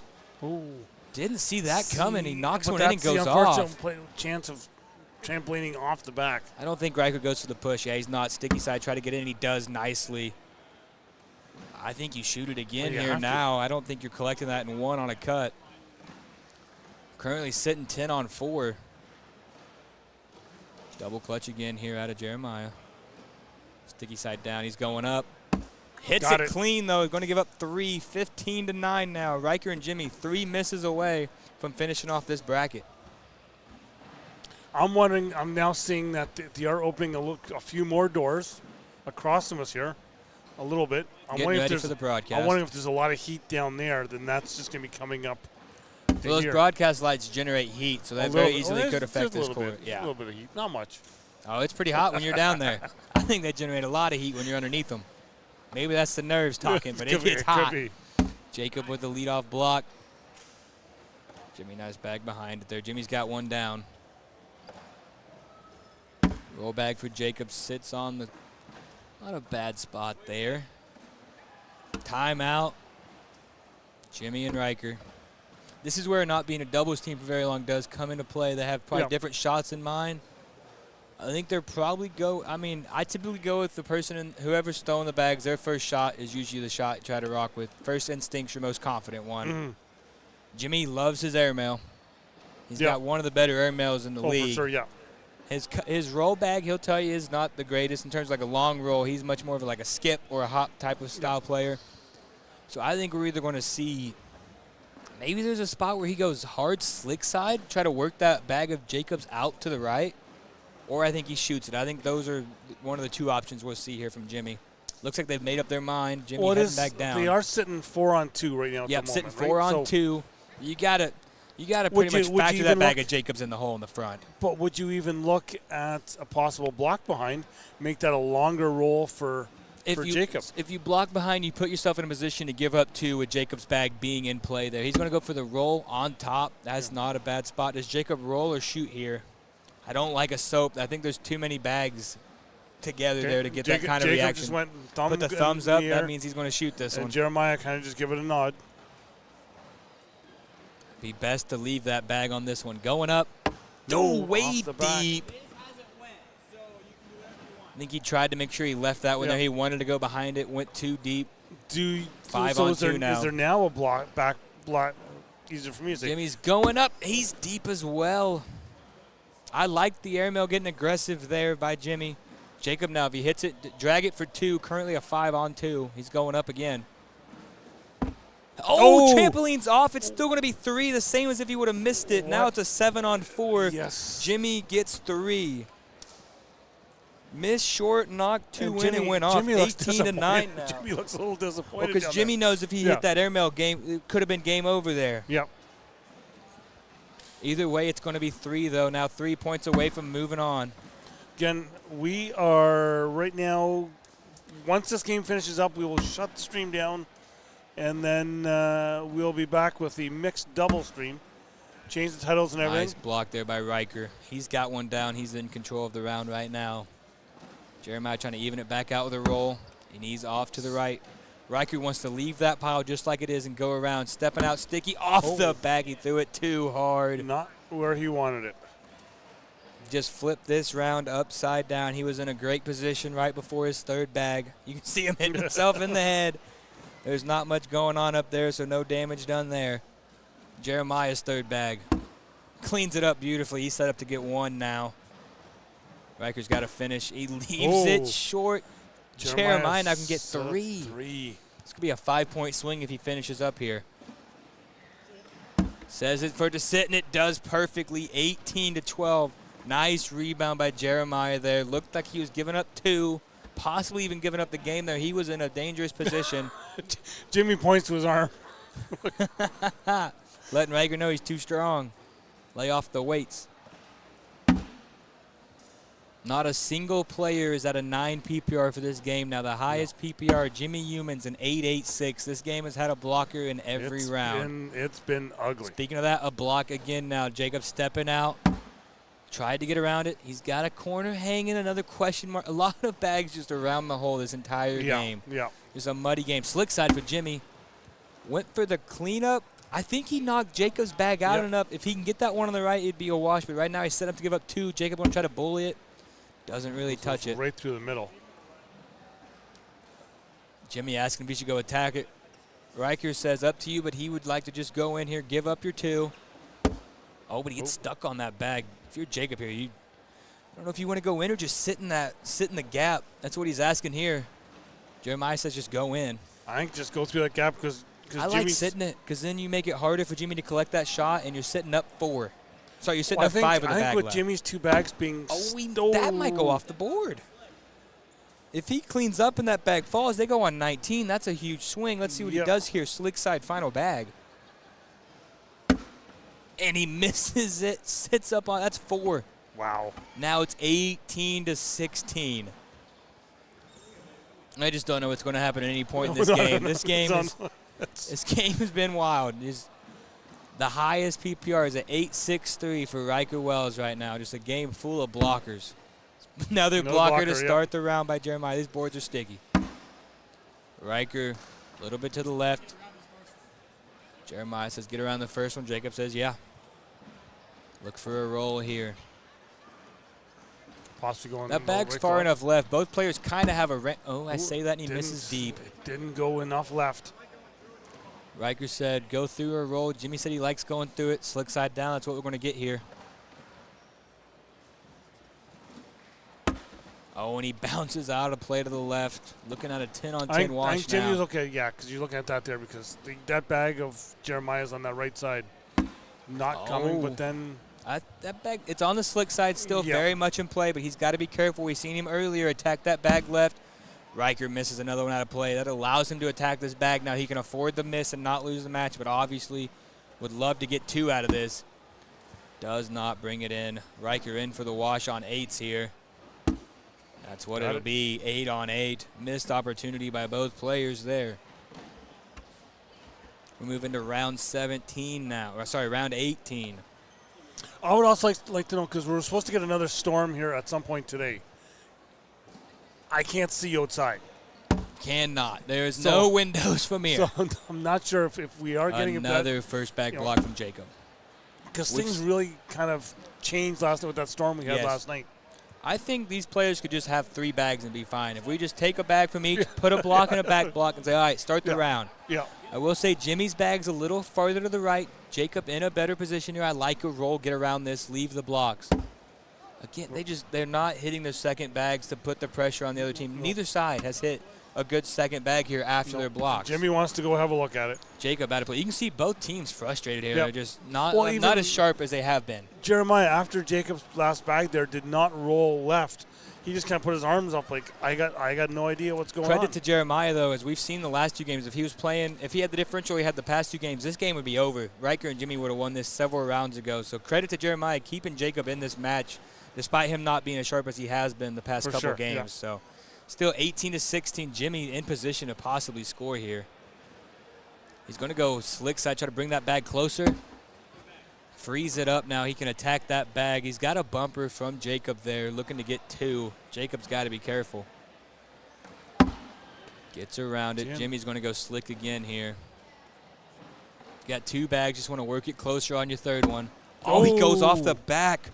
Whoa, that changes everything. If Jacob goes in, Jimmy's got to be in, or this one's over, and we're heading to a game 2. Jacob's 4th bag. He gets in. Jimmy's got to be in now. And he is, but it'll be 19-18. Give the lead to Jeremiah and Jacob. They're now 1 miss away.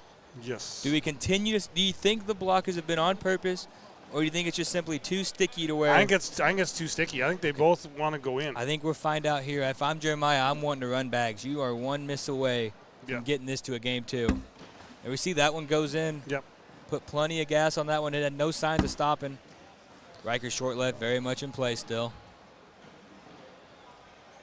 As you can see with those PPRs now, Riker now top at 8.56. 8.56. I don't mind. Interesting. We'll see how Riker's bag plays. Or I would call Jeremiah's out of play. No, he brings it closer. See how those 2 bags react on the left side. Oh. Jeremiah puts another block. Look for a roll over top here from Riker. Yep. Rolls it on top. What does Jeremiah do? This is interesting. Jacob's calling for the roll. Riker might have an airmail to win this game. Okay, now calling it a half cut, so I think he's going to try to cut and sit. He wants to sit in the hole, try to take away that airmail from Riker. Sticky side down. Gets in. Riker has a chance to win it here possibly. He's going to go up. Hits it clean. Had to be in. Tickled that back bag, but it didn't Still a great drop. shot from Riker. Had to be in to keep the game alive. Doesn't get any love on the drags. Score remains 19-18. We're in round 20. Your PPR check. Riker Wells leading at an 8.5 flat, followed by Jacob Harrison at an 8.44. Jimmy Humans 1-1, and Jeremiah Stewart an 8-3. We say that Jacob got a bag left. Jimmy brings it closer.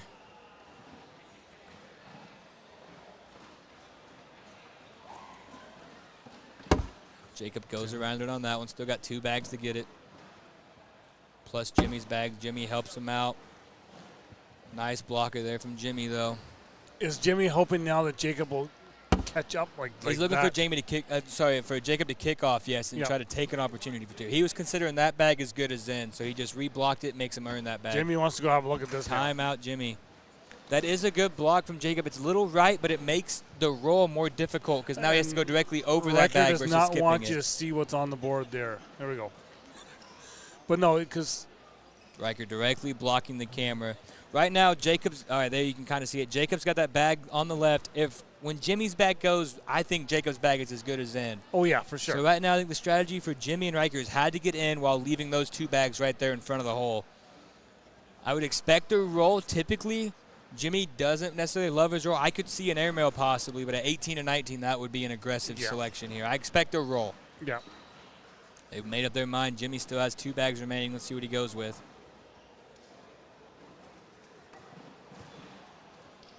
He goes for the airmail, misses it deep. If Jacob's in, Jimmy's going to have to be in.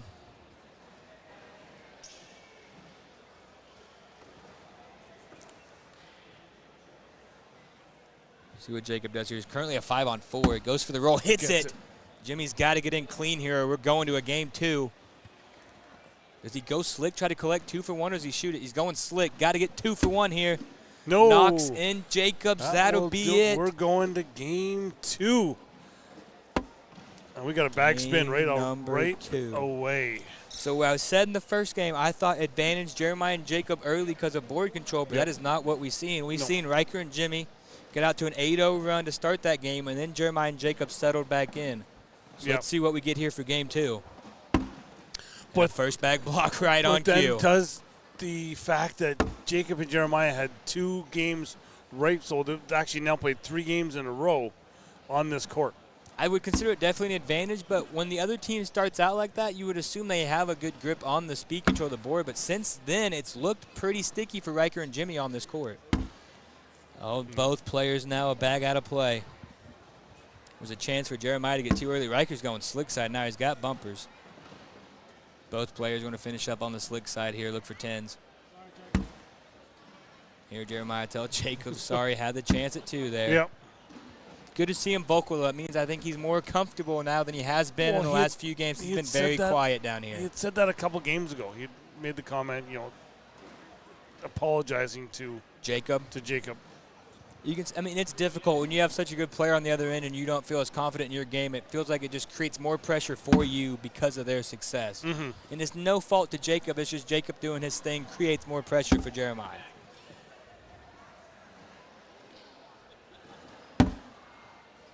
Low blocker this time from Jacob. He doesn't like it. I'd call that a level 3. Jimmy shoots it, hits that one. Riker's signature bang after it. He does it for every airmail. Jacob going slick now. Off the back. Jimmy shooting it again. That one's deep.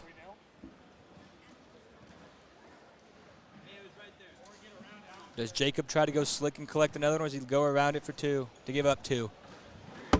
Goes for it again and misses deep behind the hole. Jimmy shooting it. In for 4 and 1 for 5. Hits it clean. Give him 4 and 9 on 5.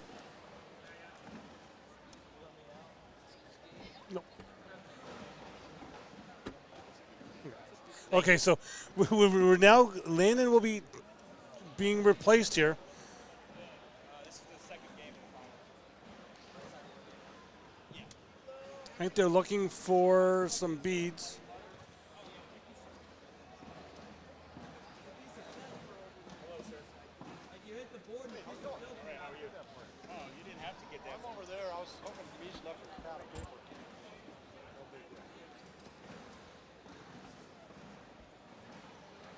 So as they are checking for to see if anyone had any resin coming out.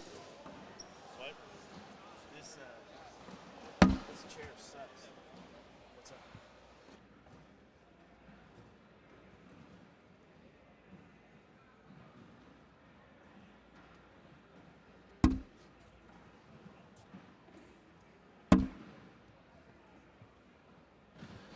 We are now joined alongside Mr. Sato Soto. How you doing? All right, how you guys doing? What's happening? So we are in, let you in, we are in game 2 of this bracket final. All right, we're in game 2. Jacob and Jeremiah took game 1. All right, so let's see if he spins that and goes in. No. Ooh, off the back. Wow. I don't know what that was. That was a misfire. Well, sure. these boards have been very, very sticky over here. Playing very differently than what they were over on court number 1. All right. And that was a hop. Try to roll that shot over there. And so we go 6 on 5, make the score now 4-1 for Jimmy and big arms. Yes. Big arms Jimmy Umis. He's an OG. OG from back in the day. That guy has such a great bag. He's going to roll over this one. Or he's going to put a block. All right. What's he going to do? Oh, nice roll shot. Almost made it in. Now he's got a little block. That's not the airmail that usually comes out of his hand. I think he's going to do another roll shot right here. It's what most kids are doing nowadays, isn't it? It seems like it. Oh no, that was an airmail. Whew. Nice drag airmail. There it is. Nope, that's off too. Uh-oh. Can I airmail that one? Nope. Yeah, airmail. That looked like a low airmail. He is off the back. And there it is. That's finally Jimmy Umis. There he goes. Finally gets that airmail. So how you doing, Doug? Not too bad here. Another long day. I'm not even sure what day number it is here that I've been down here, but they're all kind of starting to meld together, kind of like Groundhog Day. All right. Yeah, these boards are tacky. There's a little block shot right there, a level 1 block. And that's another block on top of that one. I think he was trying to roll that. That's a nice roll, but that one got hung up too. And this board is tacky. You ever heard of anybody putting Windex on their boards and trying to make it slide? I've heard of people doing, and Riker off the back. Riker Wells just hit that bag, but at least it went. At least one of his bags went in, right? Tried to get that both bags. Here comes a roll shot. No. He wanted to sit, but then he said it did sit. How about the belly-to-belly airmail here? How about a rodeo, huh? I think he's going to look to kind of do a little shorter airmail just to drag that in. There it is. That's a rodeo. That is a top-notch rodeo. Let's do a replay on that one. No, we don't have that one. We don't. We don't have a replay. We're the court 2. We don't have all the fancy stuff they have over on court 1. Oh, all right. We'll make the score now 7-4 for Jimmy and Riker, and Jimmy's. So court 2, nobody sees us. We're court 2.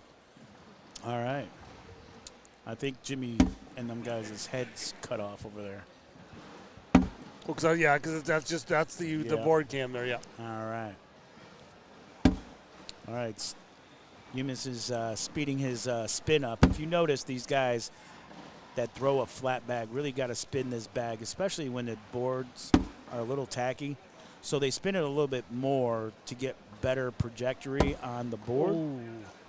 But sometimes they skip. It's like skipping a rock on the ocean. Yep. You know what I mean? The friction you got to get perfect, and then you land it, and the friction of the spin determines what side of the board is going to go on. There it is, Riker Wells. They watched that last round at 10s. And there it is, goes right in. Again, PPRs are low again this game. We got three of the players throwing 7s in the 7s, with Jeremiah and Jacob both throwing a 7-3-3. All right. It's back and forth, guys, back and forth. Nice bag. Riker will look to grab his bag. And it does. Nice bag. That's a nice little bag drag. And they both all go in. What bags are they throwing That is with? our first social. What bags are they throwing? I did not get the picture here. I'm trying to remember here.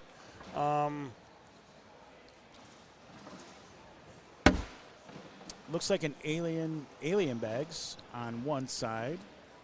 And whose bags are those? Like they're throwing WTFs. WTFs, okay. All right. One bag of Jimmy's on that back side will not come back. I think it's stick side down. I don't think he can airmail that one either. All right.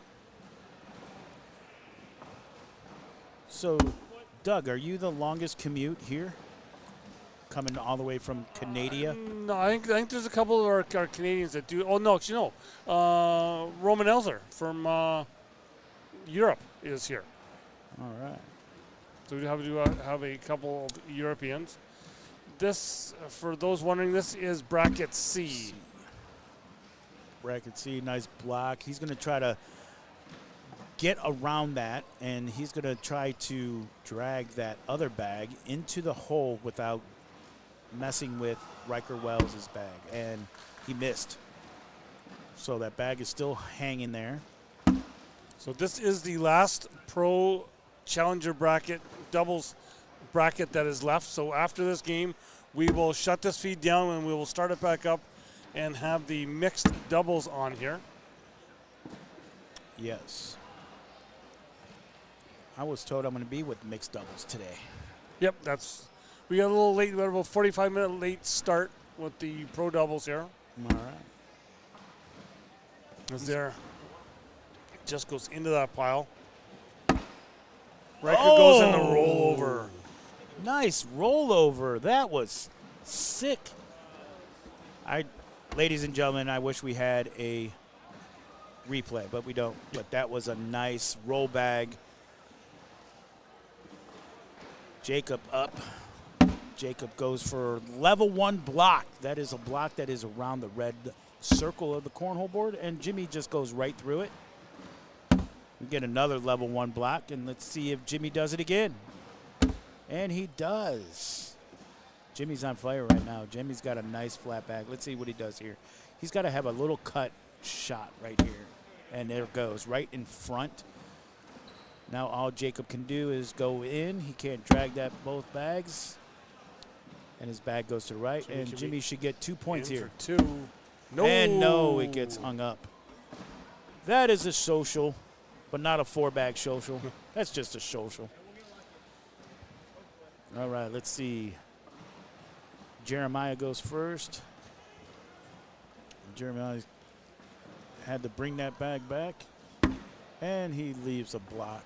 Block up on Riker's side. And a nice block Riker back. goes alongside of it. 2 level blocks right now. See what Jeremiah wants to do here. Oh, another block. Can he get a cut, or is he going airmail?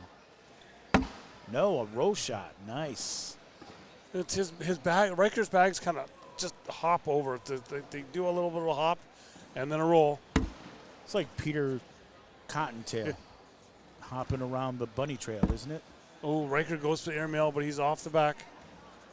But he's still got his bag up front, so he's still got first bag choice. I mean, Jeremiah could go airmail backside. Jacob wants Jeremiah to do a little cut shot, a little right to left cut shot around. And he got a double check right there. And there it is. And no. Hops on top of it. Now what does Riker Wells want to do here? He's going to try to roll over that. Riker wanted to go hard on the right side, and Jimmy's like, I don't think that's going to work. That's all right. 5-4. 5-4, 1 point. Big arms. We call Jimmy Humans big arms because he's got the biggest arms in cornhole. Right there, Doug? I believe yes. All right. Nice. Jimmy's first bag is up and in. Let's see what Jacob does. He's going to go back to blocking the board. He likes those blocks. And Jimmy missed. I guess that's why he likes the blocks. He will sit on that backside of the hole. That could be an and one opportunity, right? Oh, nice bag. That was like a skip rock right there. That was nice.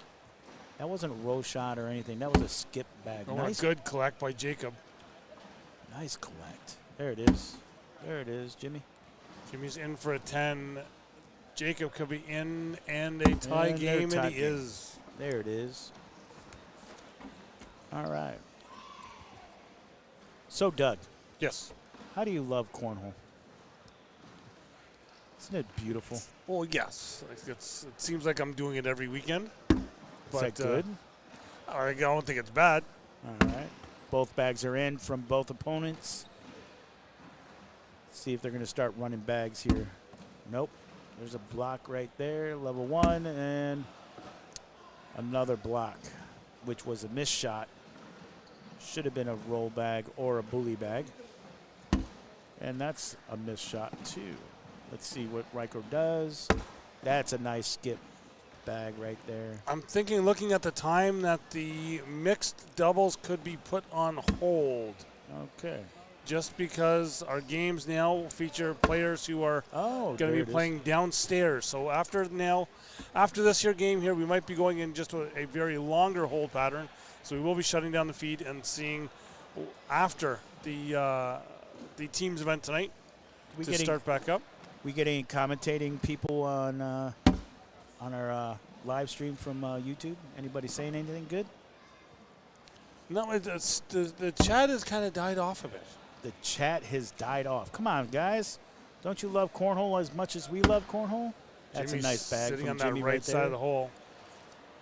This is going to be a good push right here. He's got slide side down. He's going to bring them both in. There it is, right there. Did you see that? He threw that with confidence. Didn't have a worry about it. Now Jimmy on his last bag is going to probably drag that bag in because Jacob is not going to touch that bag. So Jimmy's got to try to push. No, keeps it up. Jacob could be in for 2. In for 2. In for 2. Nice bag, Harrison. These young guys, man, they sling it, don't they? Oh, yes, they do. 12-10 score here now. Oh, now I am seeing there is a game starting up over on court 1. They've brought Cash Chamness up from the basement. That was a nice bag. They got to start getting hot over here. It's going back and forth. It's another block, push bag inside the how. Oh. Good job by Riker to get around that. He didn't even try to do that. It just did it on its own. So isn't that awesome when you your bags just go in the hole like they're supposed to? Mine don't. Oh. That was a hop skip. Riker's had a few bags like that just kind of just not being hole friendly. Do you think it's the bags and the sticky boards that are making those I bags think go that it way? is, yes. And we do have our lead change. Jeremiah Stewart, Jacob Harrison take a 13-12 lead now over Riker Wells and Jimmy Humans. And Jimmy is throwing a 9, and Jacob is throwing a 9.7, and Riker Wells is throwing an 8.50, and Jeremiah is leading the last place PPR in 8.0. So, and it's a 12-13 score. So it's anybody's game at any time. Who gets hot next? Jimmy and Riker were sitting in the king seat. All right. Jacob and Jeremiah had to beat them. Will have to beat them twice. They've already got nice one bag win. right there.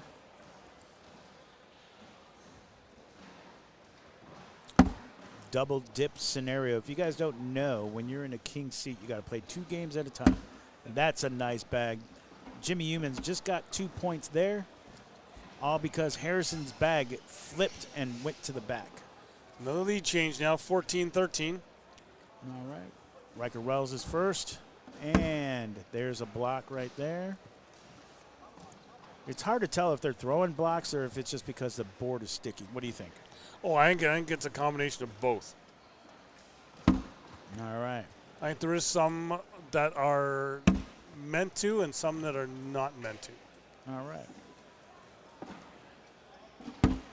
So I think they really just want to go bag for bag with each other, but the board is not allowing them to chase bags. No. No, not at all. So That was a push shot, and it flipped over to the right side. Riker Wells could go in for a 4-bagger. He gets a 4-bagger. Jeremiah has to collect up the top here, or else this game could get wide open. It could. Let's see. He's got it on slick side. He's going to look. No, we're going wide open. 6. That is a 6-piece nugget right there. Chicken nugget. Can you count it? Make it 20-13 now for Jimmy and Riker. All you need is one 4-bagger, right? A 4-bagger wins this, right? Yes, it is. And there's a block by Jimmy Humans.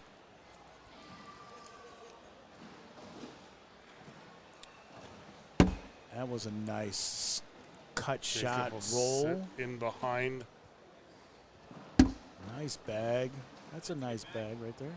That's a good bag right there. Jacob, a little bit of a bully on Jimmy's bag. It's still a good bag. Jimmy can still get in there. See? Now Harrison has to step. Harrison should step out and throw a high arc and slide that bag in to push it in so that he can get the advantage. Let's see what happens here. And he tried. Did not quite hit that bag. Let's see what Jimmy does. Is he going to block it? Yes, he does. Jacob can be in for 2 here. Yep. I think that was a purpose block right there by Jimmy Humans. Let's see. Is he going to get a cut bag inside? Yes. Yep, it does. 20-15 now. Now, if they didn't rely on the roll bag or cut shot, you know that would have been a low airmail, front airmail bag, and you could have dragged it and still left those 2 bags up. You know what I mean? So Jeremiah and Jacob now will have first bag for the remainder of the game with Jimmy and Riker sitting on 20. Nice bag. Riker Wells is over there. Now, Jimmy's an OG. You know, Jimmy's been playing forever and a day. And Riker Wells is another OG, but not quite that many years. But they're both great players, and they came into a zone. I remember a game watching Jimmy Humans play Matt Guy. Oh, my gosh. That game was forever and ever. And then Jimmy came out and won. Let's see. Is it going to be a hop, skip, and a jump? Yes, it is. I think that's good. Riker's now still left himself where he can step out and get that as his other bags are sitting in behind Jeremiah's bag. So, in my opinion, I think Riker should go all the way to the corner of the mat and slide that bag in. He is going slick side down. And he missed just little to the right. Little to the right. He still got that shot, though. And that was a nice roll bag by Jeremiah. Jeremiah had a nice roll bag right there. See what he's double checking. We don't have a referee over here, do we?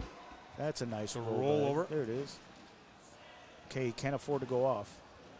Goes up with the drag. He drags it all. That's a nice wash. Airmail drag. Airmail drag. All right. Let's see who does this. So, in the model that I live by, throw them straight, throw them in the hole, and don't make the first mistake. Who is going to make the mistake here so they can win? Who do you think's got it? Doug?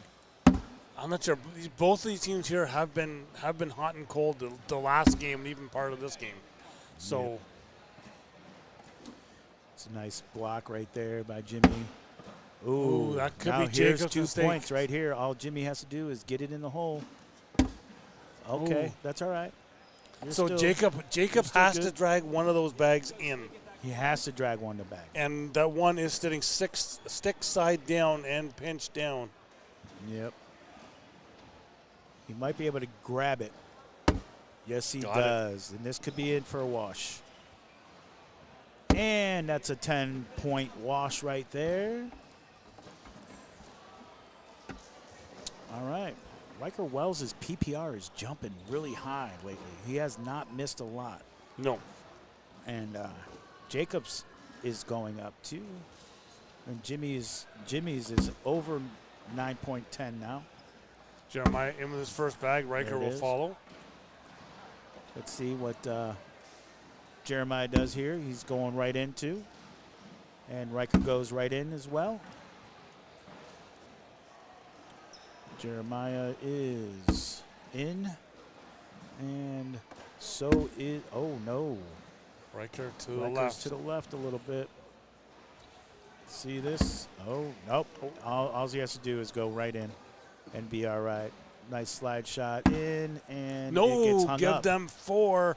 4-piece. It's now 20 to 19. 20 to 19. Do you hear a comeback? There's a chance. There is a chance. Somebody here has the last bag in their hand. Who will it be? And there's a bag to the right. To the right. To the right. Let's see what Jimmy does. Jimmy goes right in. Jimmy's got such a beautiful flat bag. Have you ever seen a bag that flat? Oh no, it's Sickening beautiful. Oh. Jacob, another block up the Now. front.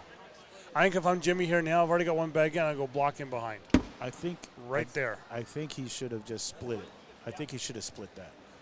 I really do think he should have split that. But he's got 2 bags left. They're going to take a timeout. But look at this. With that Jacob's got 2 bags on top of the board still. Jimmy's got the one in. Sitting 4 on 2. With how these boards are not moving, right? I think that blocking behind, because now if Harrison wants to push through, he's got to push through 2 bags. I think if I was Jimmy, though, I would have came in between the 2 bags that are sitting. If you guys are watching, you got the 2 bags that are sitting in between there. All he had to do is get right in the middle of that and hop over and get inside the hole. He didn't have to go in, but if he got inside the hole with the bag, it would have been a better shot. You know what I'm saying? Oh, yeah. Rather than just blocking. But I think it's good. So let's see what happens here. And he went airman. Oh, almost dragged that. He's still got a big gap.